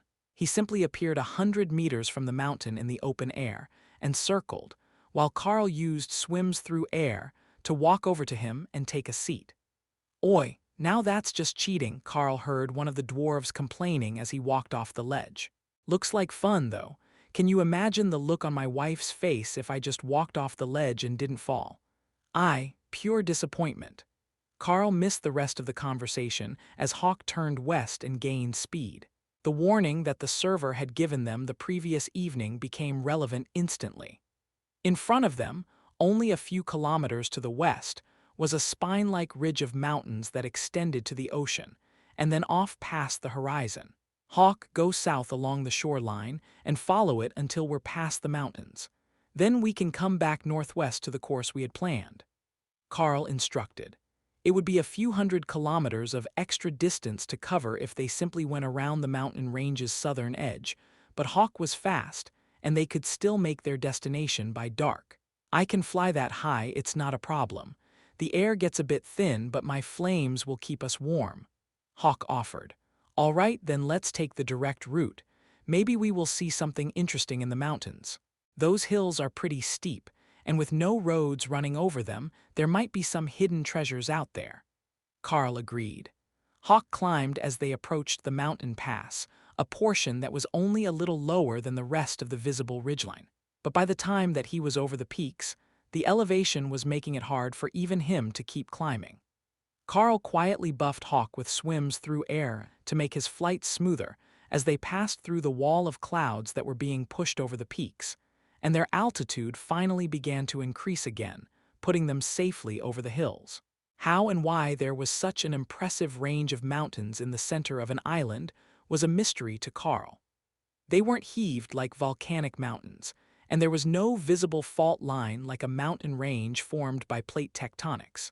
But as Hawk passed over the other side, Carl saw that the wall was nearly vertical, and there was a deep slash in the ground where a river flowed. If he followed the double ridge of mountains, and then the river, the answer became clear. The entire 500 and some kilometers of steep mountains were caused by a single powerful strike at the ground. Something of unfathomable power had split the ground past the horizon and bent the land upwards. The scar had cut so deeply that the upper layers were mostly shale and sandstone, but the river bottom was filled with volcanic rock. If Carl's understanding was correct, the cut must have been kilometers deep when it was first made, and then the majority of it filled with magma from whatever underground pocket had been hit. Hawk listened in to Carl's logic and examined the ground. "That's impressive power. One day we will be able to do that, make our own mountain range," he bragged. Carl smiled and patted the feathers beside him. "I'm sure we will make it there one day. But that sort of power has to be a demigod or something. I don't think that even the Chaos Dragon could make a mountain range in one hit." The second ridge wasn't quite as high as the first, so Hawk began to descend to an altitude where it was easier to fly, but Carl kept the flight skill active to make it easier. Swims through air wasn't a fast movement skill on its own, but for a flying beast like Hawk, it was a boost to his already impressive flight abilities. And once they were under 4,000 meters, the Ghostfire Thunderbird could really show off his prowess. In under an hour, they were coming up on the Narrabah River, where Hawk spotted the most glorious sight that he had ever seen. "There are mice, whole armies of mice." Carl laughed and leapt up off Hawk's back to float in the sky. "Go hunt for your lunch. Start with the ones that are harassing that farmer. I can see that he's trying to defend his fields against them." Chapter 942 Mice. Hawk dove towards the farm, and the dwarves working the field looked up in horror at the massive flaming bird coming for them and their livestock. Then he banked hard and let loose a stream of blue fire through the giant stone rats. Fur burned away and anguished howling filled the air, even thousands of meters away, where Carl was watching the scene. The beasts put up earth barriers to defend themselves or tunneled underground. But the farmers were ready for that tactic, and an earthquake-type spell collapsed the tunnels and forced the rats back to the surface. The giant stone rats were a royal-ranked menace to dwarven society with their earth magic and voracious appetite. But they also left networks of tunnels near the surface that were a threat to livestock, who often stepped on a shallow tunnel and fell through. That could cause broken limbs or even trap young animals. That alone was enough to put the species on the most hated beasts list for farmers everywhere. However, as Carl watched the battle, he realized that calling these things rats was more of an epithet than a description. They were quite furry, with no tails, more of a hamster than a rat. Not that Hawk cared. They were still a form of mice to him. He was collecting bodies by the dozen as he roasted them from above, and he had put out a few hellstorm vortexes on the road so that they wouldn't damage the crops. Kara was laughing in her space as Hawk went wild, trying to hunt as many of the giant stone rats as he could before they all ran away. They had already started to scatter, and Hawk was having to hurl fireballs further by the second, but the farmers were celebrating the surprise intervention by a passing bird monster. They hadn't noticed Carl still floating in the sky. They were too focused on Hawk, so they were under the impression that Hawk was just a wild beast passing by. Plus, Carl was so far above the battle that he was only a black spot in the sky, which any normal person would assume was some sort of bird and not a flying humanoid. That's as many as I can get. The rest are hiding too deep. Hawk decided, then collected the last of his snacks and turned back to the sky where Carl was waiting for him. Do you have enough to last you a while now? At least 2 weeks. They're only royal ranked, so they're not very filling, but the taste is superb. I can use them as snacks between meals. Carl moved himself into position in front of Hawk's wings as the bird passed underneath, and they were off on their mission to the west again, passing over the Narrabah River. With the mountain range giving way to craggy hills, the number of farms and wild beasts increased, but most of them were no threat to the farmers. Eliminating all the wildlife caused more problems than it solved, so the dwarves only dealt with the most destructive or dangerous of them and let the others live their lives, sometimes with encouragement to stay away from the fields and pastures. The stone houses of the locals dotted the landscape, though Carl saw very few fences, with most of the dwarven goats being free-range. Only the pigs were usually penned in. Most of an hour later, they passed to the north of a stone monolith of a city that intrigued Carl. It looked like the dwarves had fully carved out a mountain into a city, but it wasn't positioned anywhere that a mountain belonged, so it was most likely an entirely magical construct. The map said that it should be the city of Bundon, and he made a mental note to come see it if they flew back this way again. As lunch approached, Carl and Hawk started a new game, where Carl would hurl one of the giant stone rats into the distance in front of them, so Hawk could attack it and get his meal without stopping.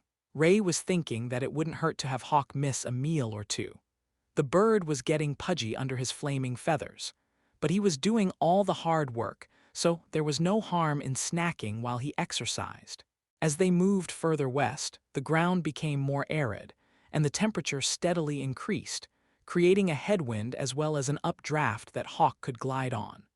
It wasn't a full-on desert yet, but Carl could see in the distance that they were leaving the lush tropical regions behind them.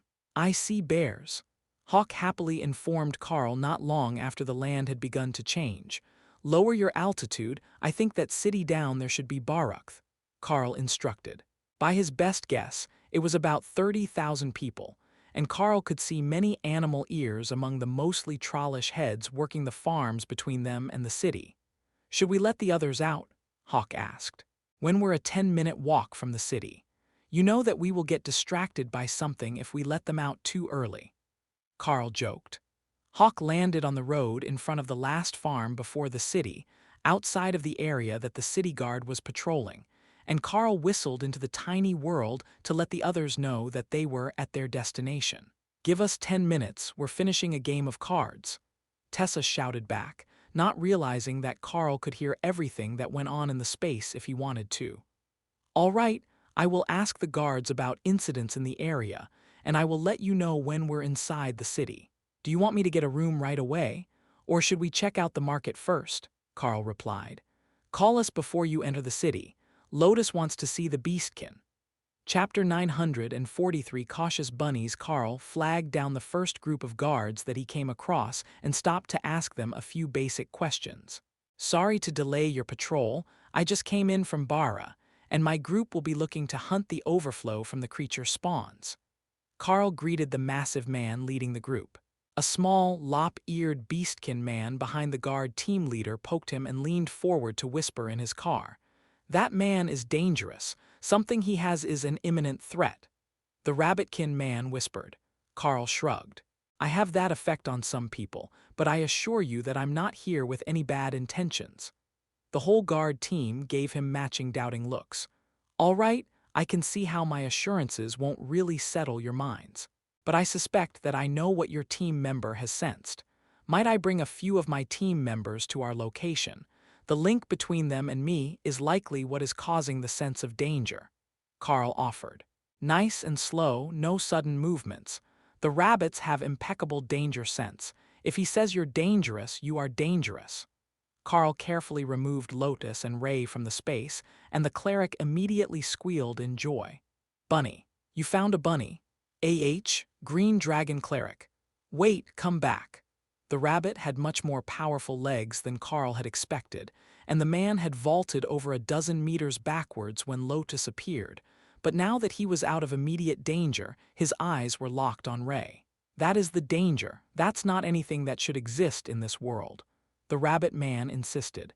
"Sister Ray is really nice, though. She makes hammocks for us to nap in," Lotus insisted, while the guards tried not to laugh. "So the danger was a green dragon cleric and a goth demoness?" the team leader asked. The man on his left shook his head. "No, the threat is definitely that man and the woman in black. They have some sort of aura ability." "Do you not feel it?" the burly beastkin shrugged. "Nothing unusual for an adventurer." Ray snapped her fingers and gave a sharp-toothed smile as she realized. "It's the passive aura. We both have a bloodline suppression passive effect available, but currently not in use. Those with significantly lesser potential than we have will feel a sense of oppression.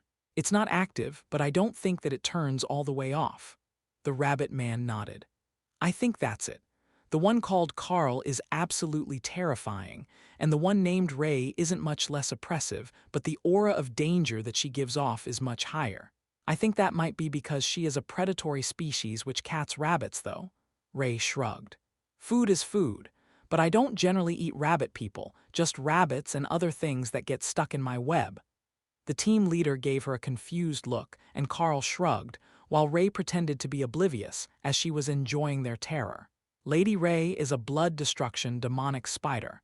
The aura is innate to her species, so anything that couldn't reach at least totem rank without the system will feel the effect to some degree," Carl explained. "So she has totem rank potential?" the team leader asked. "She should be able to make mythic rank without too many issues. I'm guessing that your lieutenant is from a less predatory species than you are?" Carl tried. The leader nodded. "A fox.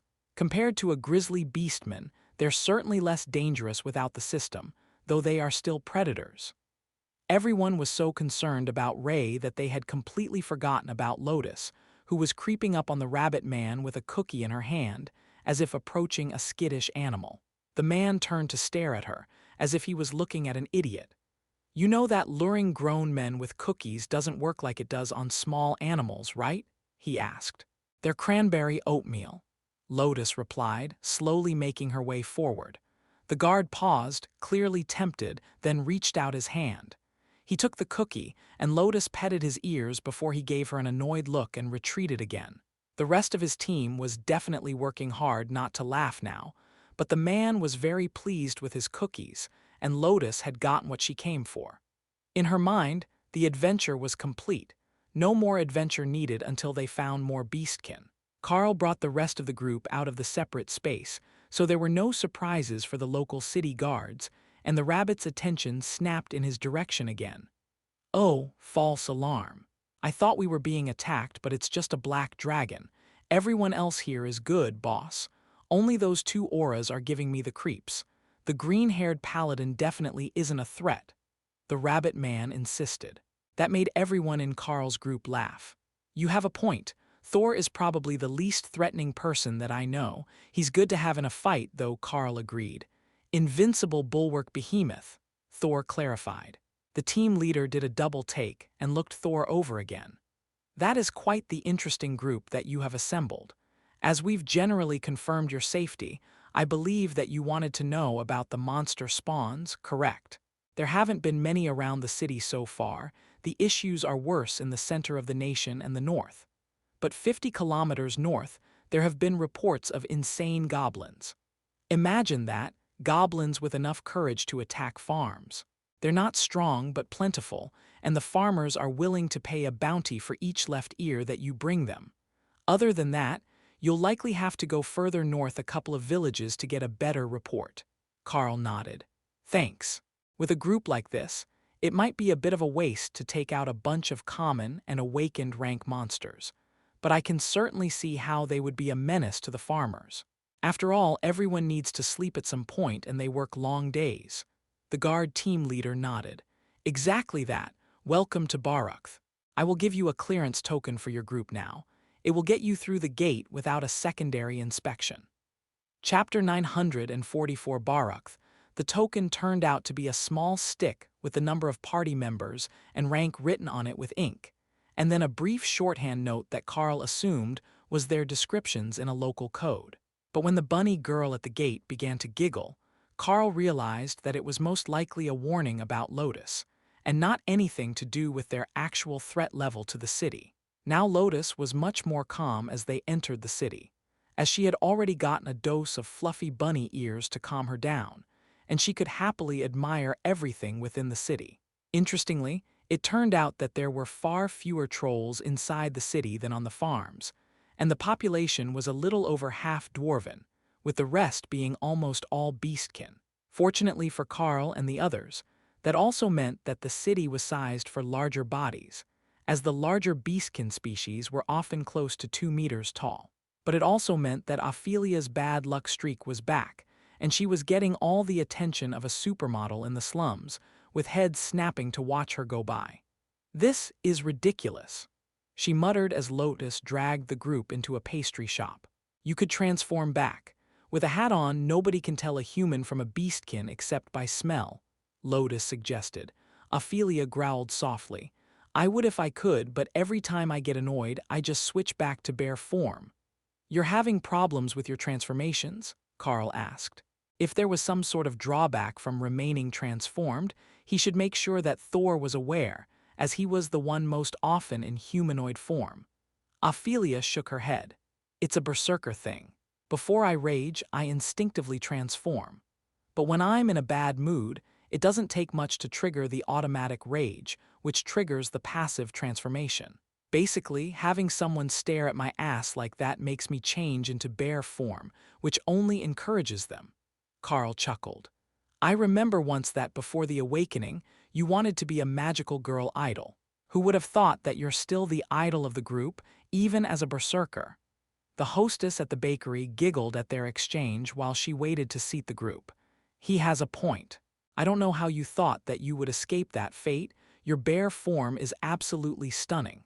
It's almost like you have a charisma charm active, but I don't sense any magic active on you, other than some sort of regeneration spell. The cat-cared beastkin woman joked. That would be Void Body, active thanks to the Epic Guard, who was currently lounging in the tiny world, waiting for something interesting to happen. Since the spell passively granted its protection to the whole group as long as it was active, Carl never really dismissed the advanced golem, and just let it do whatever it wanted while they were not working. Sometimes it would shadow him, sometimes it would lounge in the tiny world, but both were enough to keep it immediately at hand if there was trouble. The waitress brought them out an assortment of fruit juices and baked goods, which caused Lotus to give her a confused look. No fancy coffee? She asked. The waitress laughed. We only have unsweetened hill dwarf coffee. Trust me, you do not want that.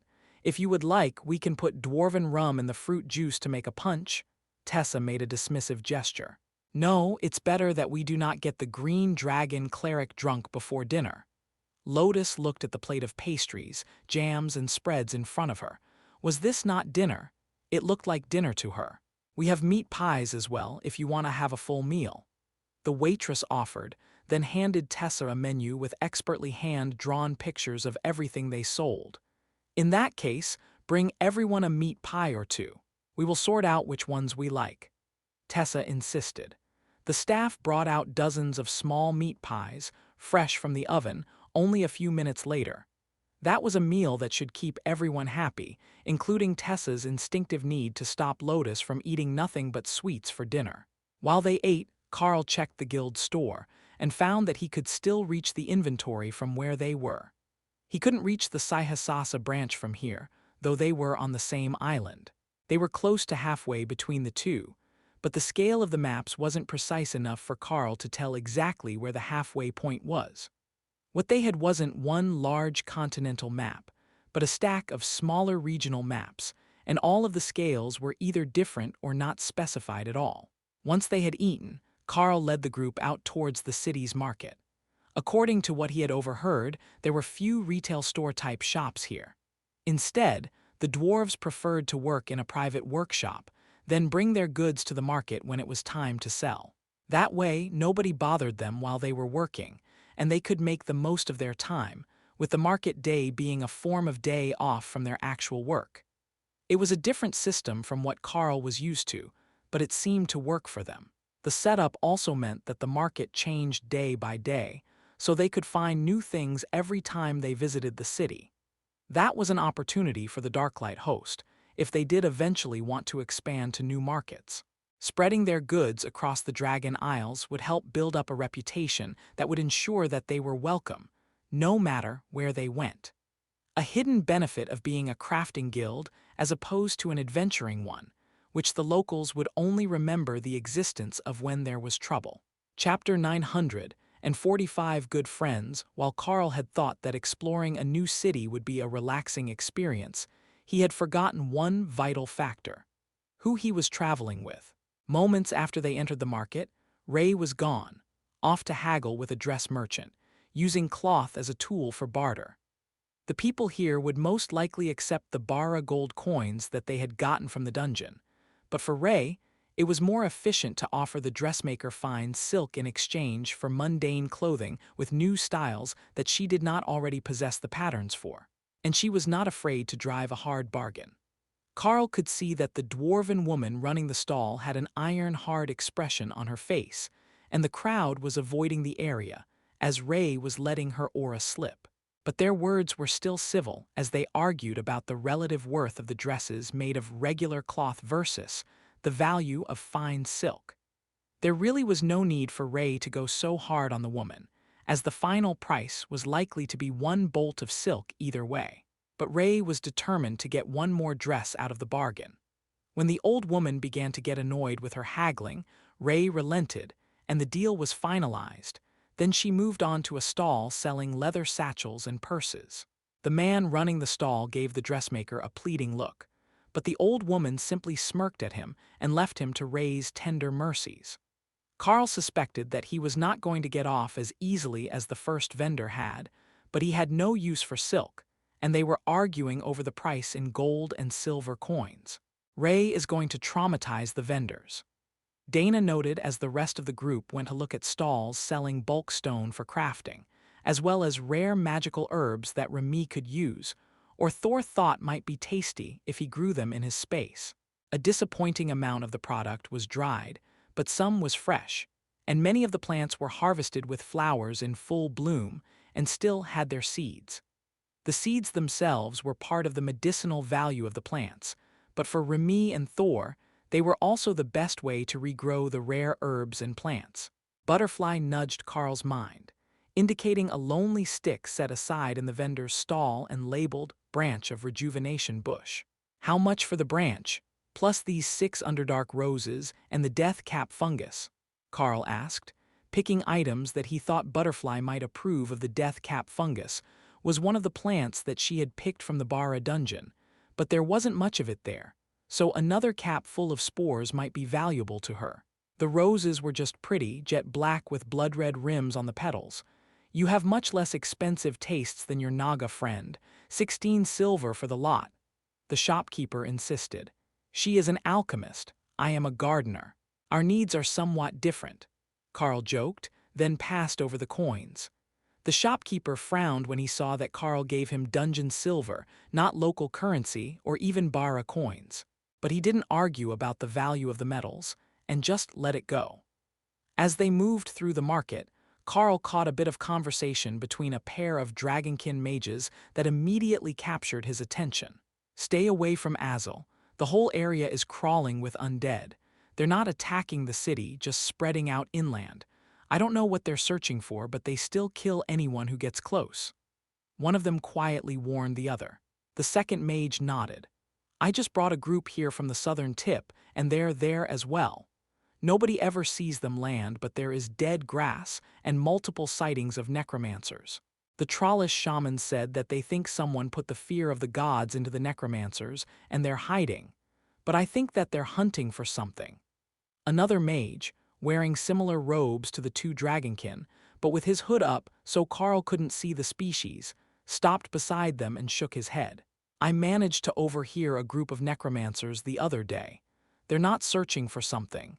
They've already found it, and they're mapping the extent of the effect. I think it's a system-related change or item. But they were being all cryptic about it, he added. Well, that's not creepy at all. Do you think that it might be something that happened within their nation? The third mage shook his head. I think it's continent-wide, and they're looking for the epicenter. The undead are sensitive to life magic, including the system.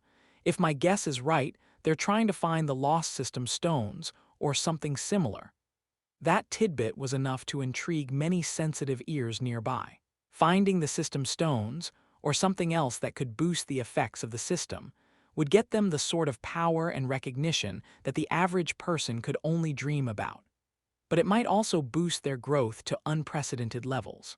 The death cap fungus was one of the plants that she had picked from the Bara dungeon, but there wasn't much of it there, so another cap full of spores might be valuable to her. The roses were just pretty, jet black with blood-red rims on the petals. You have much less expensive tastes than your Naga friend, 16 silver for the lot, the shopkeeper insisted. She is an alchemist, I am a gardener. Our needs are somewhat different, Carl joked, then passed over the coins. The shopkeeper frowned when he saw that Carl gave him dungeon silver, not local currency or even Bara coins. But he didn't argue about the value of the metals, and just let it go. As they moved through the market, Carl caught a bit of conversation between a pair of dragonkin mages that immediately captured his attention. Stay away from Azel. The whole area is crawling with undead. They're not attacking the city, just spreading out inland. I don't know what they're searching for, but they still kill anyone who gets close. One of them quietly warned the other. The second mage nodded. I just brought a group here from the southern tip, and they're there as well. Nobody ever sees them land, but there is dead grass and multiple sightings of necromancers. The Trollish shamans said that they think someone put the fear of the gods into the necromancers, and they're hiding. But I think that they're hunting for something, another mage, wearing similar robes to the two dragonkin, but with his hood up so Carl couldn't see the species, stopped beside them and shook his head. I managed to overhear a group of necromancers the other day. They're not searching for something. They've already found it, and they're mapping the extent of the effect. I think it's a system-related change or item. But they were being all cryptic about it, he added. Well, that's not creepy at all. Do you think that it might be something that happened within their nation? The third mage shook his head. I think it's continent-wide, and they're looking for the epicenter. The undead are sensitive to life magic, including the system. If my guess is right, they're trying to find the lost system stones, or something similar. That tidbit was enough to intrigue many sensitive ears nearby. Finding the system stones, or something else that could boost the effects of the system, would get them the sort of power and recognition that the average person could only dream about. But it might also boost their growth to unprecedented levels. It was said that the complete system stones could awaken the fortunate few at the peak of their species' potential. Carl kept moving and didn't hear any more about the undead or the monster spawns. But the general mood in town was somewhat depressed. The crops had been poor last year due to lower than usual river flow, as everything needed to be irrigated. With the river levels low, most of the canals wouldn't flood. That meant the crops didn't get watered for months at a time, and nothing grew. And that was a money-making opportunity for Carl and the Darklight host. All he had to do was task the crew at the guild house, and he would have the means to make a fortune in a matter of minutes. Chapter 946. Dwarven Goods. After a few hours, everyone gathered again, and plans were made to spend the evening, then set up shop the next day so that they could peddle a large number of water creation items to the local farmers. The ladies were busy making statues for Carl to inscribe, as they needed a spell effect added to them to create enough water to do entire fields or irrigation canals. But they already had a load of commander-rank water creation rings made, which could fill a large water barrel in minutes, which would be enough to water a garden or small field manually. That meant finding a place to stay, and preferably one with adventurers from the region staying there as well.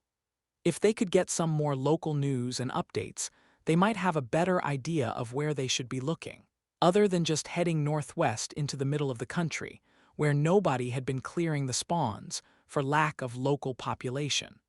The problem was that nobody that they could find was traveling further inland, except to the next few cities on the road. It wasn't just that there were no major cities in the region, there was apparently no travel at all in the interior. The desert was inhospitable at the best of times, and then that gave way to a monster-filled wilderness for only a short distance before turning into swamps and thick jungle. The problem that Carl's team had with that was that the description of the interior of the continent did not even vaguely match what was on the maps that they had. There should be some swamp in the northeast of the country, where the lizard folk were living, but it should not take up nearly half the country, nor should the desert be so large that it nearly reached the swamps. In short, the information that they were getting from the adventurers in the Baruch taverns and inns was completely useless, as it was quite possible that none of them actually knew what was there, and if it was changing, they didn't go often enough to see the changes in real time. So Carl and company settled on an inn by the market that had a good nightlife and a helpful innkeeper. "Do you know how I get a stall for tomorrow? Is it possible on such short notice?" Carl asked. "Not a big deal. There are usually a bunch unbooked. I will send Wilma over to book a table for you with the guards. They'll give you a number card to find the booth to set up in the morning." "What were you selling?" the ginger-bearded dwarf asked. "Water charms. We heard that there is a bit of a drought going on, and our crafters at the guild house in Drod make rings to create water, as well as some statues that can create a flood to fill irrigation canals," Carl explained. "Exactly how much water can you get from the rings?" "Enough to fill a soup pot. Purifying water for the stew and ale making is one of the most time-consuming parts of our day," the innkeeper asked. "For a commander rank ring, it will make about 100 liters a minute, unless you have good affinity with the water element. If you just stand there, you can fill an entire brewing vat eventually, but it wouldn't be a fast process. Unless you're making a small batch every day to refill the barrels that come empty." "Do you make your own ale in-house or buy it from the local brewery?" Carl replied. "We make ours. There is a small brewery in the basement that makes all our ale and wine, but I buy the hard liquor. That's never been our family specialty. Most of the inns in town buy their ale and wine, but we're one of the oldest, and it is tradition. We have some imported as well, for those who like a particular flavor, but it's more expensive than the house barrels." The dwarf considered the options for a few minutes, then nodded. "I don't suppose that I could buy 2 of those rings in advance, could I? One for the inn and one for my sister. She lives at the edge of town, with a large garden that hasn't been getting any rain all summer." Carl nodded. "That's not a problem. How does 10 gold coins and 1 barrel of ale per ring sound to you?" The dwarf considered his funding and his supply of ale. I can work with that. That sister of mine had better be appreciative. 10 bloody gold coins spent on a present for her. That's 1,000 dinners I have to serve to make it up. He grumbled, but Carl could tell that he wasn't actually mad about the situation. Carl chuckled as the dwarf placed the gold on the table, then went into the basement to bring up 2 barrels of ale. "Why are you trading him for ale?" Ophelia whispered once the dwarf was out of sight. "Because these lands are largely dwarven, and dwarven ale is supposed to be the best you can get. So, if we're going to make friends and host guests in our camp, it's best to have some liquor for them. Getting ale from a trade for goods is a steal for us, and it saves on haggling," Carl explained. Ophelia nodded. "So, it's just a matter of hospitality. That makes sense, as we're going into unknown lands. If we do meet any locals, it is clear that they don't do a lot of trading with this region." Dana patted Ophelia on the shoulder and smiled. "Besides, we could use a nice barrel of ale for movie nights. I talked to one of the Butterfly's illusionary dwarves today in the tiny world, and she's willing to put them on for us." Ophelia smiled. "She will have all sorts of new stories soon, with us all traveling together. Butterfly does an incredible job of them." Chapter 947 Vendors Booth. The rooms were clean enough that nobody considered just going to the tiny world for the night, and the team was up bright and early to head for stall 808, their assigned spot for the day. The stall was one near the core of the market, a prime location next to a number of magical reagent vendors and other high-value goods. That had to be deliberate, as the city guards had chosen the stalls for everyone, so they had caused this grouping. Or perhaps there were designated sections based on the trade goods you had. But either way, it worked out well for Carl and the ladies, who were already attracting attention even before they had started setting out the actual goods. Ray had made a black silk cover for the rough wooden stall table, and then hung a thin white silk sheet over the top and sides, so they would have plenty of light but less direct sunlight. She didn't want anyone getting sunburned. Ray knew full well that they would all heal instantly from sun damage, but it still seemed wrong to leave them standing in the sun all day. She had made hanging chairs, support poles, a nice stretched top coffee table. The booth was fully decorated and ready for a comfortable day sitting around waiting for customers. But that elaborate setup had caught the attention of the other vendors, and they were eager to find out where they could get some of this finery. The booths were standard-sized, other than the larger ones for the bulk food sales. So if it worked in that booth, they could make it work in the others as well. "Ladies, gentlemen, I ask if you are advertising these most lovely silk chairs. I could use a few of them for my booth," a mage from the alchemy stall beside them asked. Ray shrugged. "They're not actually what we came to sell, but I can make you a few." She held out her hand, and webs spun in front of her, creating 2 awakened rank silk hanging chairs. "There you go, no charge, just be comfortable." Rack insisted. The alchemist bowed to her and hurried to go hang the chairs in his booth, which the apprentices were working to decorate.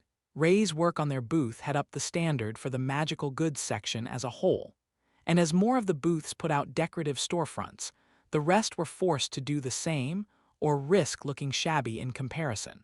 Normally, they didn't put much work in for a single-day sales exhibition, but that was not Ray's way. Even if they were operating a traveling market, she would still put up a proper booth for the day.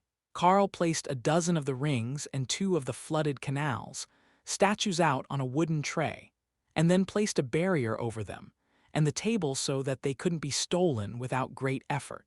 It was still early, so there weren't many shoppers in the market, but the other vendors had sent apprentices around to scope out the competition. If there were someone selling identical goods for less, they would either try to buy them out or adjust their own pricing to match so that they didn't lose out on sales. With that tactic, it didn't take long before every magical goods vendor was aware of the shop that was advertising water creation and assorted magical accessories, courtesy of the Darklight host. Carl had set out a few other items to go with the water creation rings. Cleaning charms carved from magical wood, a small stack of paper talismans that he had made to set off an alarm if a door was opened, and 4 gentle childbirth, stone statues that had been made with the help of the two orcish druids back at the guild house.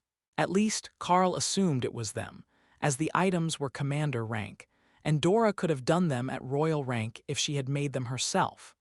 The fact that they were shaped like a seated pregnant orc woman didn't give him much of a clue either way. "Are we taking wagers on what sells first?"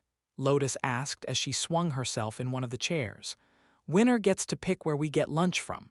Tessa agreed. That was a winning bet, no matter who actually won, and Lotus was in immediately. "I think that it's going to be the childbirth statue. Those ones sell out so fast once we put them on the shelves. Even the farmers like them because they work on livestock." She insisted. Tessa shrugged. "I think it'll be one of the alarm talismans, simply because they're only a silver apiece, so they're an impulse purchase for browsing mages."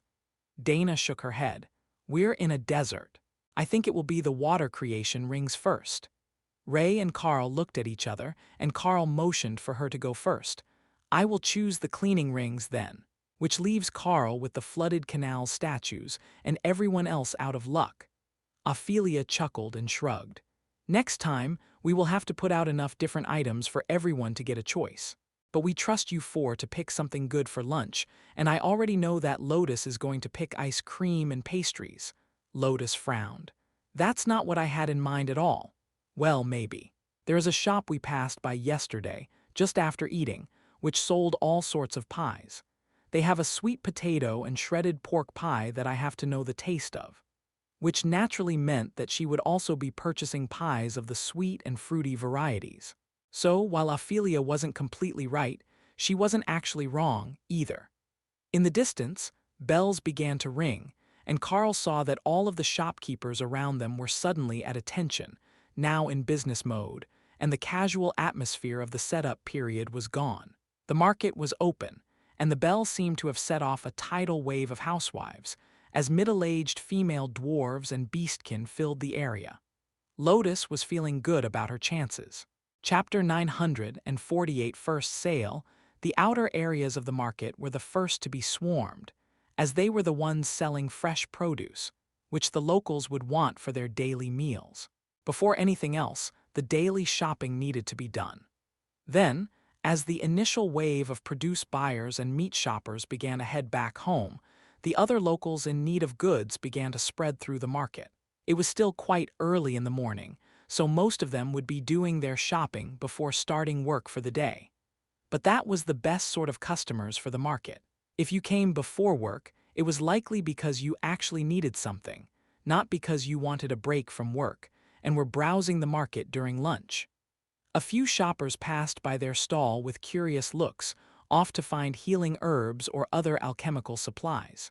That was annoying Remy, who was working in the lab in the tiny world. They could be selling potions too, but they weren't. That seemed somewhat unfair to her. She had plenty of stock, but they were only selling like 4 different kinds of items today, just testing the market. The annoyance didn't last long, though. She had planted some of the new plants she had gotten at their last stop, and they were growing quickly in her space. With those, she could begin to experiment with new potion combinations, just to see what came out. The anti-aging cream had been a brilliant failure, and Remy had high hopes that with a bit of runic infusion, she could come up with another item that would revolutionize a market. Finally, someone stopped at the stall, and Lotus internally celebrated as she realized it was a very pregnant young feline beastkin with fluffy gray ears. "What species does that birthing charm work on?" she asked quietly. "All of them excluding the undead and some spectral or elemental species. It works on dwarves, beastkin, beasts of most sorts, including livestock and pets." Carl replied evenly. "So it should work on the dwarven mountain goats?" she asked. Carl nodded. "Indeed, it is commander rank, and even if the beast is much more powerful than that, the charm will work to prevent injury during childbirth." She dug into her pocket, and Lotus was about to get up from her chair. Ophelia knew that she was going to offer the item at an extreme discount, both because the pregnant woman had fluffy ears, and because it would win her the wager. So, the berserker put a hand on the petite nature cleric and kept her seated. There were price tags on everything, already reasonable, but Carl waited to see how steep of a discount the locals would start haggling at. The market prices for such items might be very different here than what he was used to, as they had trollish shamans all over the farmland. The trolls could use all sorts of magic, so they might be able to do the same sort of spell, which would greatly reduce the value of the items. The only ones that Carl could guarantee were going to be highly valued were the water creation items, as there had been so much talk of drought. The woman gave him a faint smile that showed the level of exertion just walking through the market took in her current state, even as an awakened rank beastkin. And how much water can these rings create? Enough to fill the farmhouse's reserve tank? Carl frowned. I am not from the region. How large is the reserve tank? The woman shrugged. About 4 barrels, so about 800 liters. Yes, it will fill that in under 10 minutes. Under 5 if you have some water magic of your own. Magical items work better when you already have an affinity for them. Carl agreed.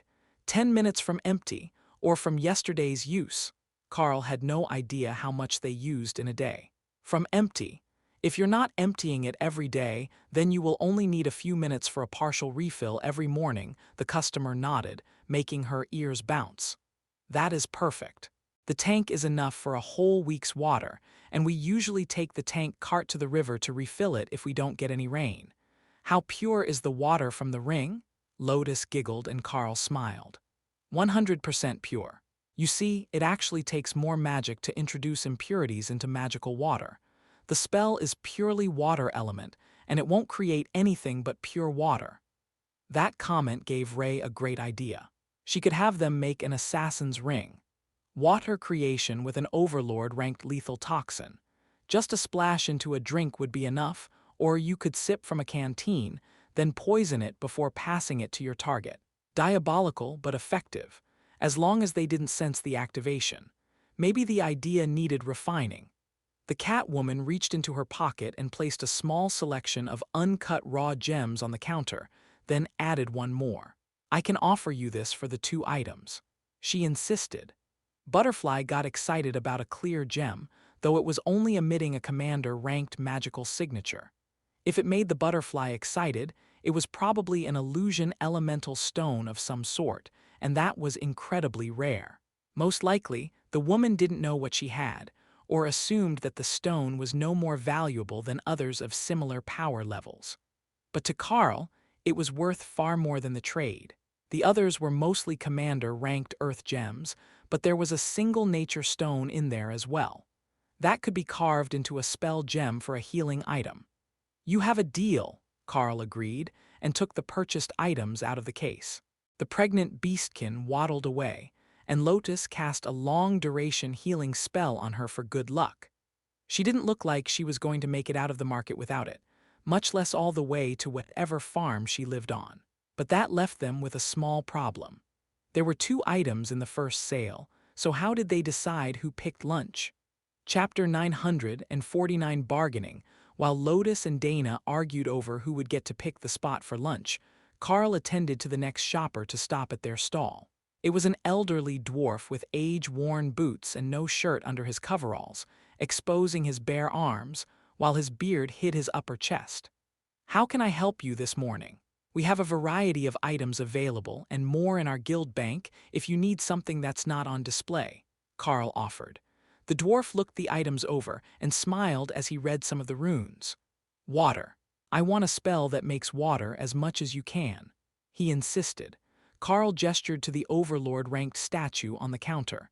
That's about as much water as I can make for you without causing property damage, that is. The filthy dwarf laughed. Well, I suppose that would be a consideration if you were making enough. How much is that spell intended to make? 1,000 liters a second for 1 minute per activation. It takes a fair bit of mana to make it work, but it's designed to fill irrigation canals without causing them to overflow their banks. The dwarf nodded, then smiled. And if I asked you to make something that would be much more water, could you do it? If you wanted to fill an entire lake behind a dam or something equally insane, I could personally create you about 7 million liters a minute. But I don't have any material available that would stand up to a spell of that magnitude, Carl explained. A few passing shoppers stopped to stare at Carl. "Did that translate wrong? I heard that as millions of liters," one of them commented. The Trollish shaman beside him nodded. "I heard it that way too." Carl smiled and focused on speaking directly to the troll. "Yes, as an overlord, the 1,000-year flood spell creates 7 million liters a minute. It would be more impressive if I were a totem, but that's what I can do with it." The troll smiled, and the dwarves nodded in satisfaction. "You really did mean millions. Now, I can't afford that, but I wasn't expecting such a large number. Hell, you would probably need to make the statue out of pure dwarven mithril so it didn't shatter under the effects of a spell that powerful." The shirtless dwarf replied. "What does a kilo of dwarven mithril go for?" the troll asked. "About 100,000 gold coins," the dwarf beside him replied, then burst into laughter. The troll shrugged. "Guess I can't afford it either. We could trade you the city for it." They all burst into laughter, along with a couple of the nearby vendors. Realistically, it would be about 2 gold coins for every resident of the city to buy the materials, but the majority of the people in town made less than 1 gold coin a month from their jobs. Purchasing such a ridiculous item was simply out of the question, even if they had somewhere to store all that water.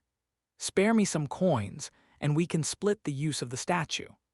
The shirtless dwarf suddenly demanded of a passing farmer, who was giving a newly purchased pitchfork a loving expression. "The what now? What are you on about?" the farmer demanded. "Water creation statue. It's enough to fill the irrigation canals between your farm and mine. I can't flood them without flooding your side as well, so shouldn't we share the cost?" The loud voices were drawing a crowd, and a large troll in silk pants pushed past the crowd to stand behind the dwarves, who he could easily see over. "That is the good thing. I heard from the shaman that there is a water thing here." The brute insisted. "We have 2 kinds, enough for a farmhouse and enough for a few square kilometers of fields." "Which one do you want?" Carl replied. "Fields. Got 70 kids, need more water for the fields." 70 children? The man needed a new hobby.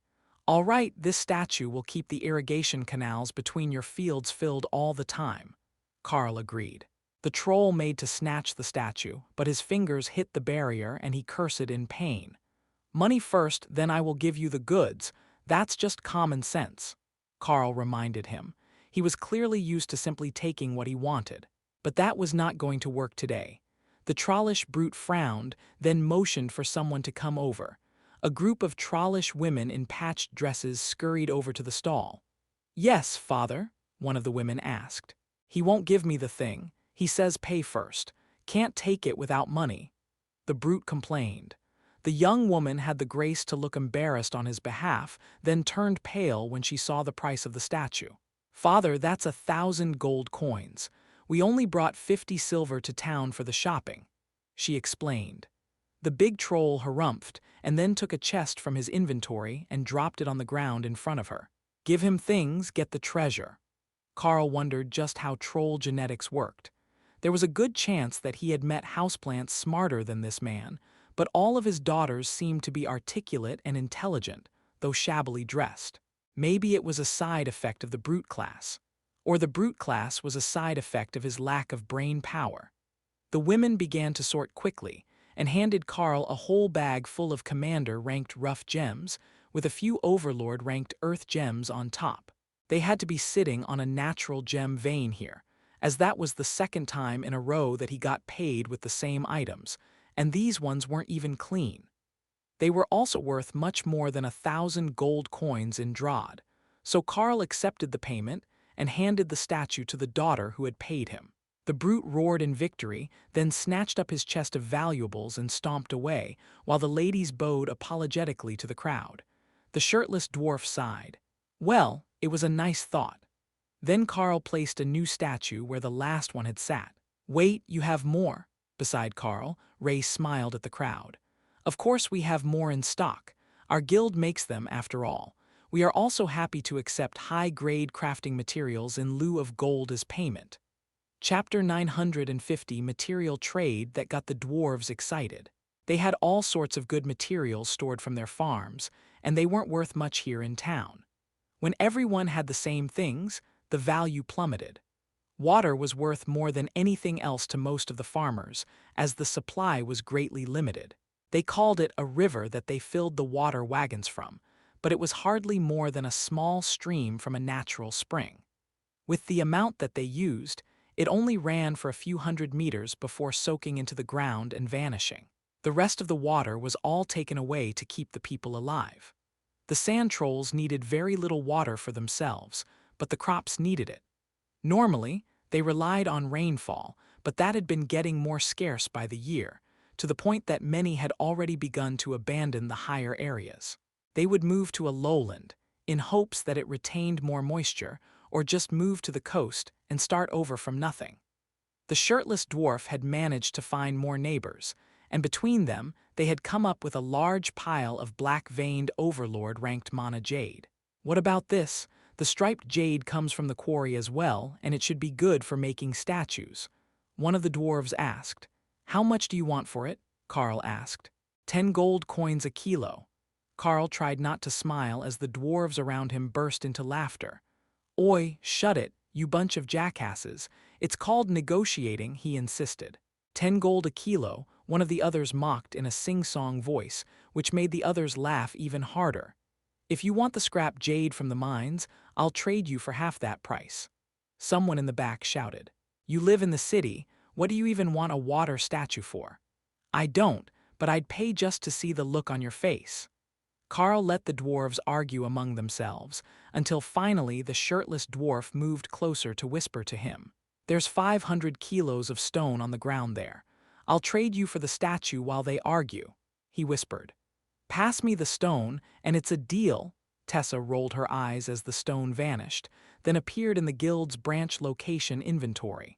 That was even more shameless than taking the mana jade countertops from renovation sites like they had last time. The dwarves realized that the stone was gone, as was the statue, and turned on the shirtless dwarf. You shameless bugger. What did you bribe him with? You'd better not have promised him your daughter. You know my boy is sweet on her. One of the men demanded, then glared at Carl's group. Ophelia burst into laughter, and Dana covered her mouth to hide her amusement.